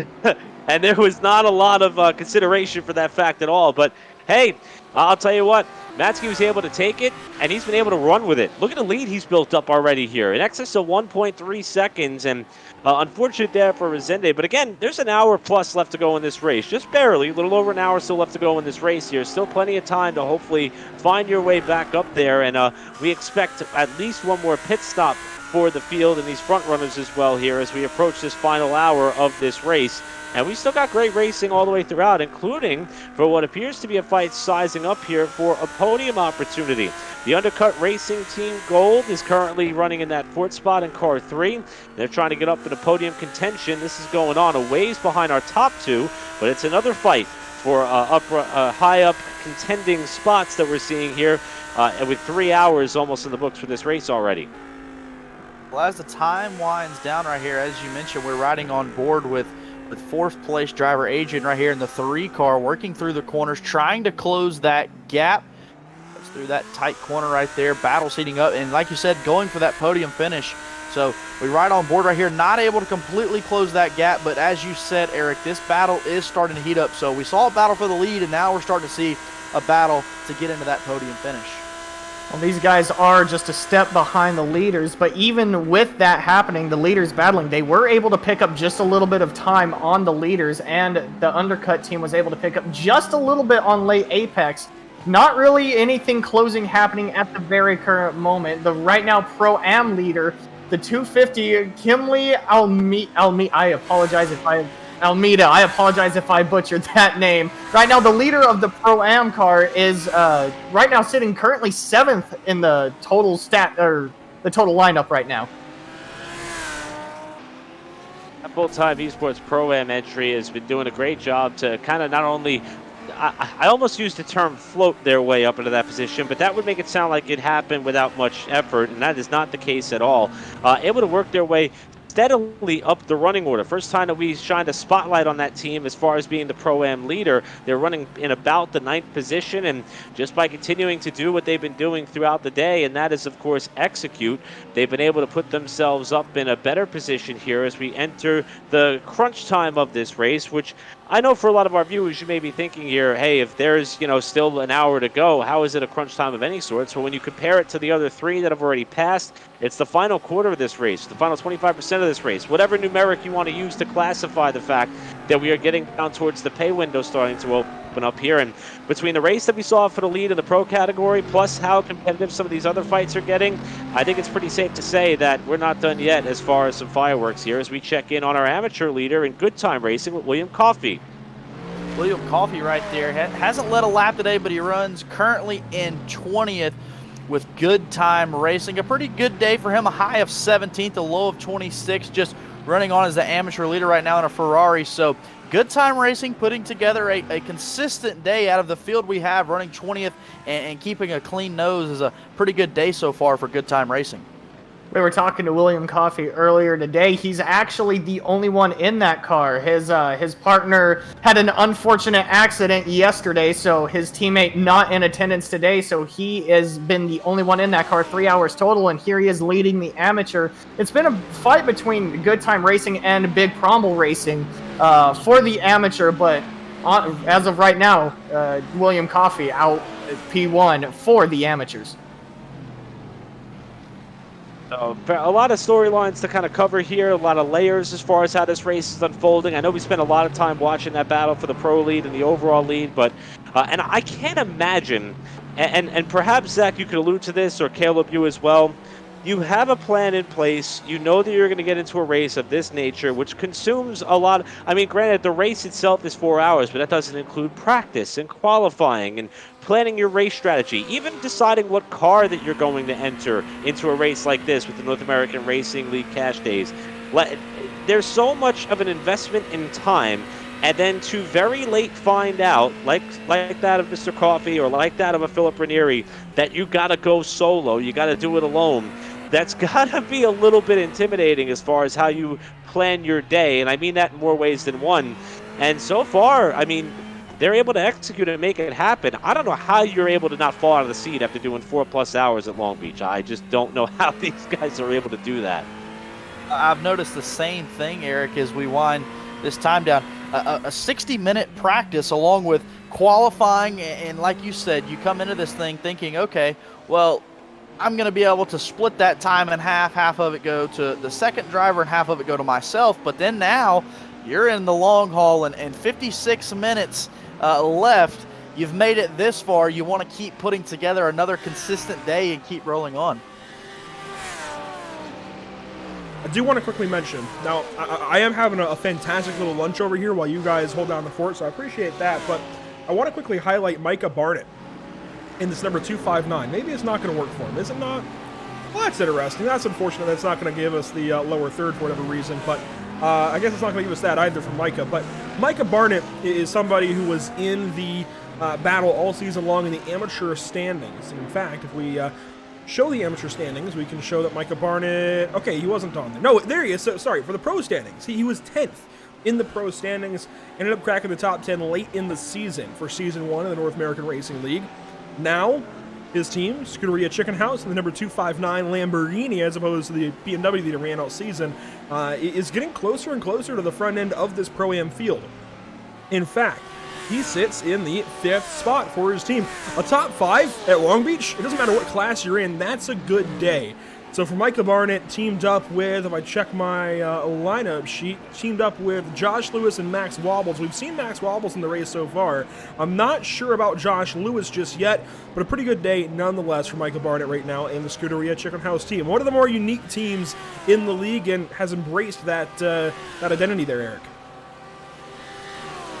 You said anybody to get a top 5 in class at Long Beach is something to be proud of. Granted, we still got 55 minutes to go, so it's not signed, sealed, delivered just yet. But this place is tough, and we have been talking about the effects of lighting, and I don't know if it's because I've been tied up in the battles, but I feel like that transition and shift continues to kind of take place here, and we're starting to notice the headlights on these cars are a little bit more pronounced, the taillights a little bit more pronounced.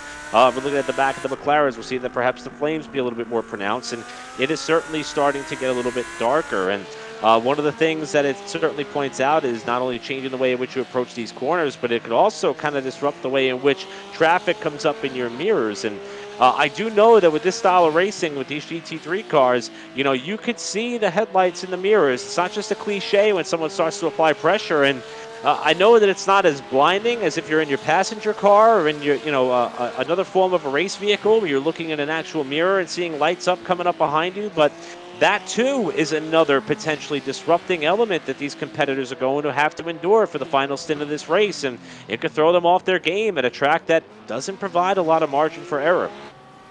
Well, as the sun does start to go down, like you said, these headlights are starting to come on, and as someone who has never raced in one of these cars, I can say that driving down on the interstate and somebody having their bright lights on and filling your mirror full of them, like you said, Eric, that can become another wrinkle in this race as we get to the end of this. And when these drivers apply pressure, the light being right there in your mirror as we go down pit road right here with some pit stops beginning to start. Maxime, the 01 Radical, I apologize if I even butchered that name to even try it. I apologize. Down pit road. Maxime Detilly. It coming down pit road now. We're waiting to see if they go up on jack stands. Nothing yet. They haven't changed drivers just yet. Looks like it might just be for fuel. And this is potentially that last opportunity. Maybe we'll see. Andrew kind of mentioned final hours where if you were going to make a driver change, that would be the time that you would do it. And this may be one of the last opportunities to come down here and stop. And Maxime Detilly will exit the pit lane. And now, I don't know if this is the point that after you make what could be one of your last few or your last stop within the final hour or a stop within the final hour, that is your indication to start pressing. Caleb, if I were you, or I should phrase this as if you were in this race, when would it be go time for you in a race of this nature? Well, I mean, if you look back at our leaderboard with Matsky and Resende, I think the go time for Matsky might have been about 10 minutes ago, but for myself, I would say when you click under that 30-minute mark, and one thing I've noticed with time from watching this race all afternoon is if you're a driver, you could sit here and say, well, I have 3 hours and 30 minutes left. Well, now I have 2 hours and 30 minutes left. Well, now you have 51 minutes left. Time is running out. So at some point, like we mentioned earlier, the tempo has to pick up. And if you're a driver like Resende and you got passed for the lead by Matsky, you got 51 minutes left to try and close back up, and it's going to go away quicker than what you think. We were also, as we watched the lead change hands to Matsky over Resende,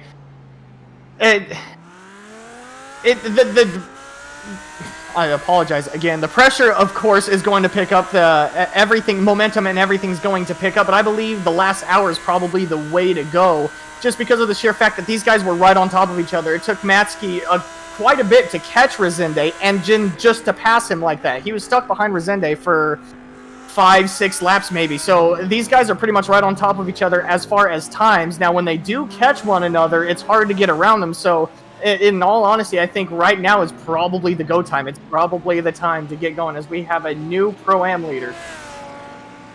New Pro-Am leader so far with the shuffle, and that's Big Problem Motorsports and Austin Powell, who is now the leader in that category. We're keeping an eye on, running 22nd in the overall according to the timing chart that I'm taking a look at here, but is currently leading in class after Coffey elected to pit. So, we've noticed the pit lane become a very busy place. Just a short while ago, we saw the Undercut Racing Team Gold in for a stop in Adrian Leidinger.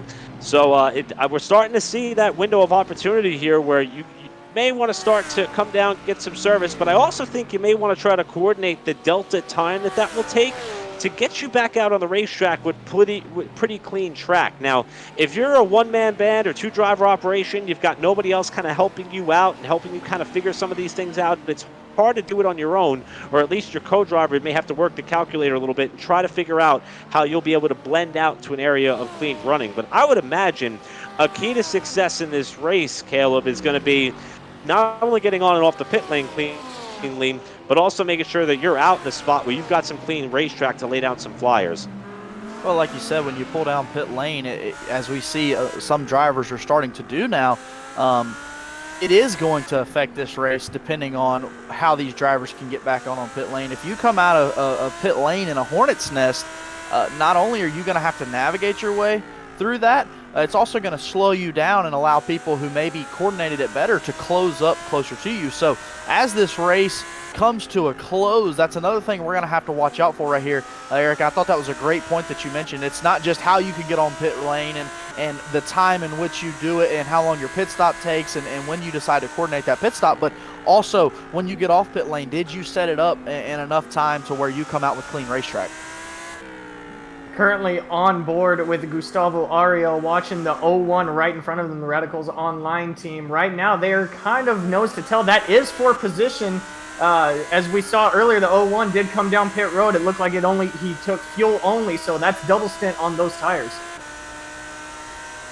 And I love the fact. All right, we're seeing a wave of pit stops here apparently as we got this battle of position coming down towards, or they're going to have to pit. My apologies there. I misheard the producer there for a moment. It's been a while since that happened. Speaking of, let me take this opportunity here to just tip my cap to everyone who's been a part of this production here at Pit Stop TV. If you don't tune into what we have going on all throughout the week, we are busy all the time. And Andrew Cardinale IV, who, as he said just a few moments ago, taking a quick breather despite being a part of all the planning and production elements that have gone into this. Emerson Arden's been holding it down on social media for the entire 4+ hour stint. Caleb and I get to come off the bench and have a little bit of fun, and Zach Lindgren now working overtime after he wrapped up his on-air duties with JP Costa earlier.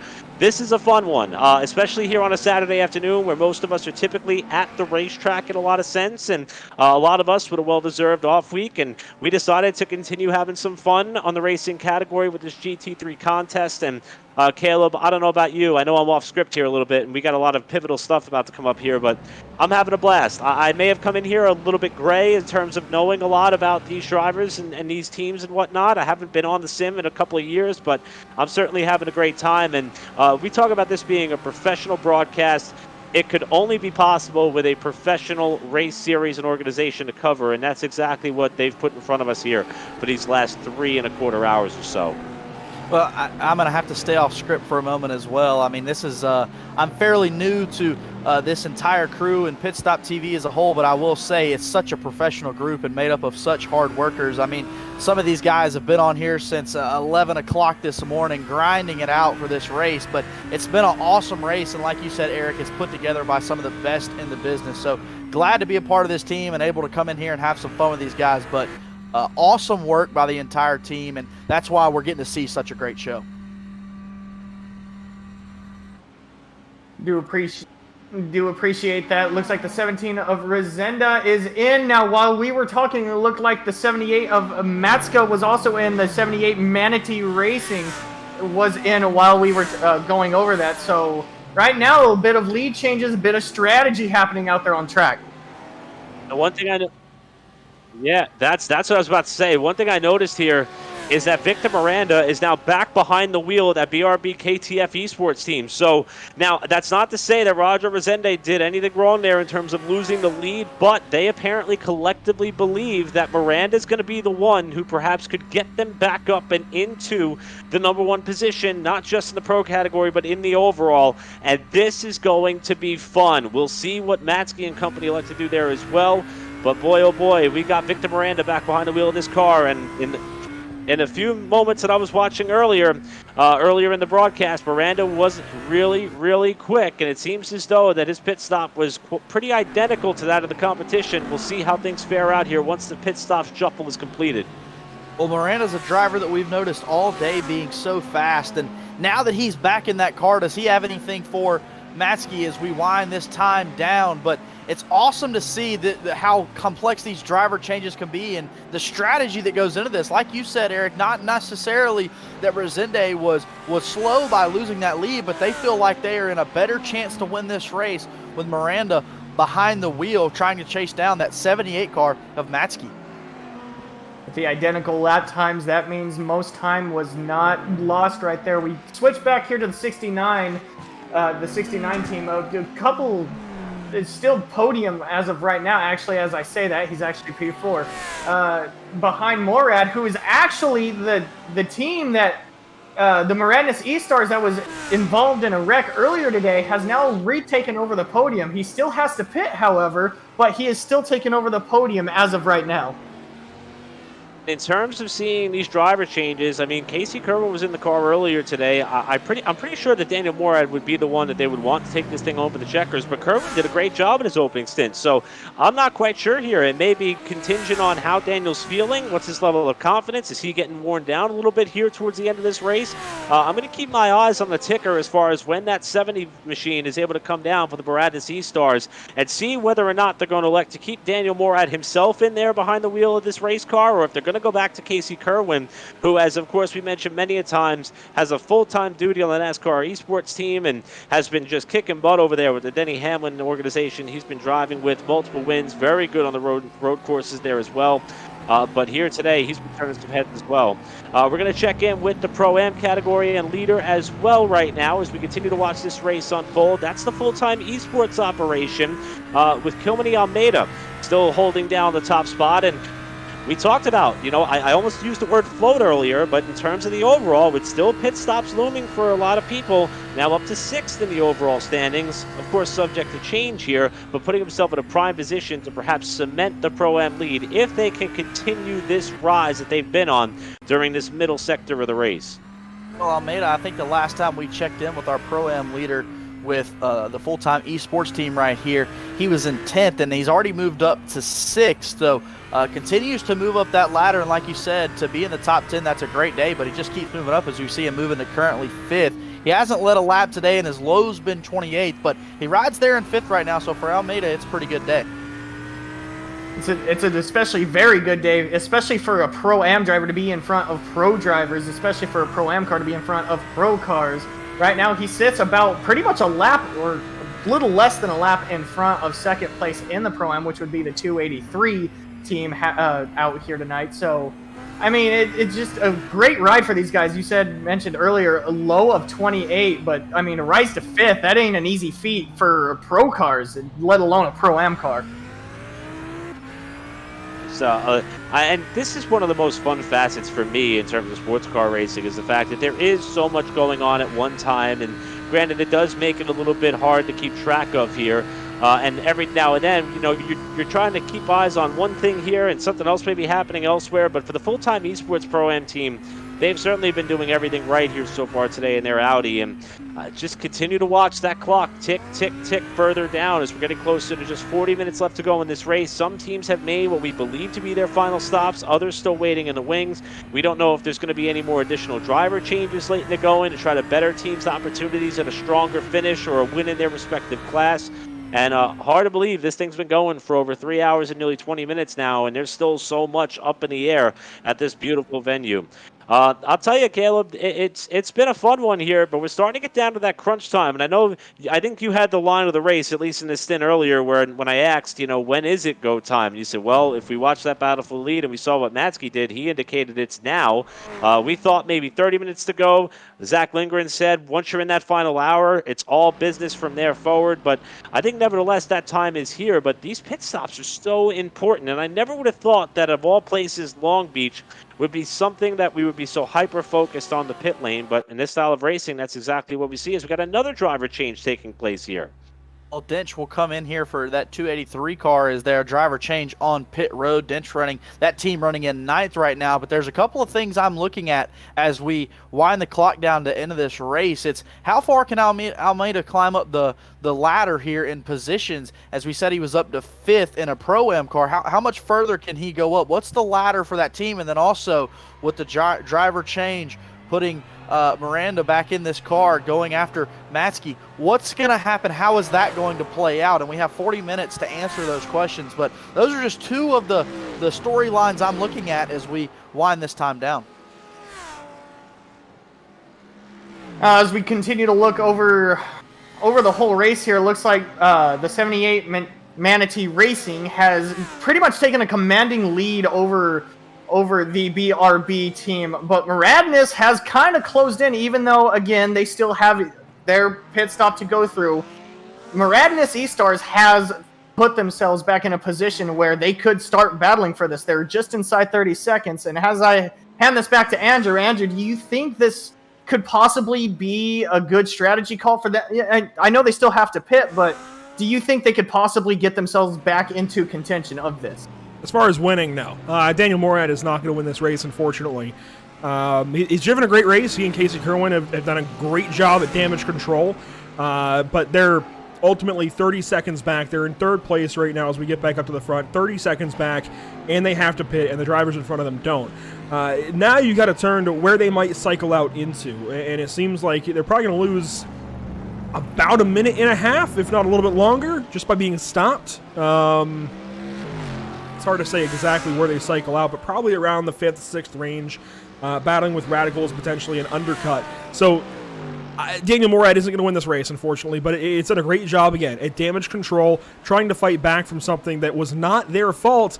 And if that doesn't happen, I think these two, Casey Kerwin and Daniel Morad, have themselves in the conversation, surely, as far as who's going to win this race. Now, we enter the final 40 minutes. In fact, 38-38 just ticked across. Now 38-35 and so on. Zach, before we let you go here and you get to kick back and enjoy the rest of your day, I'm sure get a bite to eat yourself and everything else, who wins each of these races, each of these class battles? Because we got a lot yet to go on. The sun is pretty much down. Lights are on. It's about to get interesting. It is about to get interesting. If I had to put my picks on anyone right now for the pros, it would be Manatee Racing. They've been near flawless all day. The only contact that I've seen them in was when they were battling with the 17 BRB KTF esports car. That is really the only time that I've seen them get into someone, get into something. They have been near flawless, so my pick would be probably Manatee Racing. Now, as I say that, we still do have just over an hour, or excuse me, half an hour to the end of this race. So right now, my pick would be for them. We saw Full-Time Esports and the Pro-Am put themselves up for P1 in the Pro-Am section right now. Empire Racing, for me at least, has that. We're going to have to kind of wait and see right now. Fuel strategy and strategy playing into it. Empire's got to pit because they pitted so far off sequence. There we go. So right now, honestly, with how quickly Full-Time kind of floated their way up and maintained themselves inside the top 10, I think Full-Time Esports, the Pro-Am team, would be my pick.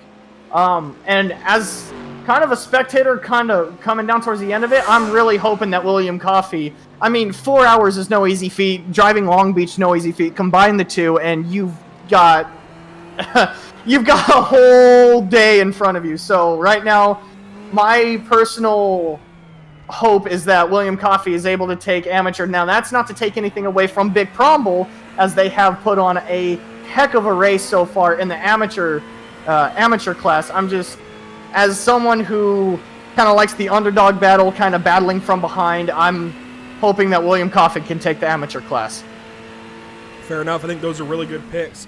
William Coffey is only 4 seconds behind Austin Powell right now. And I think well, you know what? I think Brig Promble has to pit again, and I don't think William Coffey does. This looks like it could be William Coffey's race in the amateur category. His next competition behind him would be Quality Control Racing. That's back there in the 24th position. A couple of extra spots behind these guys and minutes back, it looks like. About a minute and a half or more. So, do want to thank you so much, Zach, for everything you've done today. Pretty interesting to bring you back kind of out of retirement a little bit, if you will, and get you back into the Pit Stop TV rotation. Lately, as social media now back on the mic, I got to be honest, going back to our Pit Stop TV roots here, I'm really glad to have you back on the mic, and I wish it would happen more. So, by all means, come back very, very often. It would be a lot of fun. But I will bid you farewell, let you watch the rest of this one, and get on with your Saturday. I do appreciate it, guys. I thank you for the time to being here. I apologize if I taken up anybody's time, but like I said, I do appreciate you being here. Good luck on the rest of the broadcast. I hope these guys have a good race. I hope they put on a good show for everyone. And as we enter the last 35 minutes of this race, we want to mention, of course, our partners at the North American Racing League, Race Lab, Tam Livery, and JS Consulting. A big shout out to each and every one of them, doing a lot of work making sure the North American Racing League stays on track, literally and figuratively. Race Lab helps you to improve your driving skills. With modern overlays, race statistics, and native VR integration, you can get the best out of iRacing. Start using it now for free at racelab.app. JS Consulting provides custom website and app development, including iRacing League website design and hosting. Find JS Consulting at johnsedlak.com. Tam Liveries offers custom packages for some of the best livery designs in iRacing. Used by pros and amateurs alike, you will definitely look good on track. And I would imagine that also covers Pro-Am in that little bit. So, almost the final eighth of this race, almost down to the final 12.5% of this one, Eric. I think it's pretty cut and dry. It's the 78 and 17. Victor Miranda is likely BRB KCF Esports' best chance, but is he going to get it done? That's tough to say. It's a 2-lap difference on tires, so he's got the edge slightly, but it's a 25-second gap. I think it's easily Manatee's race.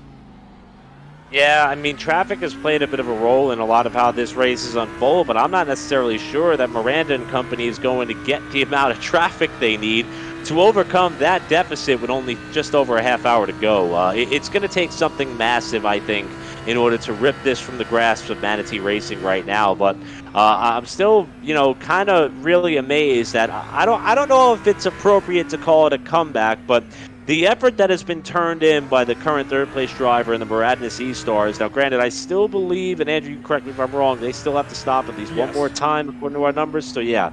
And we're still not sure if it's going to be Morad who wheels it home for the checkers. The fact that we're coming up on 30 minutes to go, I would assume that Daniel will stay in the car, but I could be wrong. But I'm impressed that they were able to come back from the damage they sustained earlier, electing to forego potentially that fast repair that could be oh so tempting to grasp. And we'll see if that is how this podium ends up shaking down 30 minutes from now. But right now, I mean, Miranda's the one who's having problems with traffic, and you see him there flicking the lights to the slower car up ahead as an indication that he's looking for an easy pathway by. And that is not what Miranda wants to see here if he's trying to close up that gap to our leader. Well, as Miranda rides there in second, I think it goes back to what we talked about of when it is go time. And I think Matsky knew before we did, as we have a crash on the track, a car spun around to see who that is. Oh, that's the 257. Is that that's one of the full-time cars, I believe. This is the problem. 2 cars stopped there. Here comes more. 4 cars, 5 cars in the hairpin, all stopped. That is a Lamborghini. That is still. That's Daniel Morad. Stopped in the final corner. Contact here with the 27th position, Tiago Stefani, the 251 for Full-Time Esports Pro-Am. That is Tony Kanon's team. Unfortunately, Tony had to go do IndyCar things today. Otherwise, he would have been in the field. And, oh, Daniel Morad is not happy. I wish I could go full Pat McAfee for that one. He is mad. Cuts off. Tiago shows that he is not thrilled right now. Oh, boy. Let's take a replay. May have been a bit of an announcer jinx on my end, which that'll bring my tally up to about 8 or 9 on the year. But I can see why he's not happy. You'll see in a second. Let's see how this unfolded here. And, Morad again running in third. We just kind of summarized the fact that Daniel and this team has yet to make their, what we believe to be their final stop of the race. And here's Tiago Stefani, who we're keeping an eye on here. And the hairpin is coming up. Morad closing. And as a matter of fact, Stefani, I don't see Morad in sight just yet here. So here's Tiago through the hairpin. Just gets tagged on corner exit. And oh no, I'm kind of foreshadowing what's about to happen here. I think Tiago's going to try to refire this thing right up in front of the path of our driver, who is third in the overall. Let's see. Got to be coming soon. I mean, and granted, this is a painful feeling. And oh man, he walled himself to try to get it righted. And then Morad comes through the corner. That was your second place runner in the overall there, the 17, and Miranda going by. And here comes Morad, parked, nowhere to go. Well, you can see right there, not happy. And it was just a bad place to get spun around right there out of the hairpin and stopped on the track. As soon as these drivers come through the corner, they're in their windshield right there as a car spun around. So you have to take quick action. And it affected most of our leaders right there. You saw Morad was involved there, not happy. But then also right there, Miranda as well riding there, not necessarily able to get by. But we look back on right here with Tiago Stefani, and he's going to go around right out of this hairpin, clipped right there, and he just stops in a bad portion of the racetrack. Cars coming by, you see, especially, it gives them a lot of racetrack right there for when they come by to the outside, but as soon as he pulls up to that wall and he gets it back refired right here to turn around, cars coming through, and it's just a bad spot for the rest of the field. And it was the hesitation for so long that ends up doing it for him. He could have thrown that car in reverse and should have thrown that car in reverse and reversed towards the pit lane. He could have used the pit entry to turn that car around in a bit of a J-turn. That's just a really bad situation. And yeah, you got cars coming in. They don't know what's going on. This is one of those blind corner situations like turn 8 earlier in the race. You can't see through that. You're not going to know unless you've got a great spotter that is able to look ahead and spot that out for you and give you, I guess, cues as to where to go and all of that. So nothing that Daniel Morad did wrong. I think maybe the move towards turn 1 was a little bit excessive, but clearly Morad, with confidence in himself and his car, showed that he was not happy. And I think it goes back to Schaller, or at least the Schaller car that turned him around. But then the hesitation certainly did not help anything. And the biggest thing, and it comes down to, this has been advice for cam ops. I've been able to kind of learn a lot from guys like Tony Stevens from Pit Road TV and been able to coach a lot of cam ops in the real world. It comes down to, I think, broadcasters ourselves, obviously race car drivers as well. Whatever you're going to do in that situation, you've got to be decisive. Just like on a camera, if you're going to make a move, you need to just commit. Go to it. When you sit there and you hesitate, that's when problems arise. When you hesitate like that, nobody knows where you're going to go, what you're going to be doing, and that's where the problem arose with the parked car. And I think the insult to injury there was when, Tiago tried to pull away, and then it kind of stuffed him into the wall again and left him hanging there. So this was, though, music to the ears of Tim Matzke, who is currently continuing to lead. And we did see on that replay, I believe Victor Miranda did get checked up a little bit. We're going to check in on him now in Miranda, since taking over this ride here on that last pit stop that took place just past the 1 hour to go mark here. And unfortunately, judging by the timing and scoring ticker, that gap has only widened. Last we checked in on it, it was about 25 seconds. It's now been bumped up a few more markers, probably by that stack up that happened in the hairpin. But the one thing we will take from that bizarro world style of an incident that's happened here as it gets darker and darker here at Long Beach is the fact that that could happen anywhere to anybody. Tim Matzke is by no means home free yet here with just under 28 minutes left to go in this race. And now I think his central focus for he and that Manatee Racing team is going to be stay out of trouble. And if you're everybody else in the field, like that of a Miranda or a Morad and so on, you got to attack and attack hard and hope that somehow Matzke finds a problem here late in the going. Meanwhile, I would be not doing my job if I didn't cut in here and let you know this is a battle for position, it looks like. Schaller Sim Racing 42 as they go by, but the number 252 is right on the coattails currently of Full-Time Esports Pro-Am. This is the battle for the win in this class. Team Empire, they had to pit. That was Kimbrough and Reister. Now these two are battling for the Pro-Am victory. Something has slowed down Full-Time just enough to get Schaller Sim Racing into things. I don't know. So this Schaller car in particular is not the one that just turned around that Mercedes at a turn or out of the hairpin, but it is one of the team cars. And that, this might be the pass right here in turn 10. Fight's going to continue to intensify here up to the hairpin, and there are some additional vehicles kind of in the fray. Oh, getting nudged aside there as they go side by side for the lead. 3 wide down the main straightaway. 3 wide battling for this position out on racetrack, and we saw contact made between these drivers right here. As you can see on the screen, the headlights are becoming more contact made with the wall right there. I'm not sure exactly who that is, but the headlights are coming on as the sun is starting to set. It's dark here, and the intensity is picking up with 25 minutes left of this 4-hour race. That car in the wall, the pit wall, was the full-time entry. Full-time Esports Pro-Am, Guillermo Caritoni got the wall down the front stretch, and insult to injury. Not exactly sure what happened. Guess what? We have replays that can show us exactly what went on out of the hairpin right there. A lot went on. In fact, it even caught up the FTR Esports entry. I believe Tyler Campbell behind the wheel currently. So this is what happens. You can see they work on by that slower Mercedes out of the hairpin. What's going on here? Just contact. That Lambo gets into the Audi, and that is for position. Is that a bit of a NASCAR bump and run? Well, maybe, and that allows the FTR car to go right on by. That is Christopher Cook now in that machine. That looked very similar to where we saw Tiago Stefani get turned around and create that roadblock scenario earlier. The only difference was that our leader in the Pro-Ams didn't get fully backwards at the time of that incident and was able to live to fight another day. Not sure about that scrub of the wall with driver's right that time, but nevertheless, losing the lead now in the Pro-Am category is that full-time Esports Pro-Am entry. And with 24 minutes plus to go, there is an opportunity to try to get it back and away if at all possible. But it's another layer to kind of keep our eyes on here. And I just can't get over, I've never seen Long Beach this dark, even in a sim setting. I've never seen it to the point where you are strictly relying on the lights that are able to illuminate off the front ends of these race cars as your navigation point to get around this just under 2-mile racetrack that has been perhaps the second most iconic stop on the IndyCar slate and has certainly become a fan favorite for many sports cars competitors and stars, and we could see why. I mean, just looking at the transition of light from when the cars enter the frame and then essentially drive away is truly remarkable. And I love these scenic shots or these still shots that we're able to throw up for you here because it just gives you an idea as to how much that lighting element matters. And I think it further complicates the visual effects of not only you driving, but also having to be aware of competition that may be coming up behind you, especially in the case of perhaps an overall or a class leader. Just something else that's going to continue to kind of become more and more difficult as the elapsed time of this race continues to flow on by.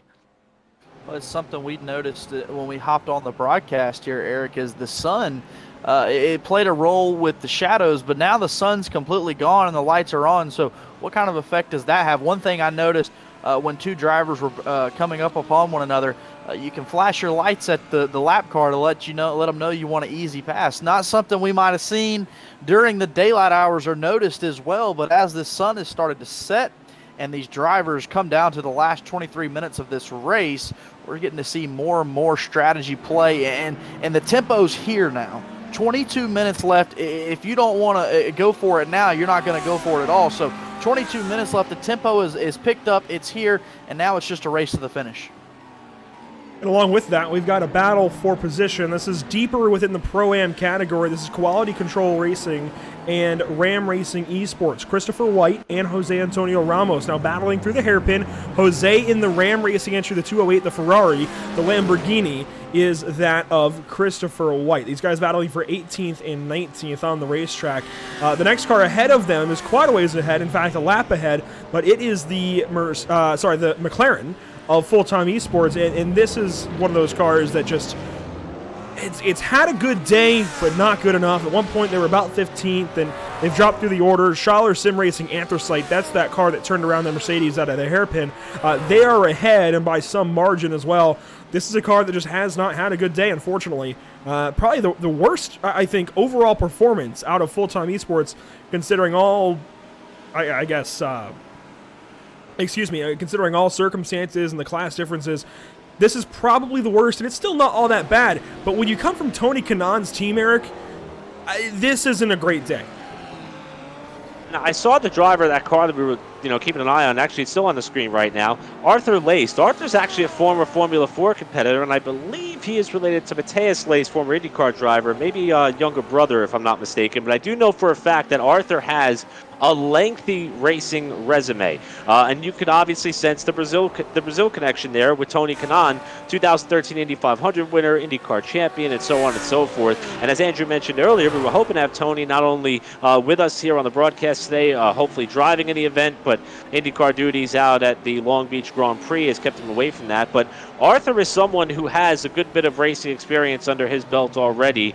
Just not been the night that he's been looking for, and man, we keep talking about darkness falling upon this racetrack. This is the first time that I've seen the brake rotors glowing on the front of these cars all race long with 20 minutes left to go. And I don't know, guys. We may only see headlights coming to the checkered flag 20 minutes from now. I'm not sure we're going to be able to see much else at that point if this should continue on into the night here in this 4-hour affair. But back up to the front, and Tim Matzke and Manatee Racing continuing to hold it down, but there is some traffic ahead, and there are also some races for position up ahead here as they're closing up on the car that is currently 6th in the overall. Granted, running by himself in that 48, but trying to navigate things around. As a matter of fact, things are tightening up here for the 4th position.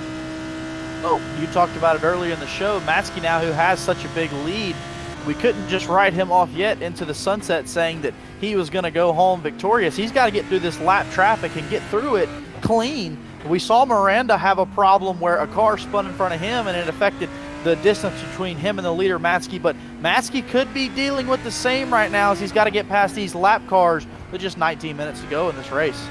We're currently on board with Undercut Racing Team driver Adrian Leidner chasing down late Apex Racing driver Michael Chow, and this is for the 4th position in pro and overall. This is an important battle, I feel like.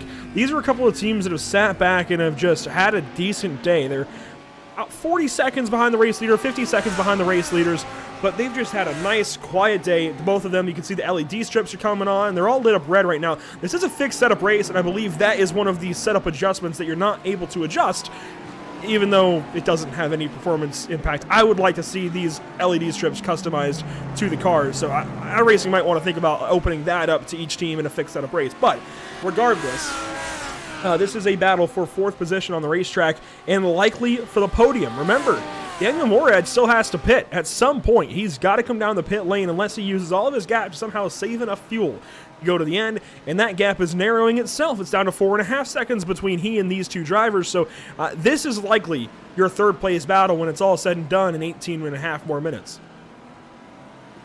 There's no more trying to, wait for traffic or none of that nonsense. This is going to be an all-out brawl as the Undercut Racing Team used to highlight the fact that the gold there referred some of the livery on that car, but you can't really see it all that much, is really starting to now turn up the heat on late Apex Racing for what, as Andrew said, could be a podium spot.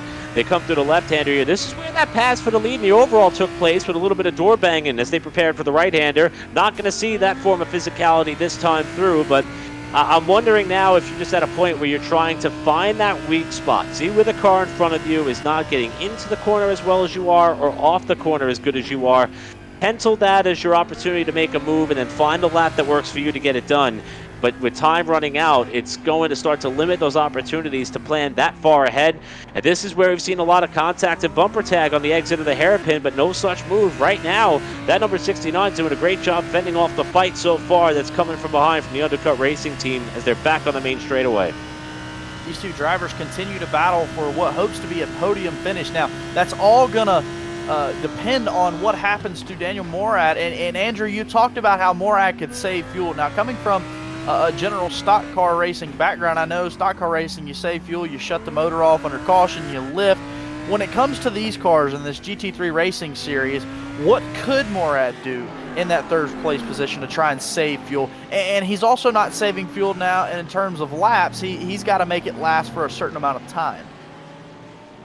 And that time may be extended by 1 lap depending on when the field comes to the white flag. But essentially these drivers have fuel maps, and it tones the engine down. Now, that may even be outside of their reach in the cockpit as far as the fixed setup development part of this, if you will. They don't have many options in a fixed setup race. Also, I just want to mention, we don't usually get to see the inside of these cars, especially at night when those blue and purple lights come on because it's nighttime to ease the eyes. This is cool to have on Pit Stop TV. But anyways, back to the point. It comes down to the fuel map, if they can adjust it. If not, it's a matter of lifting early and shifting a little bit later on downshifts. But then you upshift earlier. So basically trying to keep the motor in lower revs. It means the motor isn't spinning as fast. And, well, you're burning less fuel. You're not going as fast. So, it doesn't sound like he's doing anything differently. It doesn't sound like he's planning to save any fuel. You are good for more than an hour. He pitted with, I don't even remember now, but I think it was about 20 minutes to go, just like Kimbrough and Reister pitted earlier on. So I would imagine we'll see him in soon, maybe the next 5-10 minutes. I doubt, highly doubt that he can go all the way to the end. But crazier things have happened, and if it works out even after that incident they had earlier on, that would be more than impressive. This is back to that potential third-place battle where Late Apex is still trying to hang on over this, these two Lamborghinis battling. Tell you what, Andrew, these onboard shots remind me of some of the nights that we're driving back home from the racetrack and we got the brights on, making sure that we don't take out a deer or two on the way home. Like, it is dark. I don't know how these guys are doing this. I would not be able to handle this in the sim myself, at least not up to the point in which I'm at in my sim racing career, which is at the bottom. But not only are they able to do this in terms of navigating around this racetrack, this fight for fourth just will not go away. And it continues to tighten up off the hairpin, and that's been the trouble spot. The last couple of times we've seen battles for position come off that corner, it's been the car trailing, getting into the back bumper of the car, leading the pack, and it's created a couple unique scenarios, one of which was a roadblock, the other one was a drag race down towards turn number 1. And with laps just continuing to click off and a little bit of traffic up ahead of these two, this fight for fourth position again currently held by Late Apex Racing and their driver at the moment, and that number 3 machine of the Undercut Racing Team Gold in that battle for fourth. But we expect it to potentially be for the third spot if Daniel Morad cannot make it to the end, which we do not believe that he can. But we would not be all that surprised with that driver's expertise and experience as this race continues to rage on. Well, it's something we are having to look at right here is can Morad go the distance of what the time we have left, but also this battle right here. And fifth place driver has not been able to take over that position yet, but he is applying that pressure. But you talked about it getting dark, and I know at the beginning of the show we were wondering if we would go under complete darkness this evening, but it's here now. It is completely dark. The conditions aren't going to get any better. What you have is what you have closing down into this final portion of the race as you see him go through the hairpin right there, as you said, the trouble spot. But this is setting up to be a battle for the finish between drivers third, Daniel Morad holding on if he can hold on in gas, and then fourth and fifth place drivers trying to get into that spot for a podium finish. Now, while this has been going on, some 6 laps ago, we finally had a pit stop out of Big Promble Motorsports. Bit of wall contact there for William Coffey, but he has a large gap back to the 353, and this is looking like a pretty big win for William Coffey. Solo this evening, one of the few drivers to do so, and it's looking like he should come around very, very soon to collect a big race win. This is huge for William Coffey. Even though it's the amateur category, everybody's at their own position in sim racing. Everybody's at their own level, and they're all working through things. And this race is adjusted to have classes set up so that everybody has fair competition. Right now, William Coffey is making the most of it, keeping the car on track. His teammate had to abandon him very suddenly, a bit of an injury, and thankfully, he's kept in this race. Good time racing. 12 and a half minutes to go, and it is a race win in the cash days at Long Beach event put on by the North American Racing League. So this is big. This is big for William Coffey, somebody that kind of sat around in the background of the amateur category in the proper season that we just finished up. This would be big to see him go to victory lane. I love the team name, Good Time Racing, because that's what this is all about. That's why a lot of us carved out this time on our Saturdays, and I see a couple people in the YouTube chat as well doing that, like Tank, who's been active pretty much the entire time. Yes. He wished Caleb and I hello when we popped in here, and he said something just a couple of minutes ago that cracked me up. We need to get them street lights on. I totally agree there, because we've been talking about the lighting situation here pretty much throughout the entire duration of our stint on the broadcast, and just when I think it can't get any darker, and in fact, does. Talking about, though, William Coffey, I want to tip my cap to anybody who's trying to go all 4 hours in this race, and once you're done, if we have an Ironman award, we'll give it out to those competitors, because this is grueling. And I think that even when you're done, people, look at this and say, oh, sim racing, it's not really as hard as what they do at the regular racetracks and whatnot. Here's another one of them, Philip Ranieri, who had the most interesting story, who told us that his teammate and Dustin Glenn got deployed for military services, and we want to wish Dustin the best even as he's going through his basics, and want to applaud him for his service, of course. But Philip has not allowed that to slow him down, literally, and has kept his name in the mix and has kept that car on track here coming up on 11 minutes to go. So if these drivers like that of a Philip Ranieri or like that of a William Coffey, if they want to treat themselves to a massage or an ice bath at the end of this, I would not blame them by one stretch. Or perhaps a celebratory beverage, whatever you choose. You guys earned it. I certainly couldn't do it. And I agree with you there, Eric. Yes, celebratory, whatever they decide, because you have to think not only is this race going to go on for 4 hours, but how long they were prepping for this race, the practice beforehand, qualifying. They've been here all morning and out here until the late afternoon inside in their rigs racing this afternoon. So it's a test to how tough iRacing can be, especially in these endurance races, as we ride on board with our leader coming up on some lap traffic. That's Maskey. Maskey going through that corner right there. He comes up on some lap traffic. So he's going to have to tiptoe his way around these cars as we come down to the 10-minute mark of this 4-hour race. We've just seen a position change a little bit deeper, it looks like, in the Pro-Am field. Maybe it wasn't, but it ticked up red for a moment and caught my attention at the very least. Let's talk about this Pro-Am category. 10 minutes to go. Schaller Sim Racing recently took over the race lead, was about nowhere to be seen, nowhere to be found, anything like that, until very recently. Came from behind, not sure what kept them out of the lead earlier on, or at least out of good positions earlier on, but what I can tell you, Eric, is suddenly Schaller Sim Racing is putting people on notice. This is currently, it looks like, Stephen Peach, it looks like, in the 252 car, leading the way, 10 seconds or so, and here we go.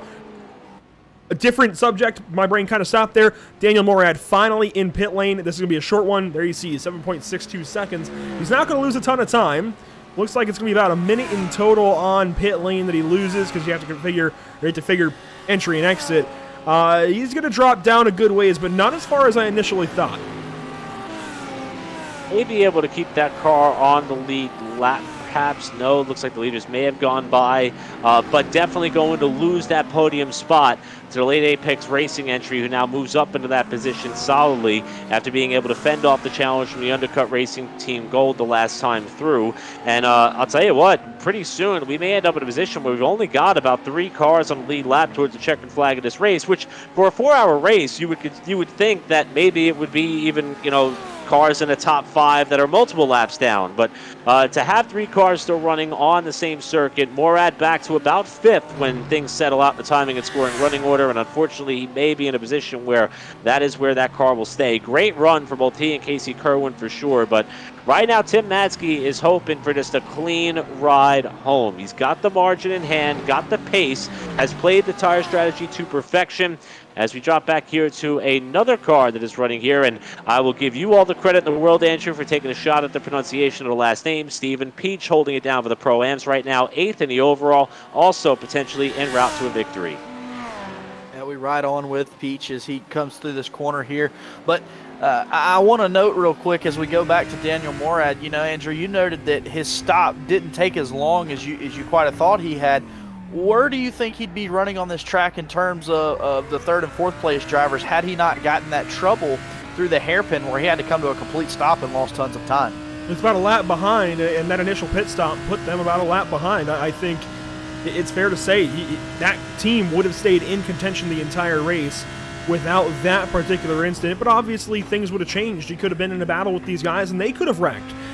So it's hard to say exactly, but I think if there's no outside influence, if, for example, they were all ghost cars and they could race through each other, I think it's very fair to say Daniel Morad, Casey Kerwin would be towards the top of the list for Moradness E-Stars. They are good drivers. There's a reason that Daniel Morad drives in real life, races in real life, and Casey Kerwin drives for Denny Hamlin and Michael Jordan in the NASCAR iRacing Coca-Cola Series. So these 2 drivers have been good today. There is great reason to believe that they would be towards the top of the running order, if not on the top of the running order, had that crash not happened. But then you open up again. so many other drivers and teams would be up there as well. I think the big one is that Audi that went on their lid, the 48 car of full-time esports. Well, just the Audi, the Audi for full-time esports, currently with Gustavo Ariel. They've done a great job of recovering too. We haven't talked much about these guys, but Gustavo rather has put this car back in the top 10 and in 7th. 5 minutes to go almost. They're looking good. Pretty solid run and venture by this team in operation, as you were just talking about here, the full-time esports team, and kind of running at the caboose of that lead pack that is currently represented by all pro drivers in that top 7 for the time being. But still a great run by Gustavo and company and keeping themselves in the mix there. And to finish up a 4-hour race at Long Beach and only be 1 lap off the pace, which right now Gustavo is the last car in the overall that is just 1 lap down, according to our timing and scoring. That is something to be proud of. Granted, we're not running 24 hours here, of course, but Long Beach in its own right is a very difficult venue to navigate around. And in order for him to be able to put himself in a position here to be that close and within touch to a car who is out to a pretty huge advantage, considering how close the field was multiple times and how close the battle for the lead was, just an hour ago? We saw him bouncing off the side of the car that was at the time not being driven by that of Victor Miranda, but it was the teammate driver who was in that vehicle or in that ride trying to battle it out there for the top spot. It's pretty wild to see the margin now in excess of 30 seconds in terms of the race lead with about 5 minutes left to go, but there's still a lot of hard work to be done here in these final few laps, including for your runner-up Victor Miranda. He's got a lot of traffic in front of him out of the hairpin.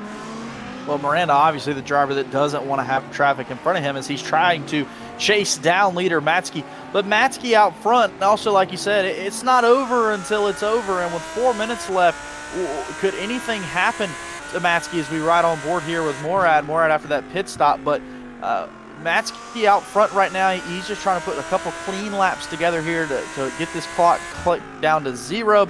Miranda obviously just trying to hold on that position, but the top 7 of these pro cars, they're doing a phenomenal job today, all within a lap of each other. I'd have to say, a pretty good show so far on Pit Stop TV with Matsky leading. Top 3 should stay static in that regard, and they should stay all on the lead lap. Chow could maybe go a lap down if he hits some bad traffic. We're on board with Daniel Morad for a great reason. That Lamborghini directly ahead is for position, from what we can tell. It should be the car that's directly ahead. Let's double check. It is. This could be interesting. These last couple of laps, we've seen Daniel Morad get pretty aggressive so far already. We're inside. Now we're inside of 4 minutes to go. I think Daniel Morad is going to push as hard as he possibly can. He's on old tires. Didn't take tires in that stop. Just took fuel. I would not be surprised to see this number 70 Lamborghini get up here, especially as the 3 car works into a bit of traffic. This is Scuderia Chicken House Micah Barnett's team. Is he behind the wheel currently? The 259 is being piloted by Max Wobbles is back in that car, and I can tell you, this 3 car wants him out of the way. Right there. There's the move to turn number 6, getting on by a Scuderia Chicken House, but it might be too late. Morad's close. Keep in mind, not that long ago, that Undercut Racing Team Gold was pressuring Late Apex Racing for a podium spot and has kind of fallen back into the clutches of the car that relinquished that spot by virtue of that pit stop that took place. So now currently trying to hold on to that 4th spot is that of Adrian Leidinger, and Morad is getting closer now that there's a lap car buffer between the 2 of them, but I'm not sure that Morad's going to have enough time here with 3 minutes to go, plus the run back to the checkers. This is certainly going to be one of the best battles we have down towards the finish line here as they come back up onto the main straightaway with no changes in front of them. Well, I definitely think having that lap car as a buffer between these 2 drivers is ultimately going to keep Leidinger out front in that 4th place position. But you have to look at Morad here, and it all depends on how quickly he can get past that lap car. We saw the struggles that Leidinger had with that car. What can Morad do with it? But I'm in agreement with both of y'all. We're just starting to run out of time here for Morad to try and move up into that 4th place position. I mean, we're down under 2 minutes and 30 seconds now, and he's not only got to get past that lap car, but he also has to get past that 4th place driver. Yeah, it's looking harder and harder for, that tap to the wall might help. A couple more of those, and Morad might be there, and certainly could damage the 3 car to the point where Morad has a chance. Morad already on the flashers, trying to get that 259 out of the way. Wobbles, is he in a race for position? That's a great question. Let's double check on that.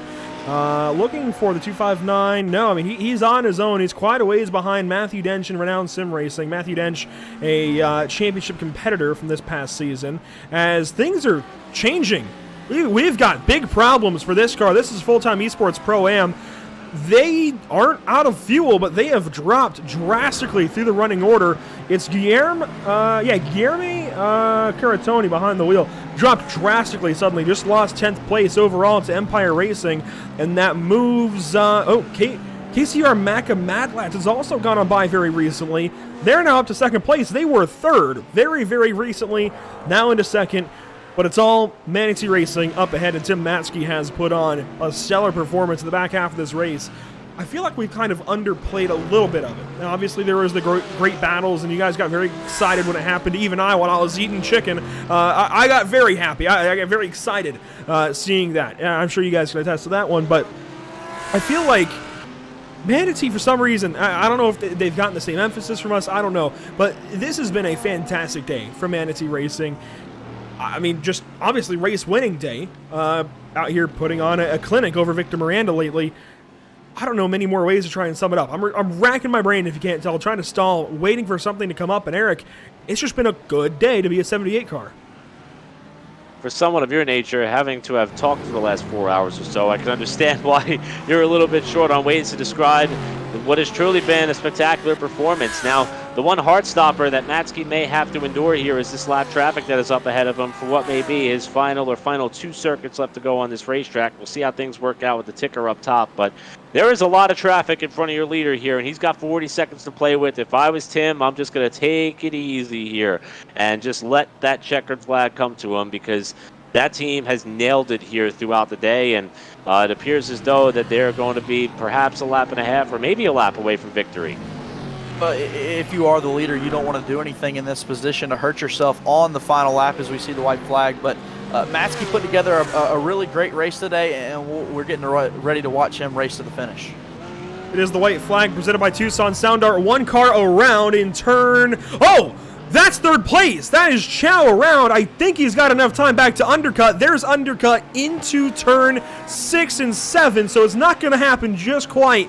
But oh my goodness, what could have been if late apex had been 5 more seconds stopped right there in turn 6 on the final lap of the race. They do go that lap down while Manatee Racing and Tim Matzke work through turn number 10 and into 11, the hairpin for the final time. Oh boy, this is clustered in front of him. But to the line, to the checkers, it is all Manatee Racing taking victory in cash days at Long Beach. The frantic charge to the checkers for that of Matzke as he came to the finish line there. And we're going to have to wait a while in order to see our runner-up. Everything has changed. We've got a big issue. Something's gone wrong for Schaller. They had to pit. The Pro-Am race is going to go to KCR Macca Mad Lads. The Macca Mad Lad's going to bring that car down for the checkers. And wow, and how about Scott Kimbrough up there, second in Pro-Am, after we thought they were out of it with that extra pit stop and driver change. That's a pretty surprising result for that team as well. But this is your Pro-Am leader and potential winner navigating the final couple of corners here in the KCR Macca Mad Lads number 69. Coming off the final corner to the checkered flag. I want to say the last name there. What is that, Teresiano? How would you say that, Andrew? Help me out here, brother. Terraciano, I would say, just captured victory. What a day. Well, we got a lot to unpack here. I thought that was going to be a smooth run of the checkered flag there with those handful of classes, and apparently not. Things got a little bit chaotic there at the end. And it's a day well done as well for Good Time Racing here, Caleb. The final checkered flag of the day, at least for the winners, going to 19th place overall. Good Time Racing, William Coffey, a solo effort in that 357. Should have had a teammate. Obviously, the circumstances went awry, but the Ferrari wins nonetheless. One car dumped into the first corner after the checkers, but the race is over, and it's Manatee Racing under the guidance, at least in the last 2 hours, of Tim Matzke, taking victory at Long Beach in NARL Cash Days, the very first event of its kind, or at least of its kind in the North American Racing League, and what a day of racing it was. So honored, so humbled to have been able to cover this race. Covering Long Beach at all, I feel like has to be a bucket list item for a lot of sports car fans, open wheel fans, what have you. Covering it for 4 hours straight for North American Racing League, this was a treat. And it was a lot to take in there with so much happening and so many unique names, drivers, participants, and stories to be told. And I said it before, I'd never seen Long Beach this dark. I had no idea how this field was able to navigate their way to the checkered flag, literally all the way up to the last corner for every competitor. And I don't even know how you can do a burnout when it's this dark out, but apparently Tim Matkey is going to figure it out here on the start-finish line to celebrate this one. That was wild. I know it took me a little bit here to get acclimated to this field and some of the stories that unfolded here in the first few hours when we jumped on board, but this has been a blast. This is certainly a lot of fun, an A-plus group of guys to be able to put on this show here for the duration of the 4-hour contest.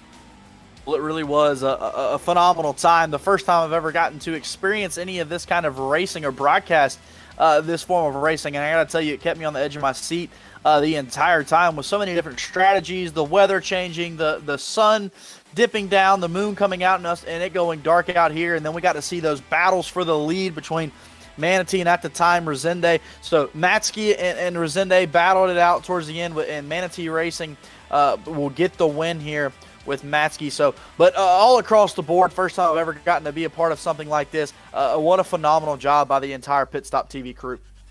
And you can't see anything, and I think this is showing now that, maybe Long Beach wasn't quite meant for nighttime racing just yet. I think iRacing maybe this shows, I don't know. But it still is a fantastic race. I'd just like to see the lights turned on.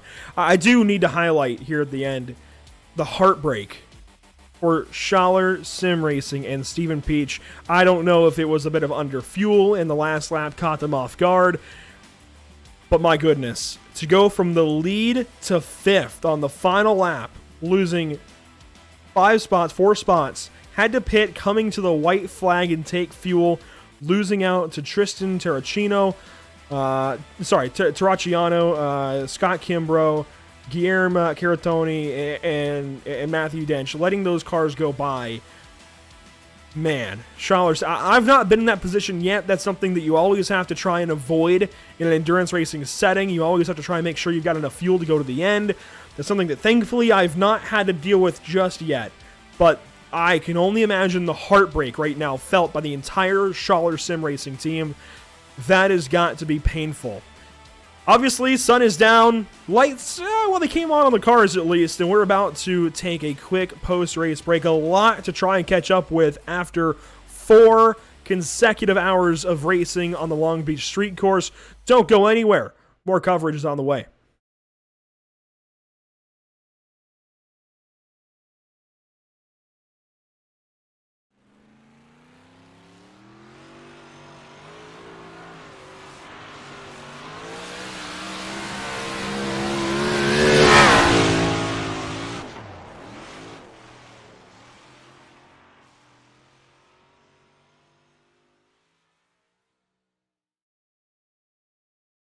On this edition of Cars Tour Would You Rather, on a cross-country road trip, would you rather drive or be the passenger? Driver. I don't trust anybody else. Probably go with driver. Probably just because I like to be doing something. I know passenger, you kind of just like look at your phone and stuff, but definitely driver. I feel like I like to drive quite a bit. Driver first half, passenger second half. Just because.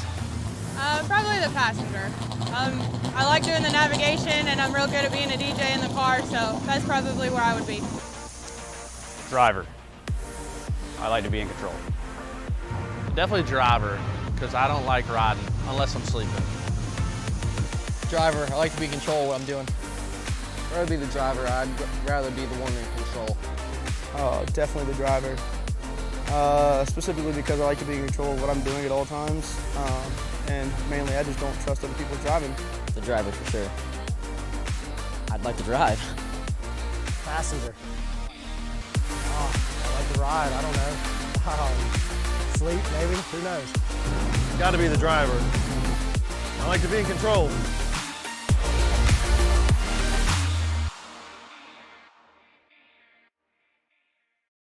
Have you found yourself trying to hide your joy because you're unhappy with your teeth? Your smile is the first feature noticed in an interview, on a date, or in family photos. We want you to be able to shine bright as your best self, and our teeth whitening system is the perfect step toward restoring your confidence.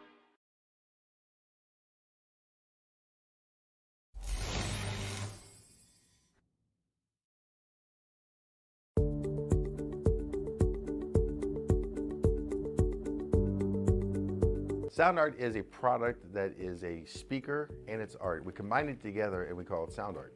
What makes it so unique that any picture can be your speaker? Sound Art gives you the high quality sound without the ugly speaker. This isn't a picture with a speaker, the picture is the speaker. Just imagine your wedding picture uploaded onto a canvas and now it's speaking 10,000 tunes. I mean, it's a very cool concept. What we like so much about it that you can take anything that means something very special to you, upload it on the canvas, have it hanging up in your room, your balcony, wherever you want to put it, and now it's a speaker. I mean, how cool is that? It's something that we have that and no one has. No one has this product. It's just a great gift to give anybody. It's just a neat concept. Around here we say, art never sounded so good.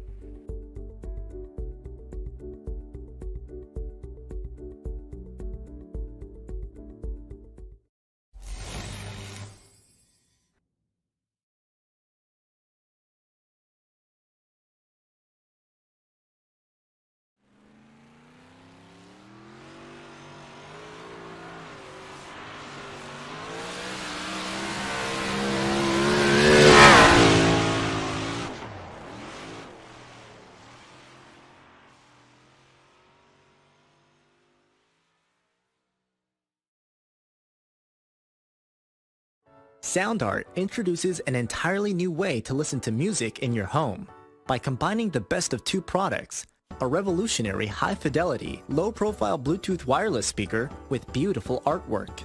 Select from a library of artwork or upload your own photos to personalize your experience. Sound Art ushers in an era of invisible, beautiful, and amazing sound throughout your home and redefines your entire entertainment system. The need to reclaim your floor space and rid your home of unsightly speaker boxes that need to be bolted to the wall is now a thing of the past. Our canvas is printed on high-quality permalite by Breathing Color.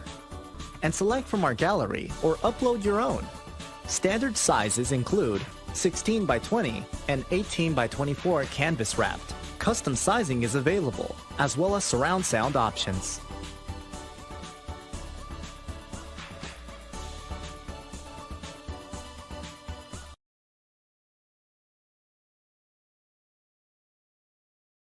After months of quarantine, we're all interested in how we can become our best self. The team at Permanent Makeup and Cryo is here to help you get the flawless makeup look every day without the extra effort or time. When it comes to your appearance, you deserve the best care that money can buy.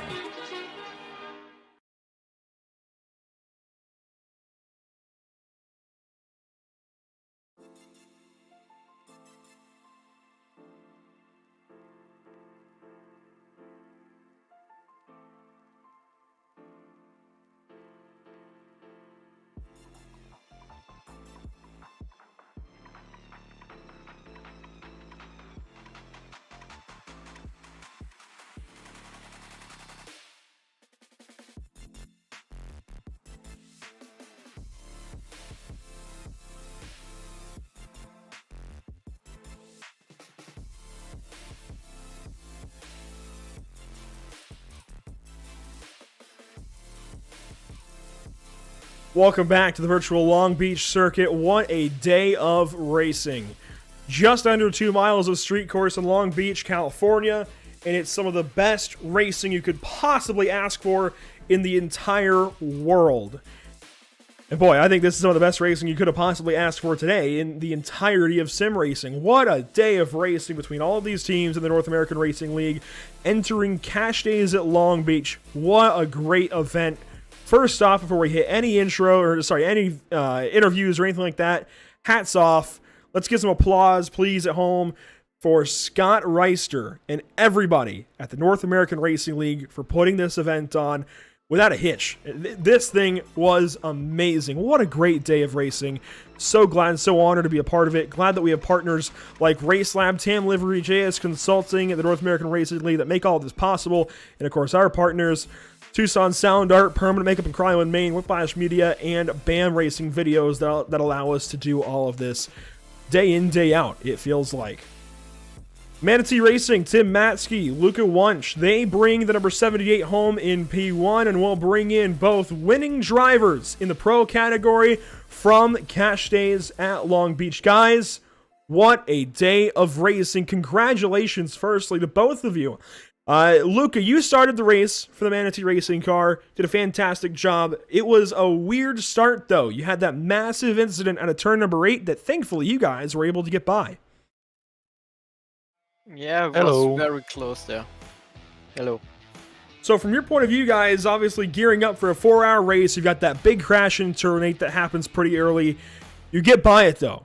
Now you don't exactly know who you're racing, or at least the list of drivers that you do know you're racing drops drastically. How does the game plan change? Does it change at all? Yeah, I would say that. Yeah, sorry, Luca, I'm going to answer this. I'd say that you take a little bit less risks because you know, okay, especially after the first pit stop, we noticed that the car we were fighting with was on a bit of a weird tire strategy, and we knew we were going to have an advantage at the end, so we kind of just had to do our thing and stay clean. And that was a big conversation most of the day. In fact, a lot of our YouTube viewers keyed us on to a lot of the strategy that was going on even for some of the cars that we couldn't catch on screen. And that was a big thing that happened right away. So getting closer to the driver change where Tim takes over from Luca, I mean, I've been in endurance races before. I know a good part of it, but tell the viewers what that's like as far as trying to get a car to somebody to go the rest of the way home, Luca. You don't want to tear anything up. You don't want to make any mistakes, and you're in just the final few minutes. Sometimes you can get inside your own head.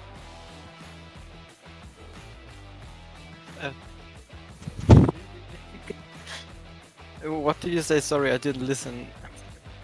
You Okay, didn't understand what you meant. So I'm just talking about bringing the car to a driver change and trying not to make mistakes. And obviously that time is counting down. Do you start to get inside your own head at all? Yeah, at the end we've just focused us on not crashing or get crashed by some others, and I think that's the key. And fair enough, you bring the car rather to Tim Matsky, and Tim, you took over at the halfway mark or thereabouts, and it was just blazing saddles from there, I suppose, if you will. I mean, you roasted the tires, got going, amazing lap times. What happened in that battle, though, with the 17 car? Between turn 7 and turn 8, looked like there was a bit of contact.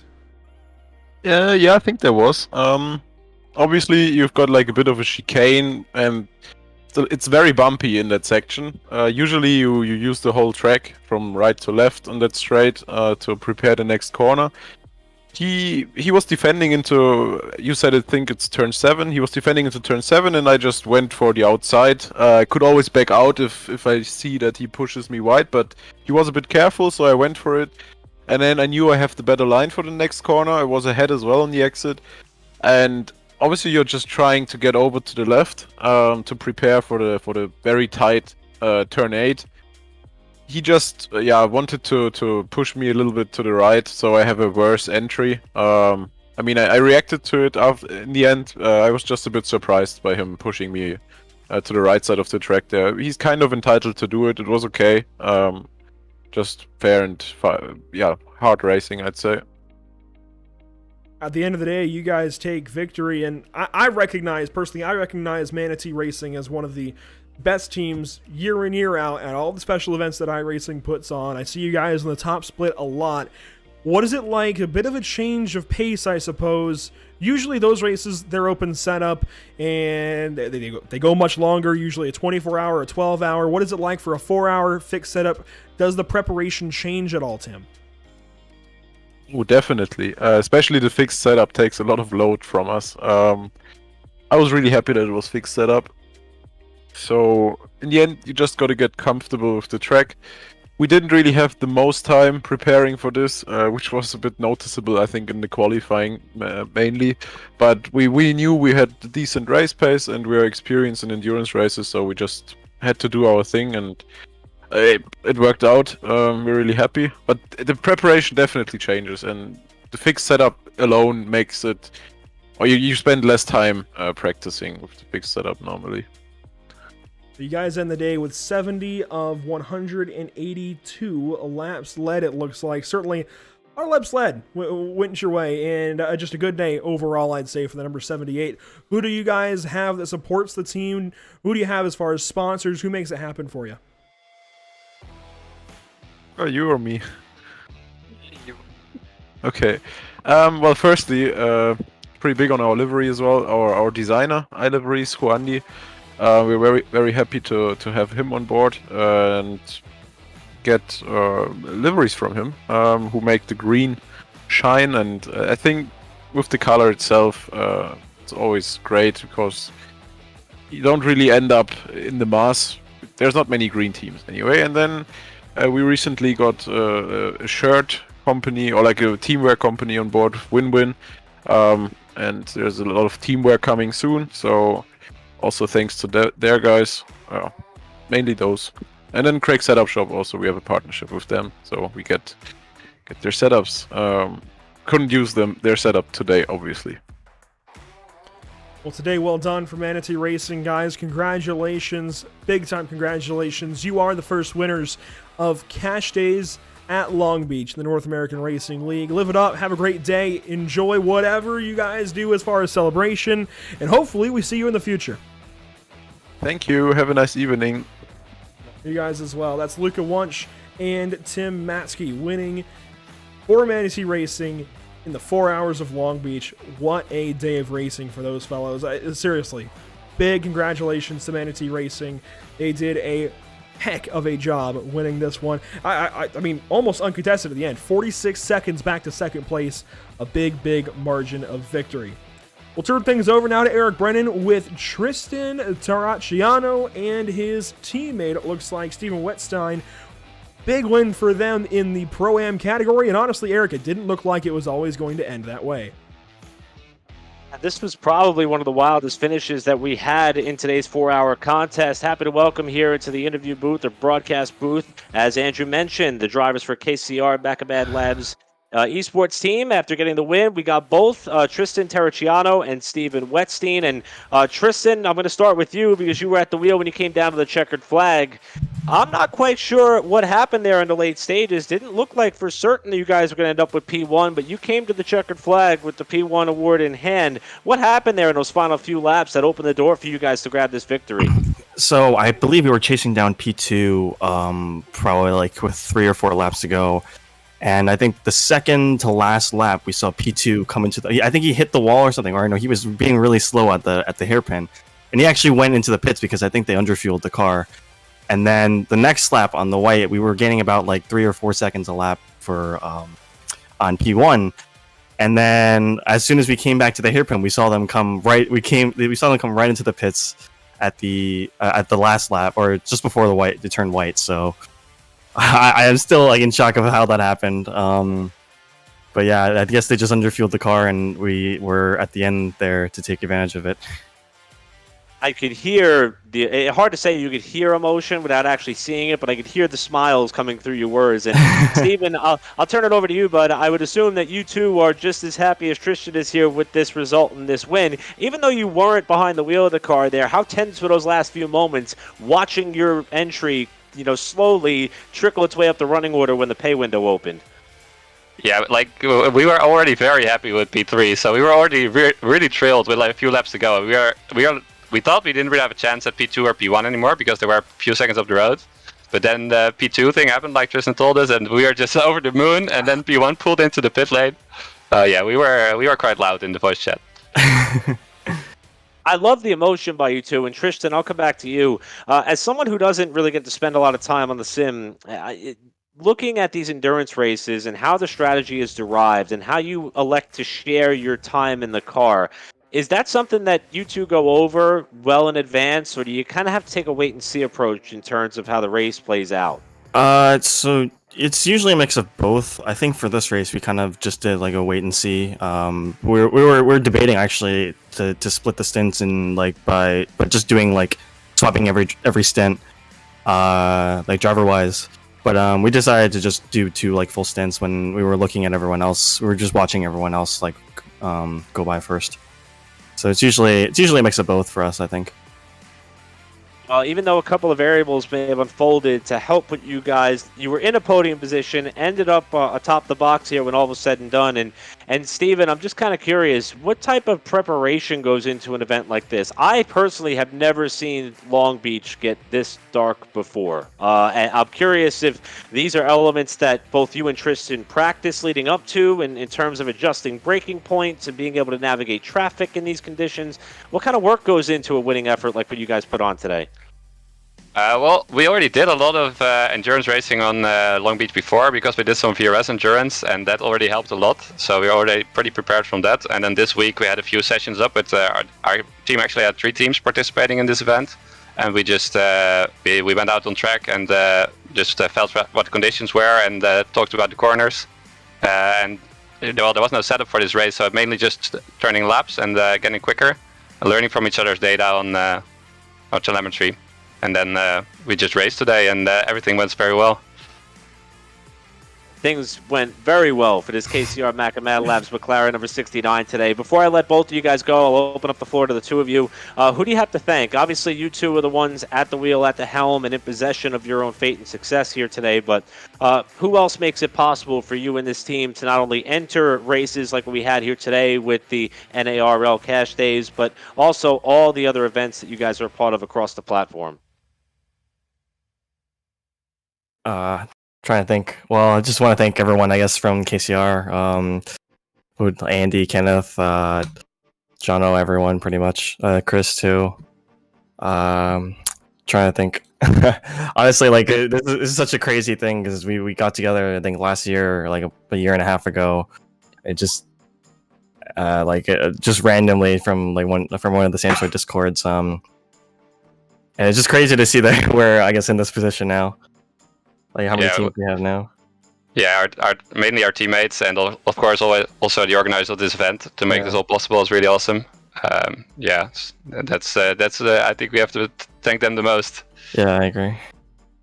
I'm not exactly sure where you guys are located throughout the world, but here on the East Coast of the United States, it's approaching the 5 o'clock hour, so that is the ample time to start partying and celebrating your result here. Because you guys both seem pretty hyped, and it's well-deserved. Congratulations to both of you. Again, Tristan Terracciano and Stephen Wetstein, our pro-amateur winner here today for the 4-hour event that is held at virtual Long Beach for KCR Macamad Labs. Congratulations, guys. Thank you, Eric. Thank you. Wow, Andrew, I'll tell you what, that was I love hearing the emotion out of these guys, and again, we got to hear from our pro winners, now our pro amateur winners, and I know, Caleb, you're standing by with our amateur winner, and I'm pretty sure that the emotion's going to be pretty similar there with William Coffey, who's one of the busiest drivers we had in the field here today. Well, I have William Coffey with me right now, the pro amateur winner, and I'll tell you, William Coffey had to display a great piece of driving, but also a great piece of fortitude as he went the full distance by himself today. So my first question to you, William, would be, you had to practice this car early this morning, then qualify it, and then you were here for the full 4-hour stint. For everybody listening back at home, what is it like to be in a rig and racing for this long? Oh man, it's my shoulders definitely got the workout, so now I have to go to the gym today, so that's nice. But yeah, I'm tired. I worked grave shift and then pretty much raced home and then jumped in the rig. So this is a nice little ending to a long day. Well, you're definitely one of the guys we can ask this question. You were here when this race first started with the conditions, with the sunlight and the shadows, and then you were here for the end when it got completely dark.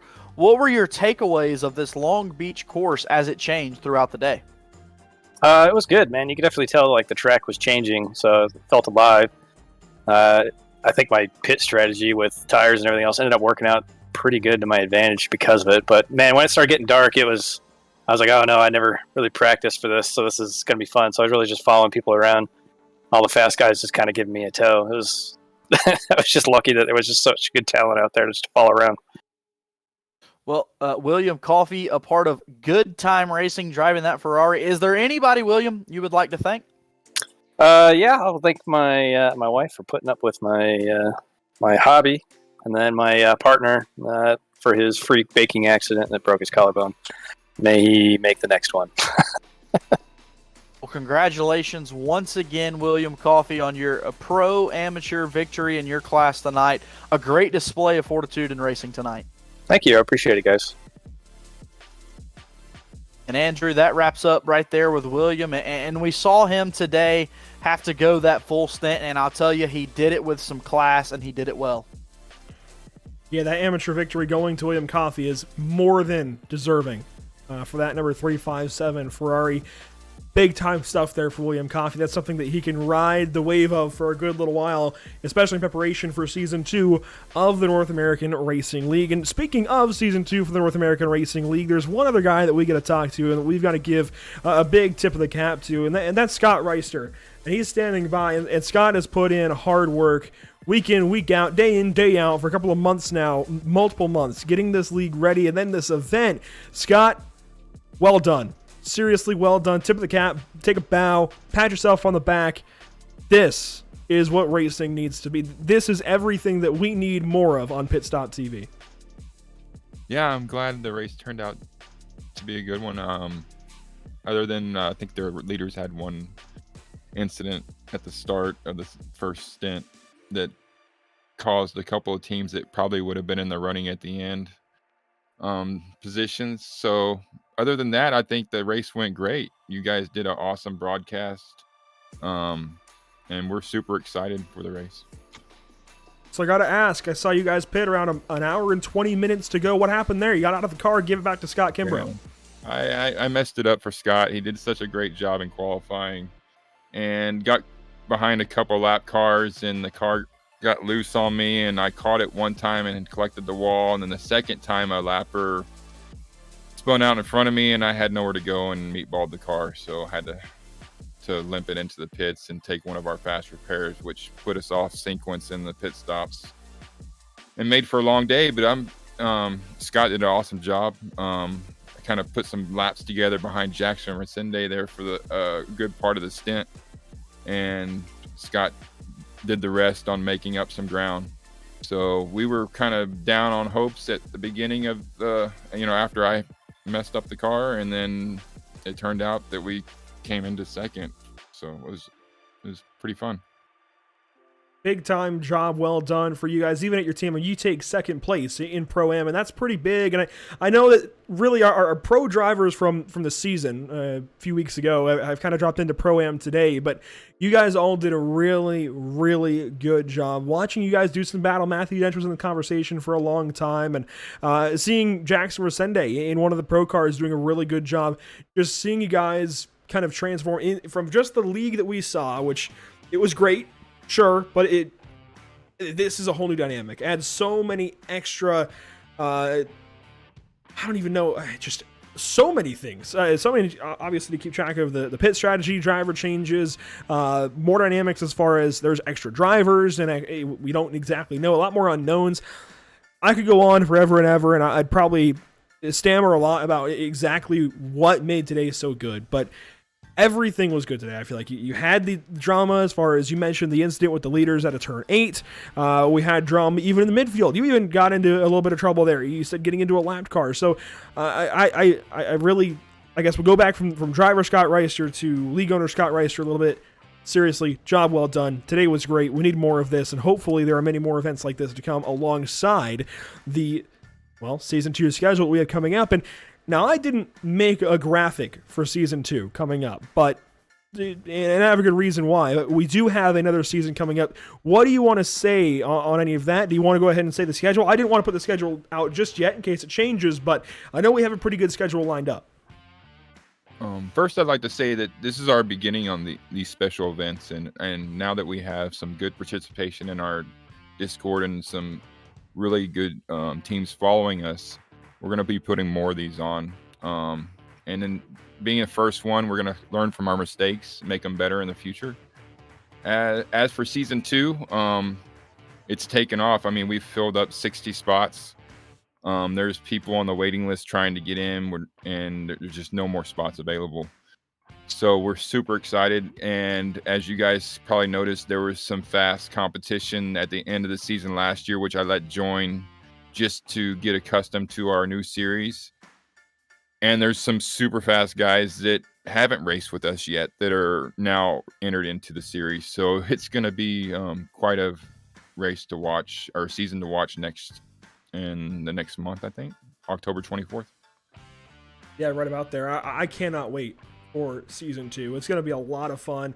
Can't wait to get everybody back for it. I think some of the best, well, it is the best GT3 racing we've ever had on Pit Stop TV. That's no disrespect to anybody else that we've had with GT3 racing on the channel, but this is what GT3 leagues should aspire to be.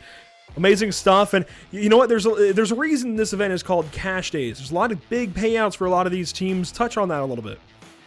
Yeah, so we put out cash prizes for each division. We have 3 divisions: the Pro, the Pro-Am, and the Amateurs. I think in total, it's around $2,000 paid out to all the positions 1 through 5 on each division. So there's a lot of cash involved to these drivers. So it works out for everyone that's finishing in top 5. That's a pretty darn good reason to show up and race. I think Most so. of our races are for cash. So it's different than other series out there that do like promotional, like cash value. Ours is actual cash paid out. So just like real racing. That's hard to argue with. Cold hard cash for your efforts. It's a really, really good thing you've got going on here with the North American Racing League. Some great partners involved as well. I cannot wait for season 2 and hopefully a lot more of these events. Buddy, congratulations on a P2 in class. That's pretty big, first of all. After starting on pole, that's really, really solid. And congratulations on a job well done, an event well done. Cannot wait for more. And I would say congratulations to you guys, because I was watching part of the broadcast and super excellent. Awesome job. Well, thank you so much. A lot of these guys put in a lot of hard work as well, and it was a great day for a race and a broadcast, I suppose. Buddy, once again, congratulations, P2 in class. We'll let you go. We'll let you get to probably mellowing out. I think I'll be doing a lot of the same here. A hot shower sounds pretty good right about now, so I think I'll let you get back to it, buddy. But again, thank you. Go ahead. Put out one more. I'd like to thank Full-Time Esports for putting in so many drivers for this event. And they've supported our league from the start, and also Daniel Morad for helping support our league also. So they've put a lot of effort into bringing participation to our league and helping our drivers. So absolutely, those 3 or 4 entries that are 4 or 5 even that Full-Time Esports had, and the entry from Daniel Morad today, and all of the help that he's provided to a lot of these drivers is very, very important. A lot of these drivers, they always reference Daniel Morad as to why they're developing and getting better. So really big stuff happening by virtue of Full-Time Esports, Tony Kanon, and everybody else over there, and of course Daniel Morad and Moradness stars as they went by today. So again, big time thank you, Scott. Thank you for having us here. It was a pleasure. All right, take care. That's Scott Reister, the guy that makes things happen here at the North American Racing League. Guys, what a day of racing. What do you say we look through the unofficial, for now, race results from today? Tim Matsky taking victory for, I had to think about that, Manatee Racing. And these will be the driver names, and we'll pair it along with the team names. This will be driver names. Tim Matsky taking victory today at Long Beach. Victor Miranda for BRB KTF Esports. What a run they had. It comes up a little bit short, admittedly, but a really, really good day, and I think easily could have won this race as well. Late Apex Racing came from behind and stunned everybody, I'd say. 3rd place on podium, a big day for Michael Chow and everybody at Late Apex. Undercut Racing Team White putting that car in 4th place, just ahead of Morad, Daniel Morad, by just over 1 second for 4th place. Radicals Online rallies for 6th. That's Maxime Detilly in the car at the end. Full-Time Esports, the final pro car in the top 10. Gustavo Ariel brings them to a 7th place finish. Tristan Terracino, I keep saying Terracino, Terracciano, that's an interesting name. They finish in the 8th position for KCR Maca Mad Lads. Empire Racing there in 9th. And 10th place goes to Full-Time Esports Pro-Am. It's Gil LMA Caratoni. Get to our second page of results, and the first one we'll see there is Matthew Dench, who was at the wheel of the 283 machine here today. And part of me, while I check through my notes here, validate these teams, that was the renowned sim racing entry in that 283 car. Then it was Stephen Peach in 12th spot in the 252. Judging by my notes, that was the Schaller Racing team, who thought that we had a great chance to see one of their vehicles in victory lane. They had a lot of support in the chat here today. Unfortunately, a problem late relegated them back a couple of spots in class, 12th in the overall. Max Wobbles in the 259 race for the Scuderia Chicken House Polo, one of the most courteous lap vehicles we saw on the day for sure. 13th for them in the overall standings. Then Jockey So, if I got that pronunciation wrong, my apologies, but that's the Prima Esports Racing Black entry in the 293. And Arthur Lace, who we talked about earlier, driver with F4 experience, had an opportunity to shadow that series for a while. One of the full-time Esports Pro representatives in the 49, not the run they were looking for, 15th in the overall. Sebastian Harzem in the 271, representing the Probit Sim Racing operation there. Next in line, came home in 16th. 17th was that of the 261 machine, driven by Christopher White in that car here this afternoon. And that team, the Colatai Control Racing entry. Finally, we get towards the tail end of the top 20. The 208 of Jose Antonio Ramos was at the helm there at the checkered flag, and trying to find that Ram Racing Esports entry on my blank. William Coffey, the amateur winner, 19th overall. That's a great run for the driver who was running Seoul today in the Good Time Racing, number 357. And Austin Powell, another amateur driver, representing the 353 machine for Big Problem Motorsports, rounds out your top 20. We'll keep looking now throughout the field here. The 021 car, the 021 car of Christopher Cook. He'll finish 21st in that 22nd position. The 254 car, looking at my sheet here, the 254 of Shaler Racing Team. That's Christopher Shaler. He'll bring it home in 22nd. 23rd is the 363 car of Brendan Murdoch. Brendan Murdoch with a nice run there.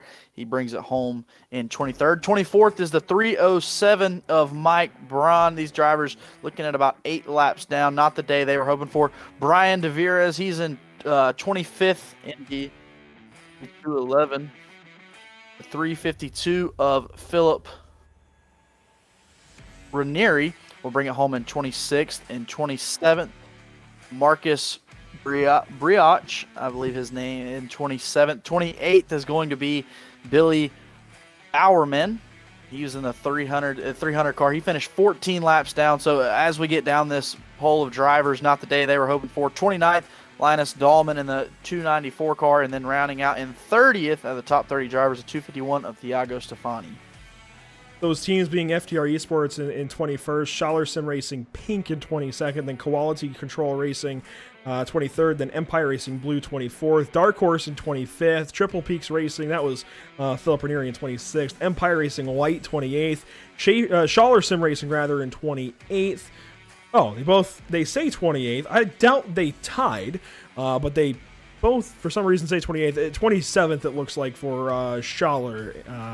Yeah, based on the results there. So 27th for Schaller, 28th for Empire Racing White, 29th for Prima Esport Racing White, and 30th goes to Full-Time Esports Pro-Am. The final page here goes to Joshua Benjamin and Can-Am Cannons. Not a great day for Joshua Benjamin, somebody who threatened for the Amateur Championship all season long. Last time through this season, in Season 1, he finishes 31st for Can-Am Cannons. Newport Sales Group and Kevin Skomsky, they finished 32nd.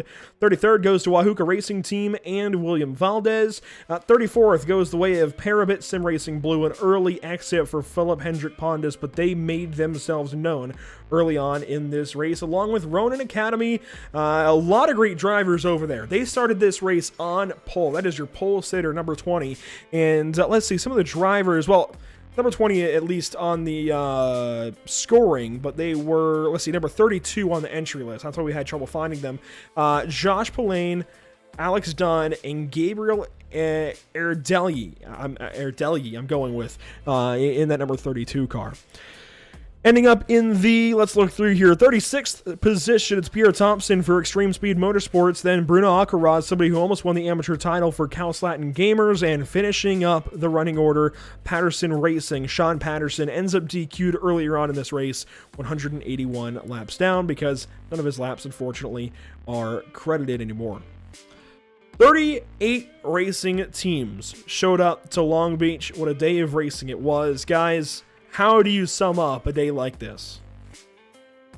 Well, I was thinking about it going into this, and I'm going to be as candid as possible. This is a huge racing weekend. I mean, for the most part, I don't think that I could have been blessed with an off week from my traditional racing duties with the Smart Modified Tour on any better weekend than today. You've got Formula One in Sochi, all 3 NASCAR series in Vegas, the big late model race in Martinsville, modified season finale for the NASCAR Tour later today, IndyCar, of course, at Long Beach, IMSA at Long Beach. Like, the list just goes on and on. USAC racing at Eldora. You can just plug and play whatever series you want. I bet they're in action tonight. But there was this awkward void here in Saturday afternoon on the East Coast, and there just wasn't a lot going on in the mid-afternoon here. So, Andrew, when you came to me and said that you had this North American Racing League Cash Day special event, 4-hour endurance race, you were pulling the whole team together, whoever was available, they were part of it. We pulled others like Zach Lindgren, who's helped us out before, Caleb, who's helped us out before, had our normal, entourage of Emerson and you doing a lot of the legwork with the 4-hour commitments there, JP Cost, there was so much going into this, and it was the perfect fit, and the racing just mirrored my expectations entirely. The drivers did everything they had to do properly. The series was well represented and well put together. I'm so happy that we had an opportunity there to hear from some league organizers that are a part of this in Scott Reister and hear all that they have cooking.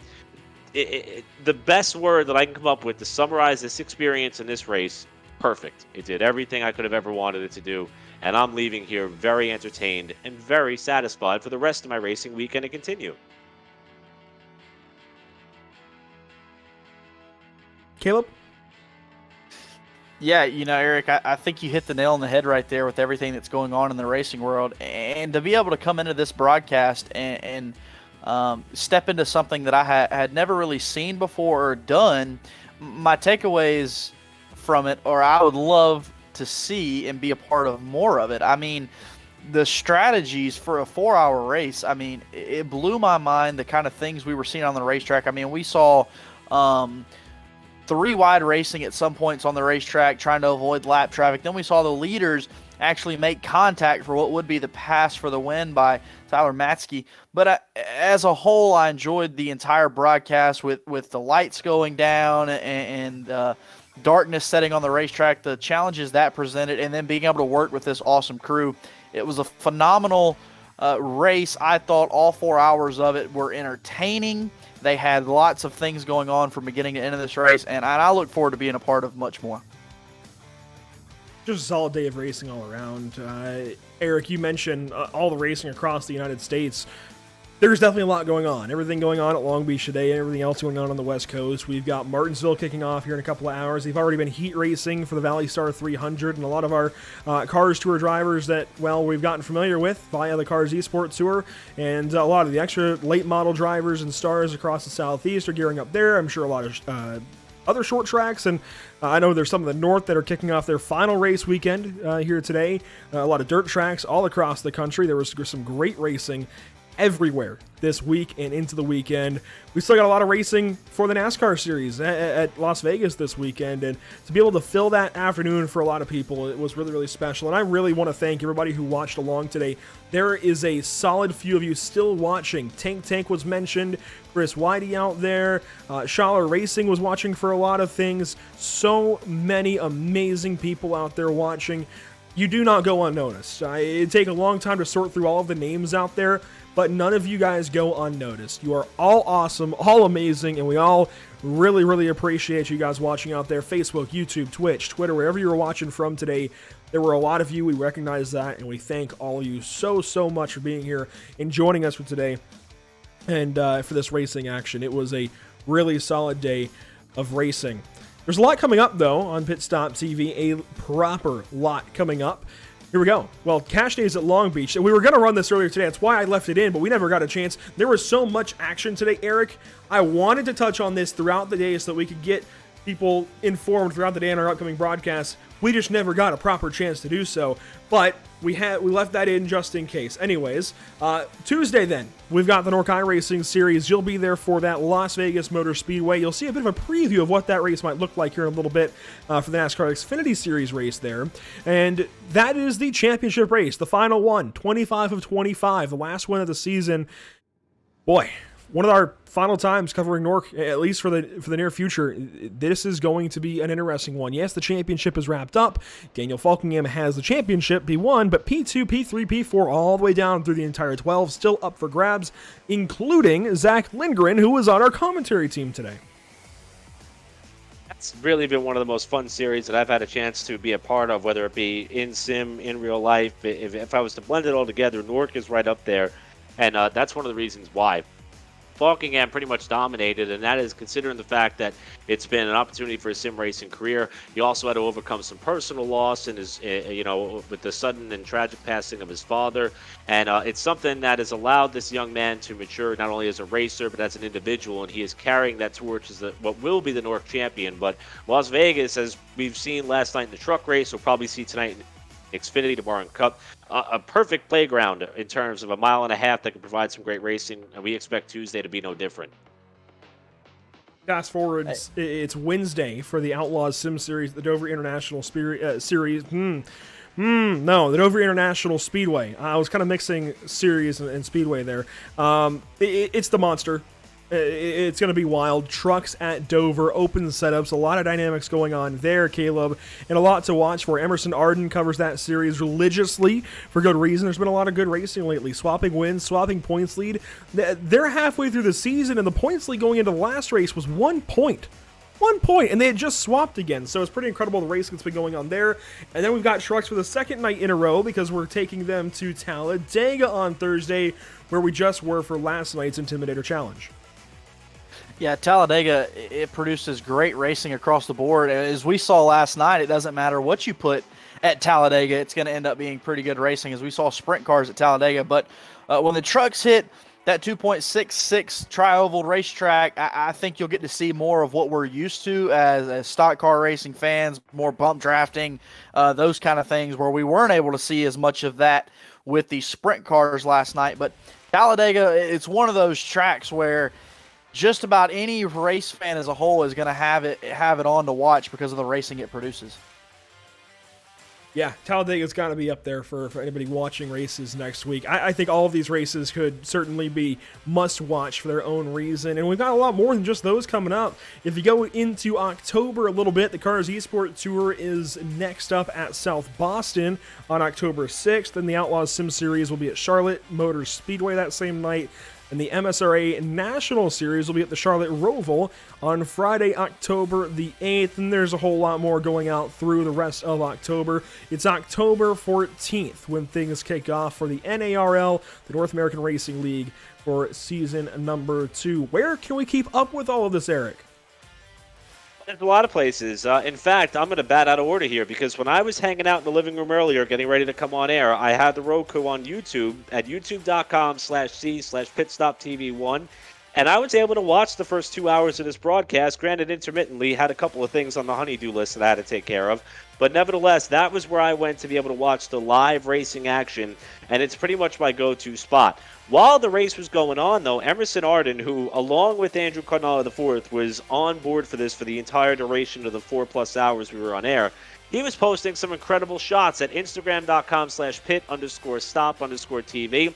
In fact, I saw when the race went green, we already had some video coverage up there. That's a great way to stay up to date with what's happening both on and off the track. And we've got some new interactive posts we've been sharing out there as well. Same goes for Facebook.com/PitStopTV. We live stream our races there as well. So if YouTube's not your thing and you want to be more active on Facebook, that's an avenue for you as well. And there's also those similar posts and updates that kind of keep you in tune. If you have to step away for a minute, our social media team has you covered. And the same goes for Twitter.com/pitstop_/ if you also want a quick glimpse as to all that is happening here on the platform. Yeah, quite a lot of places to keep up with Pit Stop TV. Of course, we broadcast to 4 platforms. We have social media to 3. We broadcast to Facebook, YouTube, Twitch, and Twitter. We post our social media updates to Facebook, Instagram, and Twitter.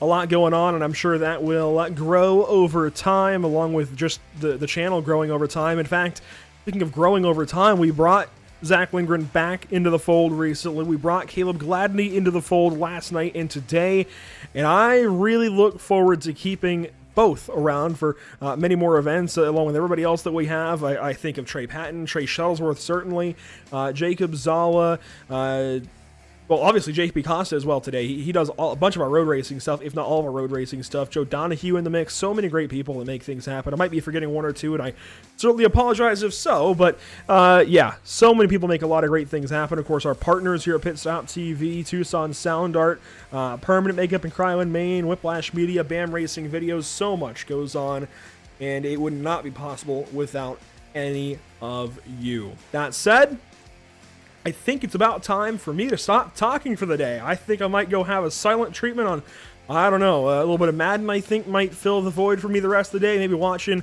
some late models at Martinsville. We'll figure it out. Thank you so much, everybody, for tuning in today. What a great day of racing.